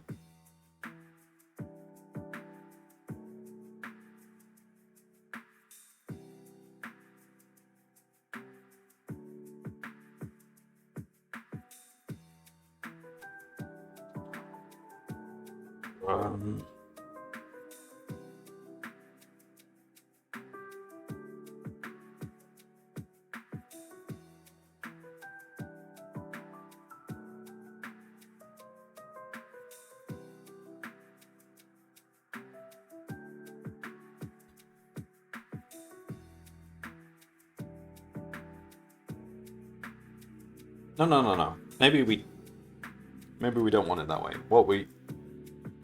Maybe we just want to define it geometrically. Like at this point, they're no longer individual cubes. It's just like a cube with its endpoints. So we actually want to just define it by its endpoints, its corner points in coordinates, in which case we do go like that.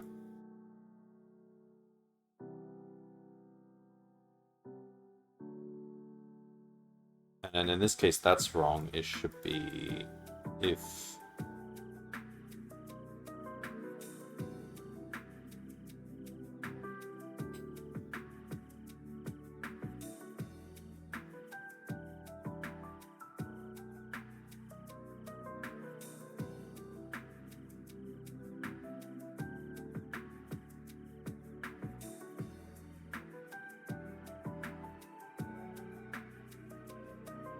basically this, but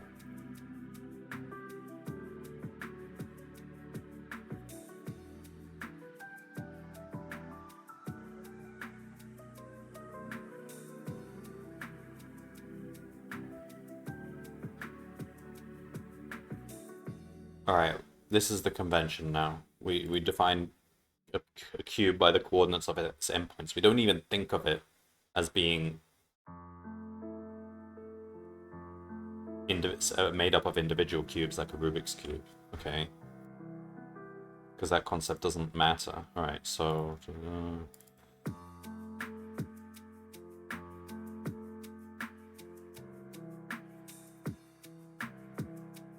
and then we have to fix all this up here. So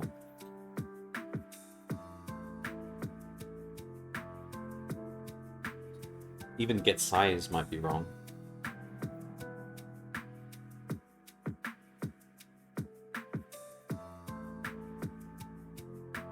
In this case, we don't do that, we do this.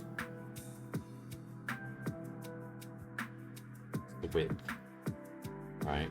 And then interval overlap is irrelevant. Slice cubes. Now this time,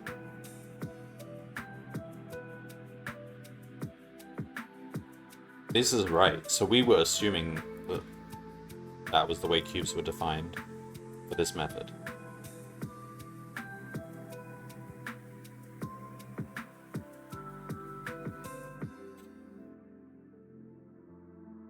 Okay. Oh my god. 46. Alright, that's better. Final answer was 38. Almost. Should be 39, but note that we didn't add that last one, 10, 10, 10, 10. So something went wrong with that very last one.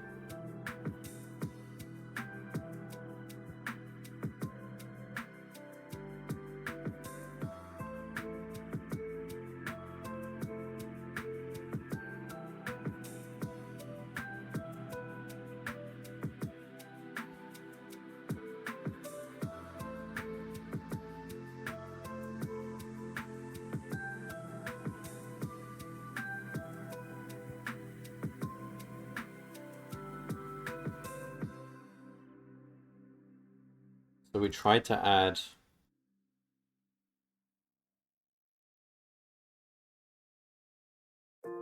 ten, 11, 10, 11, and 11. Oh, I think we still have that issue where we're assuming...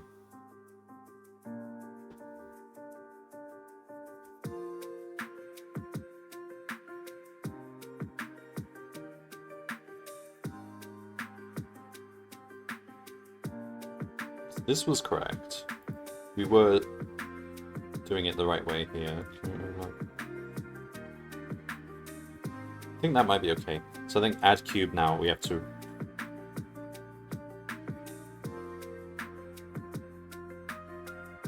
No, this method didn't have any assumptions about format of the cube.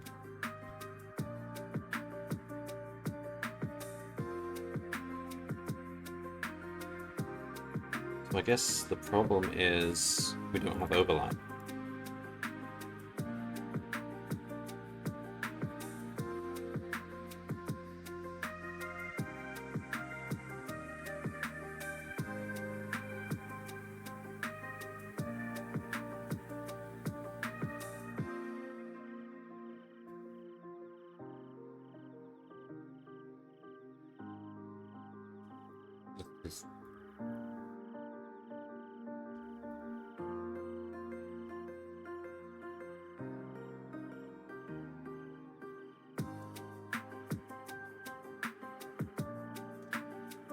Let's see what's going on here. 10, 11, 10, 11, 10, 11. No overlap.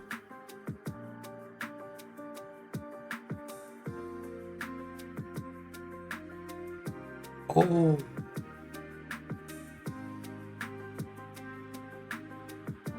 That's fine. I just forgot to... So if there's an overlap, we add that. I didn't have an else. You still add something. You just add cube, don't you?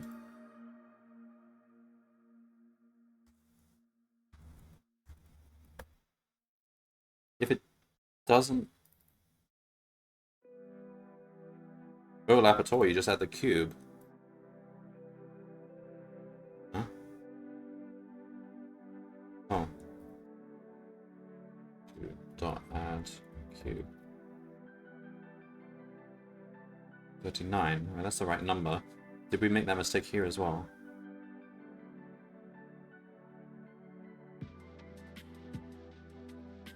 So if... No. This is fine. Okay.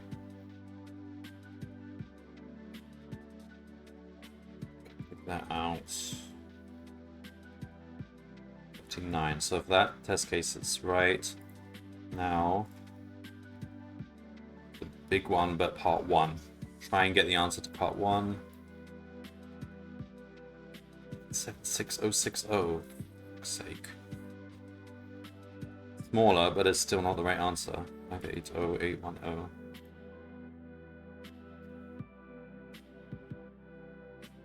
Getting closer and closer.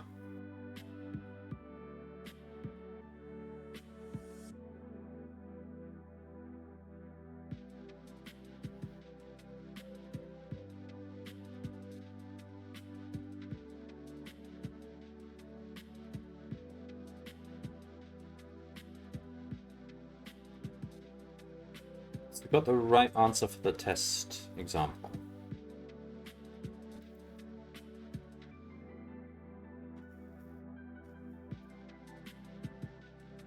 But those are the small numbers, right? We can try the... Alright, let's try...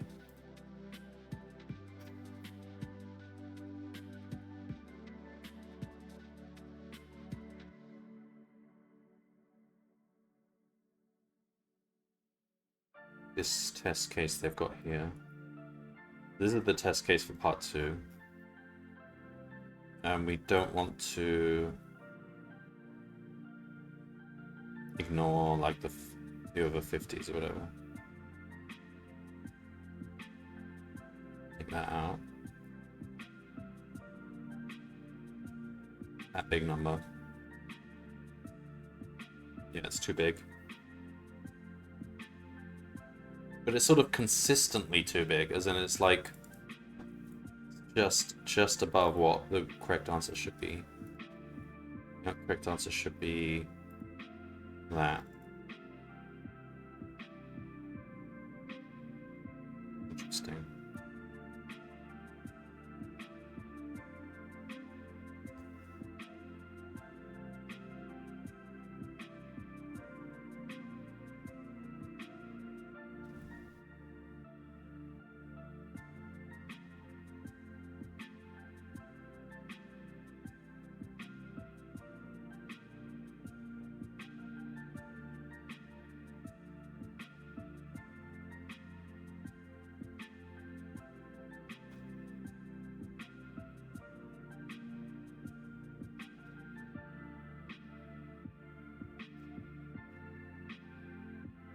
Alright, so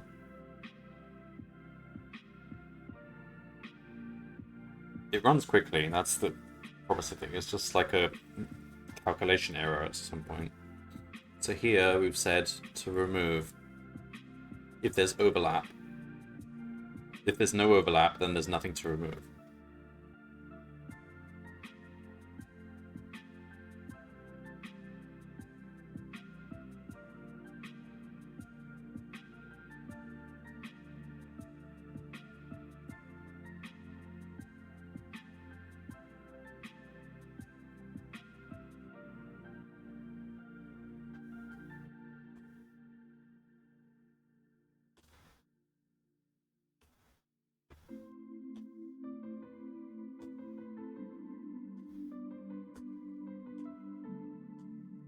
I think these methods are correct.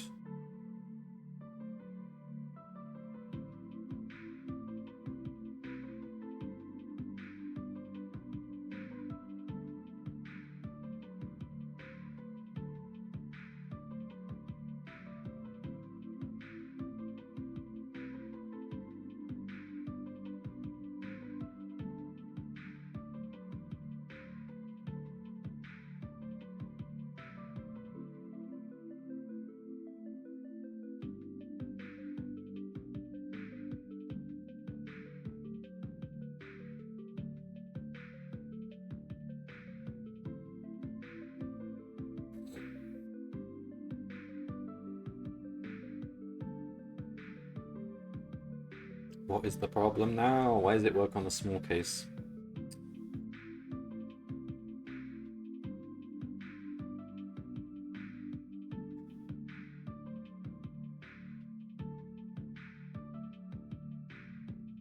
Wait, is this interval right then? Because, oh, hang on.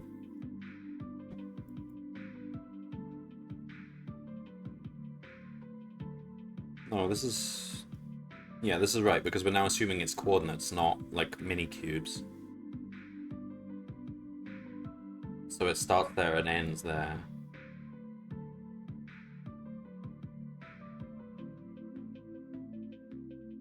Oh? Wait. Yeah, no, that's...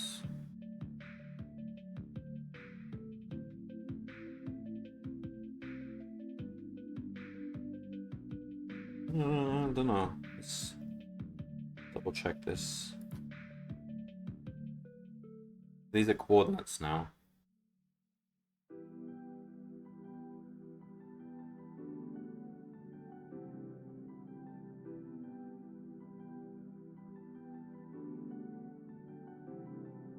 Yeah, we want strictly here, don't we?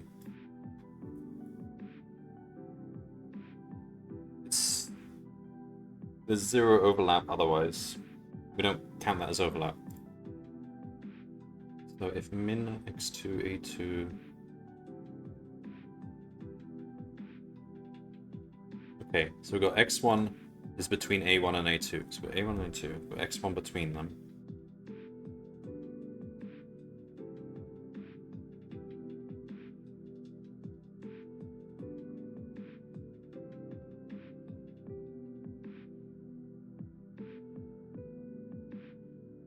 How could this ever not be true?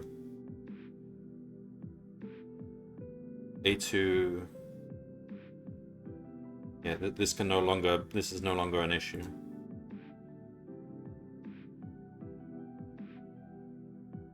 These need to be strict intervals.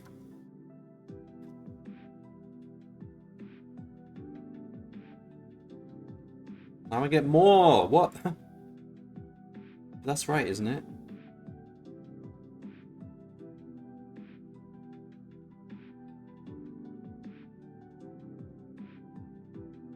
If it's strictly between them, yeah.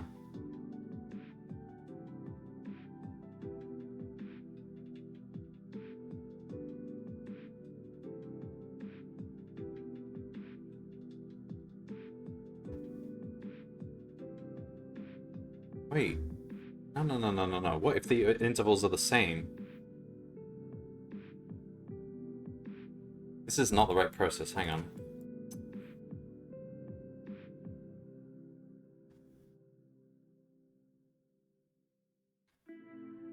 How do we work out if two intervals overlap? We don't do this thing. Instead, we just say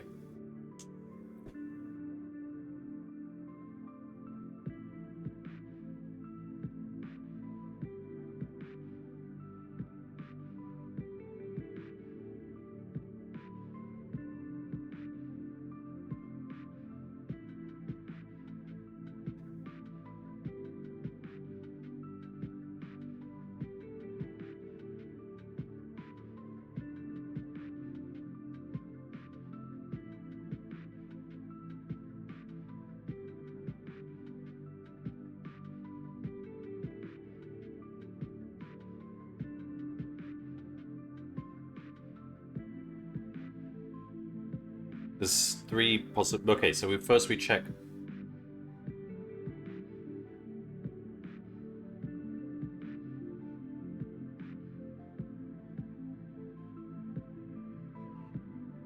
If we knew they overlap, then the answer is just this. It's return.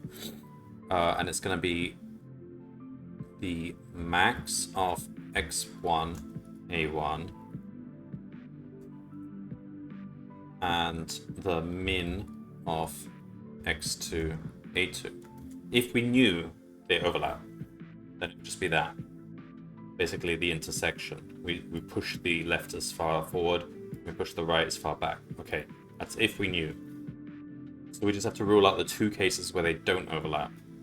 If a1 is greater or equal to x2, return none. If x1 is greater or equal to a2, return none. Those are those two cases. All right. This method here is okay. That's what it should be. 580810. That is correct. 580810. That's promising. Now, just run it on the big case.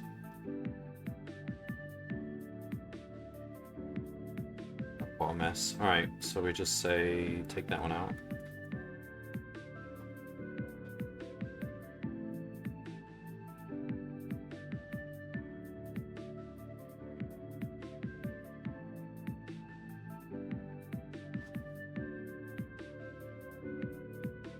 It's really slow now. Okay. Please, please, please. Oh, yes.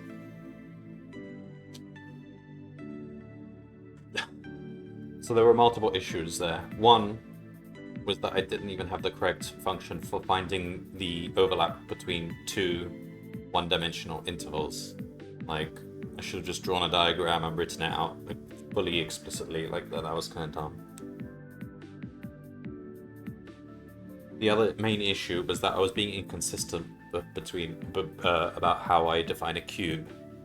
I shouldn't have defined the cube their way, because their way is assuming a cube is like a Rubik's cube.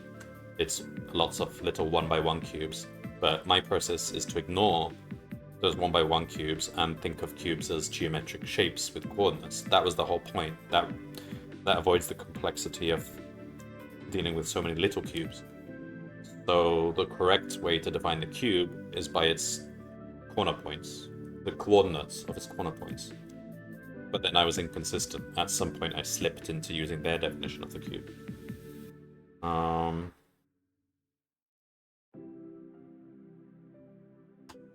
And then there were other mistakes as well, but those are the two core issues.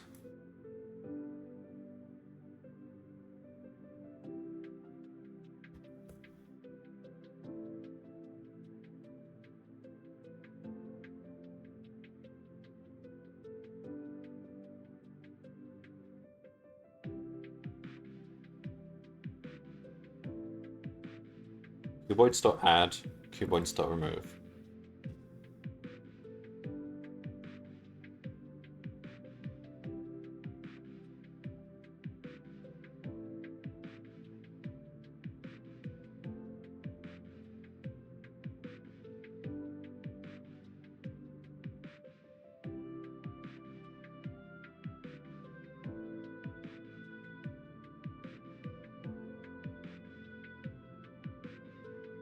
Find overlapping cuboids and take a big chunk out of it, where the new cube fits by splitting it up.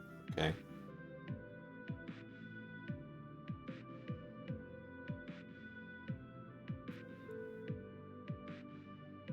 Okay. Cuboids overlap.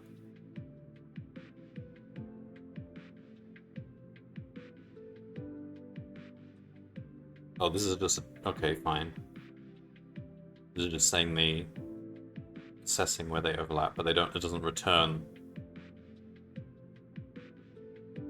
the overlap. But you don't technically need that, because the splitting already has the overlap there in it. So, yeah. Okay. I was removing it from the splitting, but I didn't actually need to do that now that I think about it.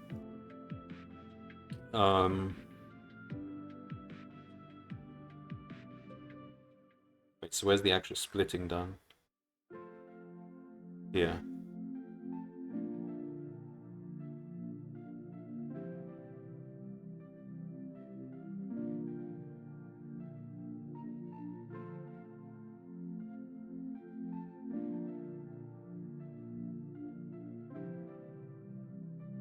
Okay, so you've listed the, what, 8 possible, or 8 splits. So you go from X, 1, X1, +1, Z1, +1, yeah, just explicitly list them. And then you have 5, 6. So that gives you 6 cubes, and then there's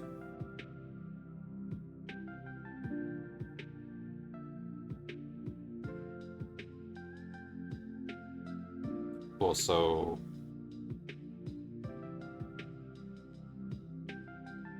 6 split space on the face. Yeah, that makes sense.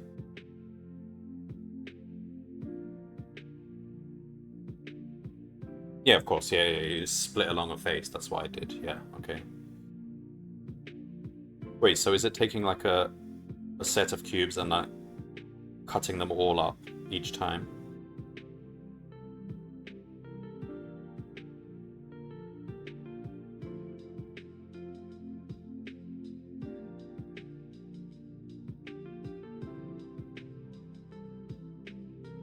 Alright, yeah. Okay.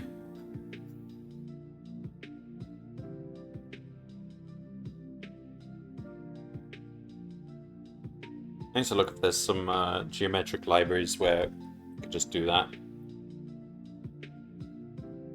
Cube intersections and stuff. That would have simplified things.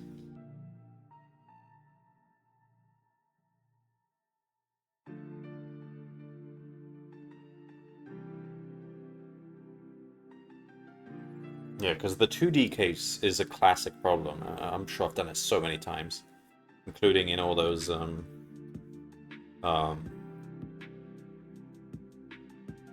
programming coding competitions and stuff.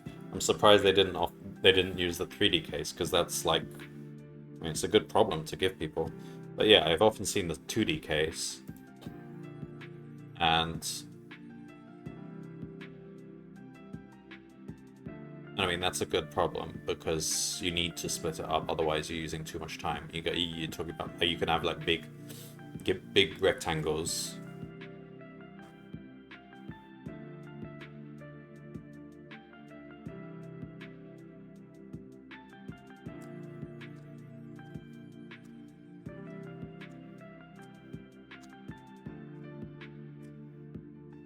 And this concept generalizes to, I think it's called the, well, in American terms, trapezoidal map.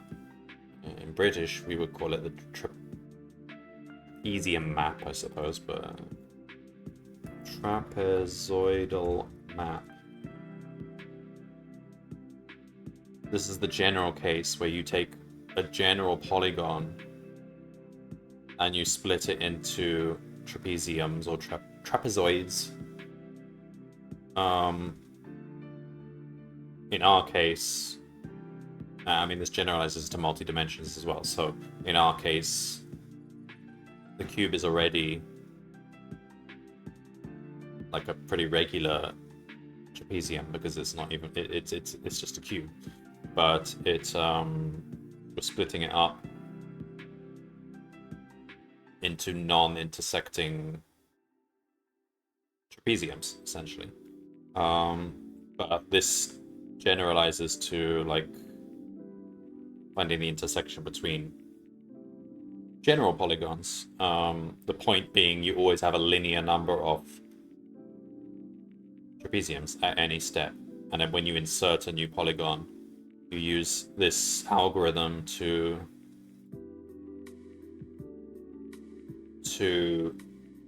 find the new trapeziums based on the fact that you've only got a linear number of trapeziums, and you can use binary search to find like intersections between them. So you're always only using like linear or logarithmic steps every time you're finding an intersection between polygons and stuff. So it's immensely useful in computational geometry, because that means, you know, if you take one big messy looking polygon and another big messy looking polygon, as long as you've got the trapezoidal maps for them, then you can find the intersection between them easily. You just have to use binary search to find in each of those trapezium maps which trapeziums you're dealing with, and then once you've got the trapeziums, then it just reduces to basic arithmetic of finding the split of two trapeziums.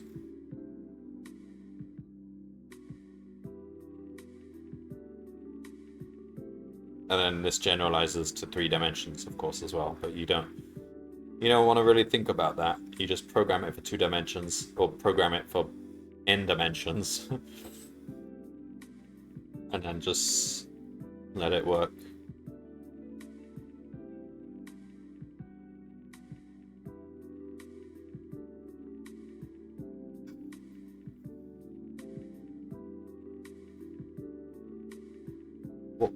What course is this for? This is a lecture on CG, computational geometry, I assume. But yeah, that's an extremely important algorithm, and I think a lot of libraries are using that sort of thing. So I imagine one of those libraries would have been able to solve this problem, because of course the trapezium is just like a generalization of this, where we got cubes. Like Seagal is probably something that would have solved this. This is an open source geometric algorithms library. I imagine we could have used that, but it probably would have taken me more time to work out how to use it. I don't know. Maybe not. Could be quite straightforward. Like, what we're dealing with is polygons, essentially, so we want to create 2 polygons and find sections or something, I don't know.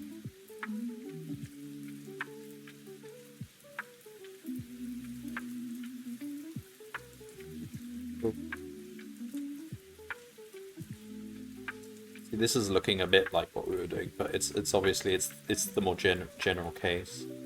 Convex decomposition of polyhedra.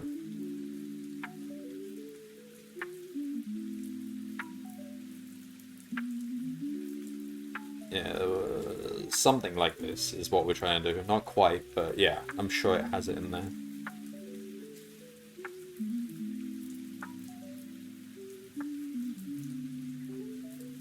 Yeah. All right. I tried to add something to Seagal once back when I was in university. Great skeleton algorithm, but we didn't end up doing that in the end because it wasn't tested enough. We didn't have time to test it.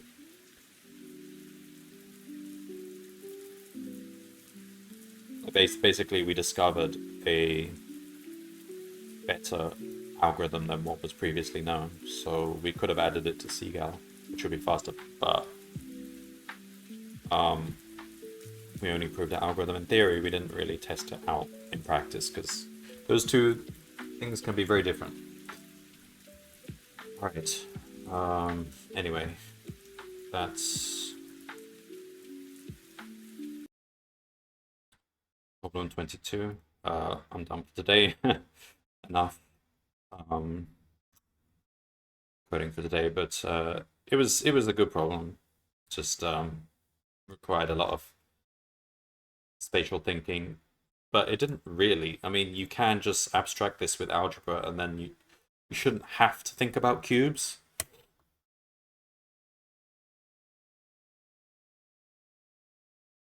You should really just be thinking about intervals and n dimensions, but that's kind of hard to do. All right, 3 problems left. Take a very, very, very sneaky peek at this one. Amphipods. What are amphipods?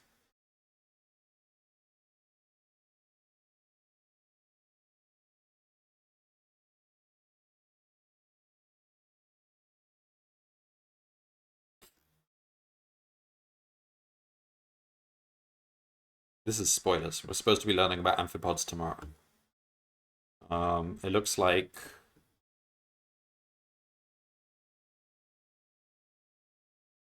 a simulation, step by step.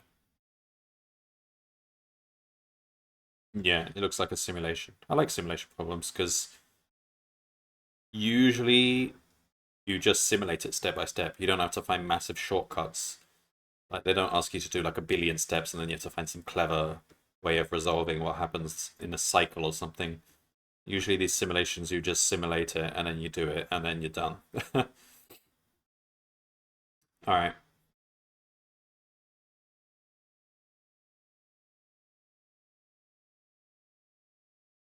Made a mistake in this one I never tracked down and end up solving it by hand. Yeah.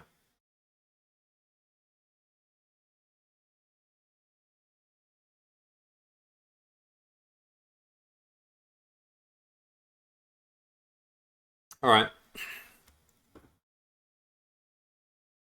That's it. See you next time.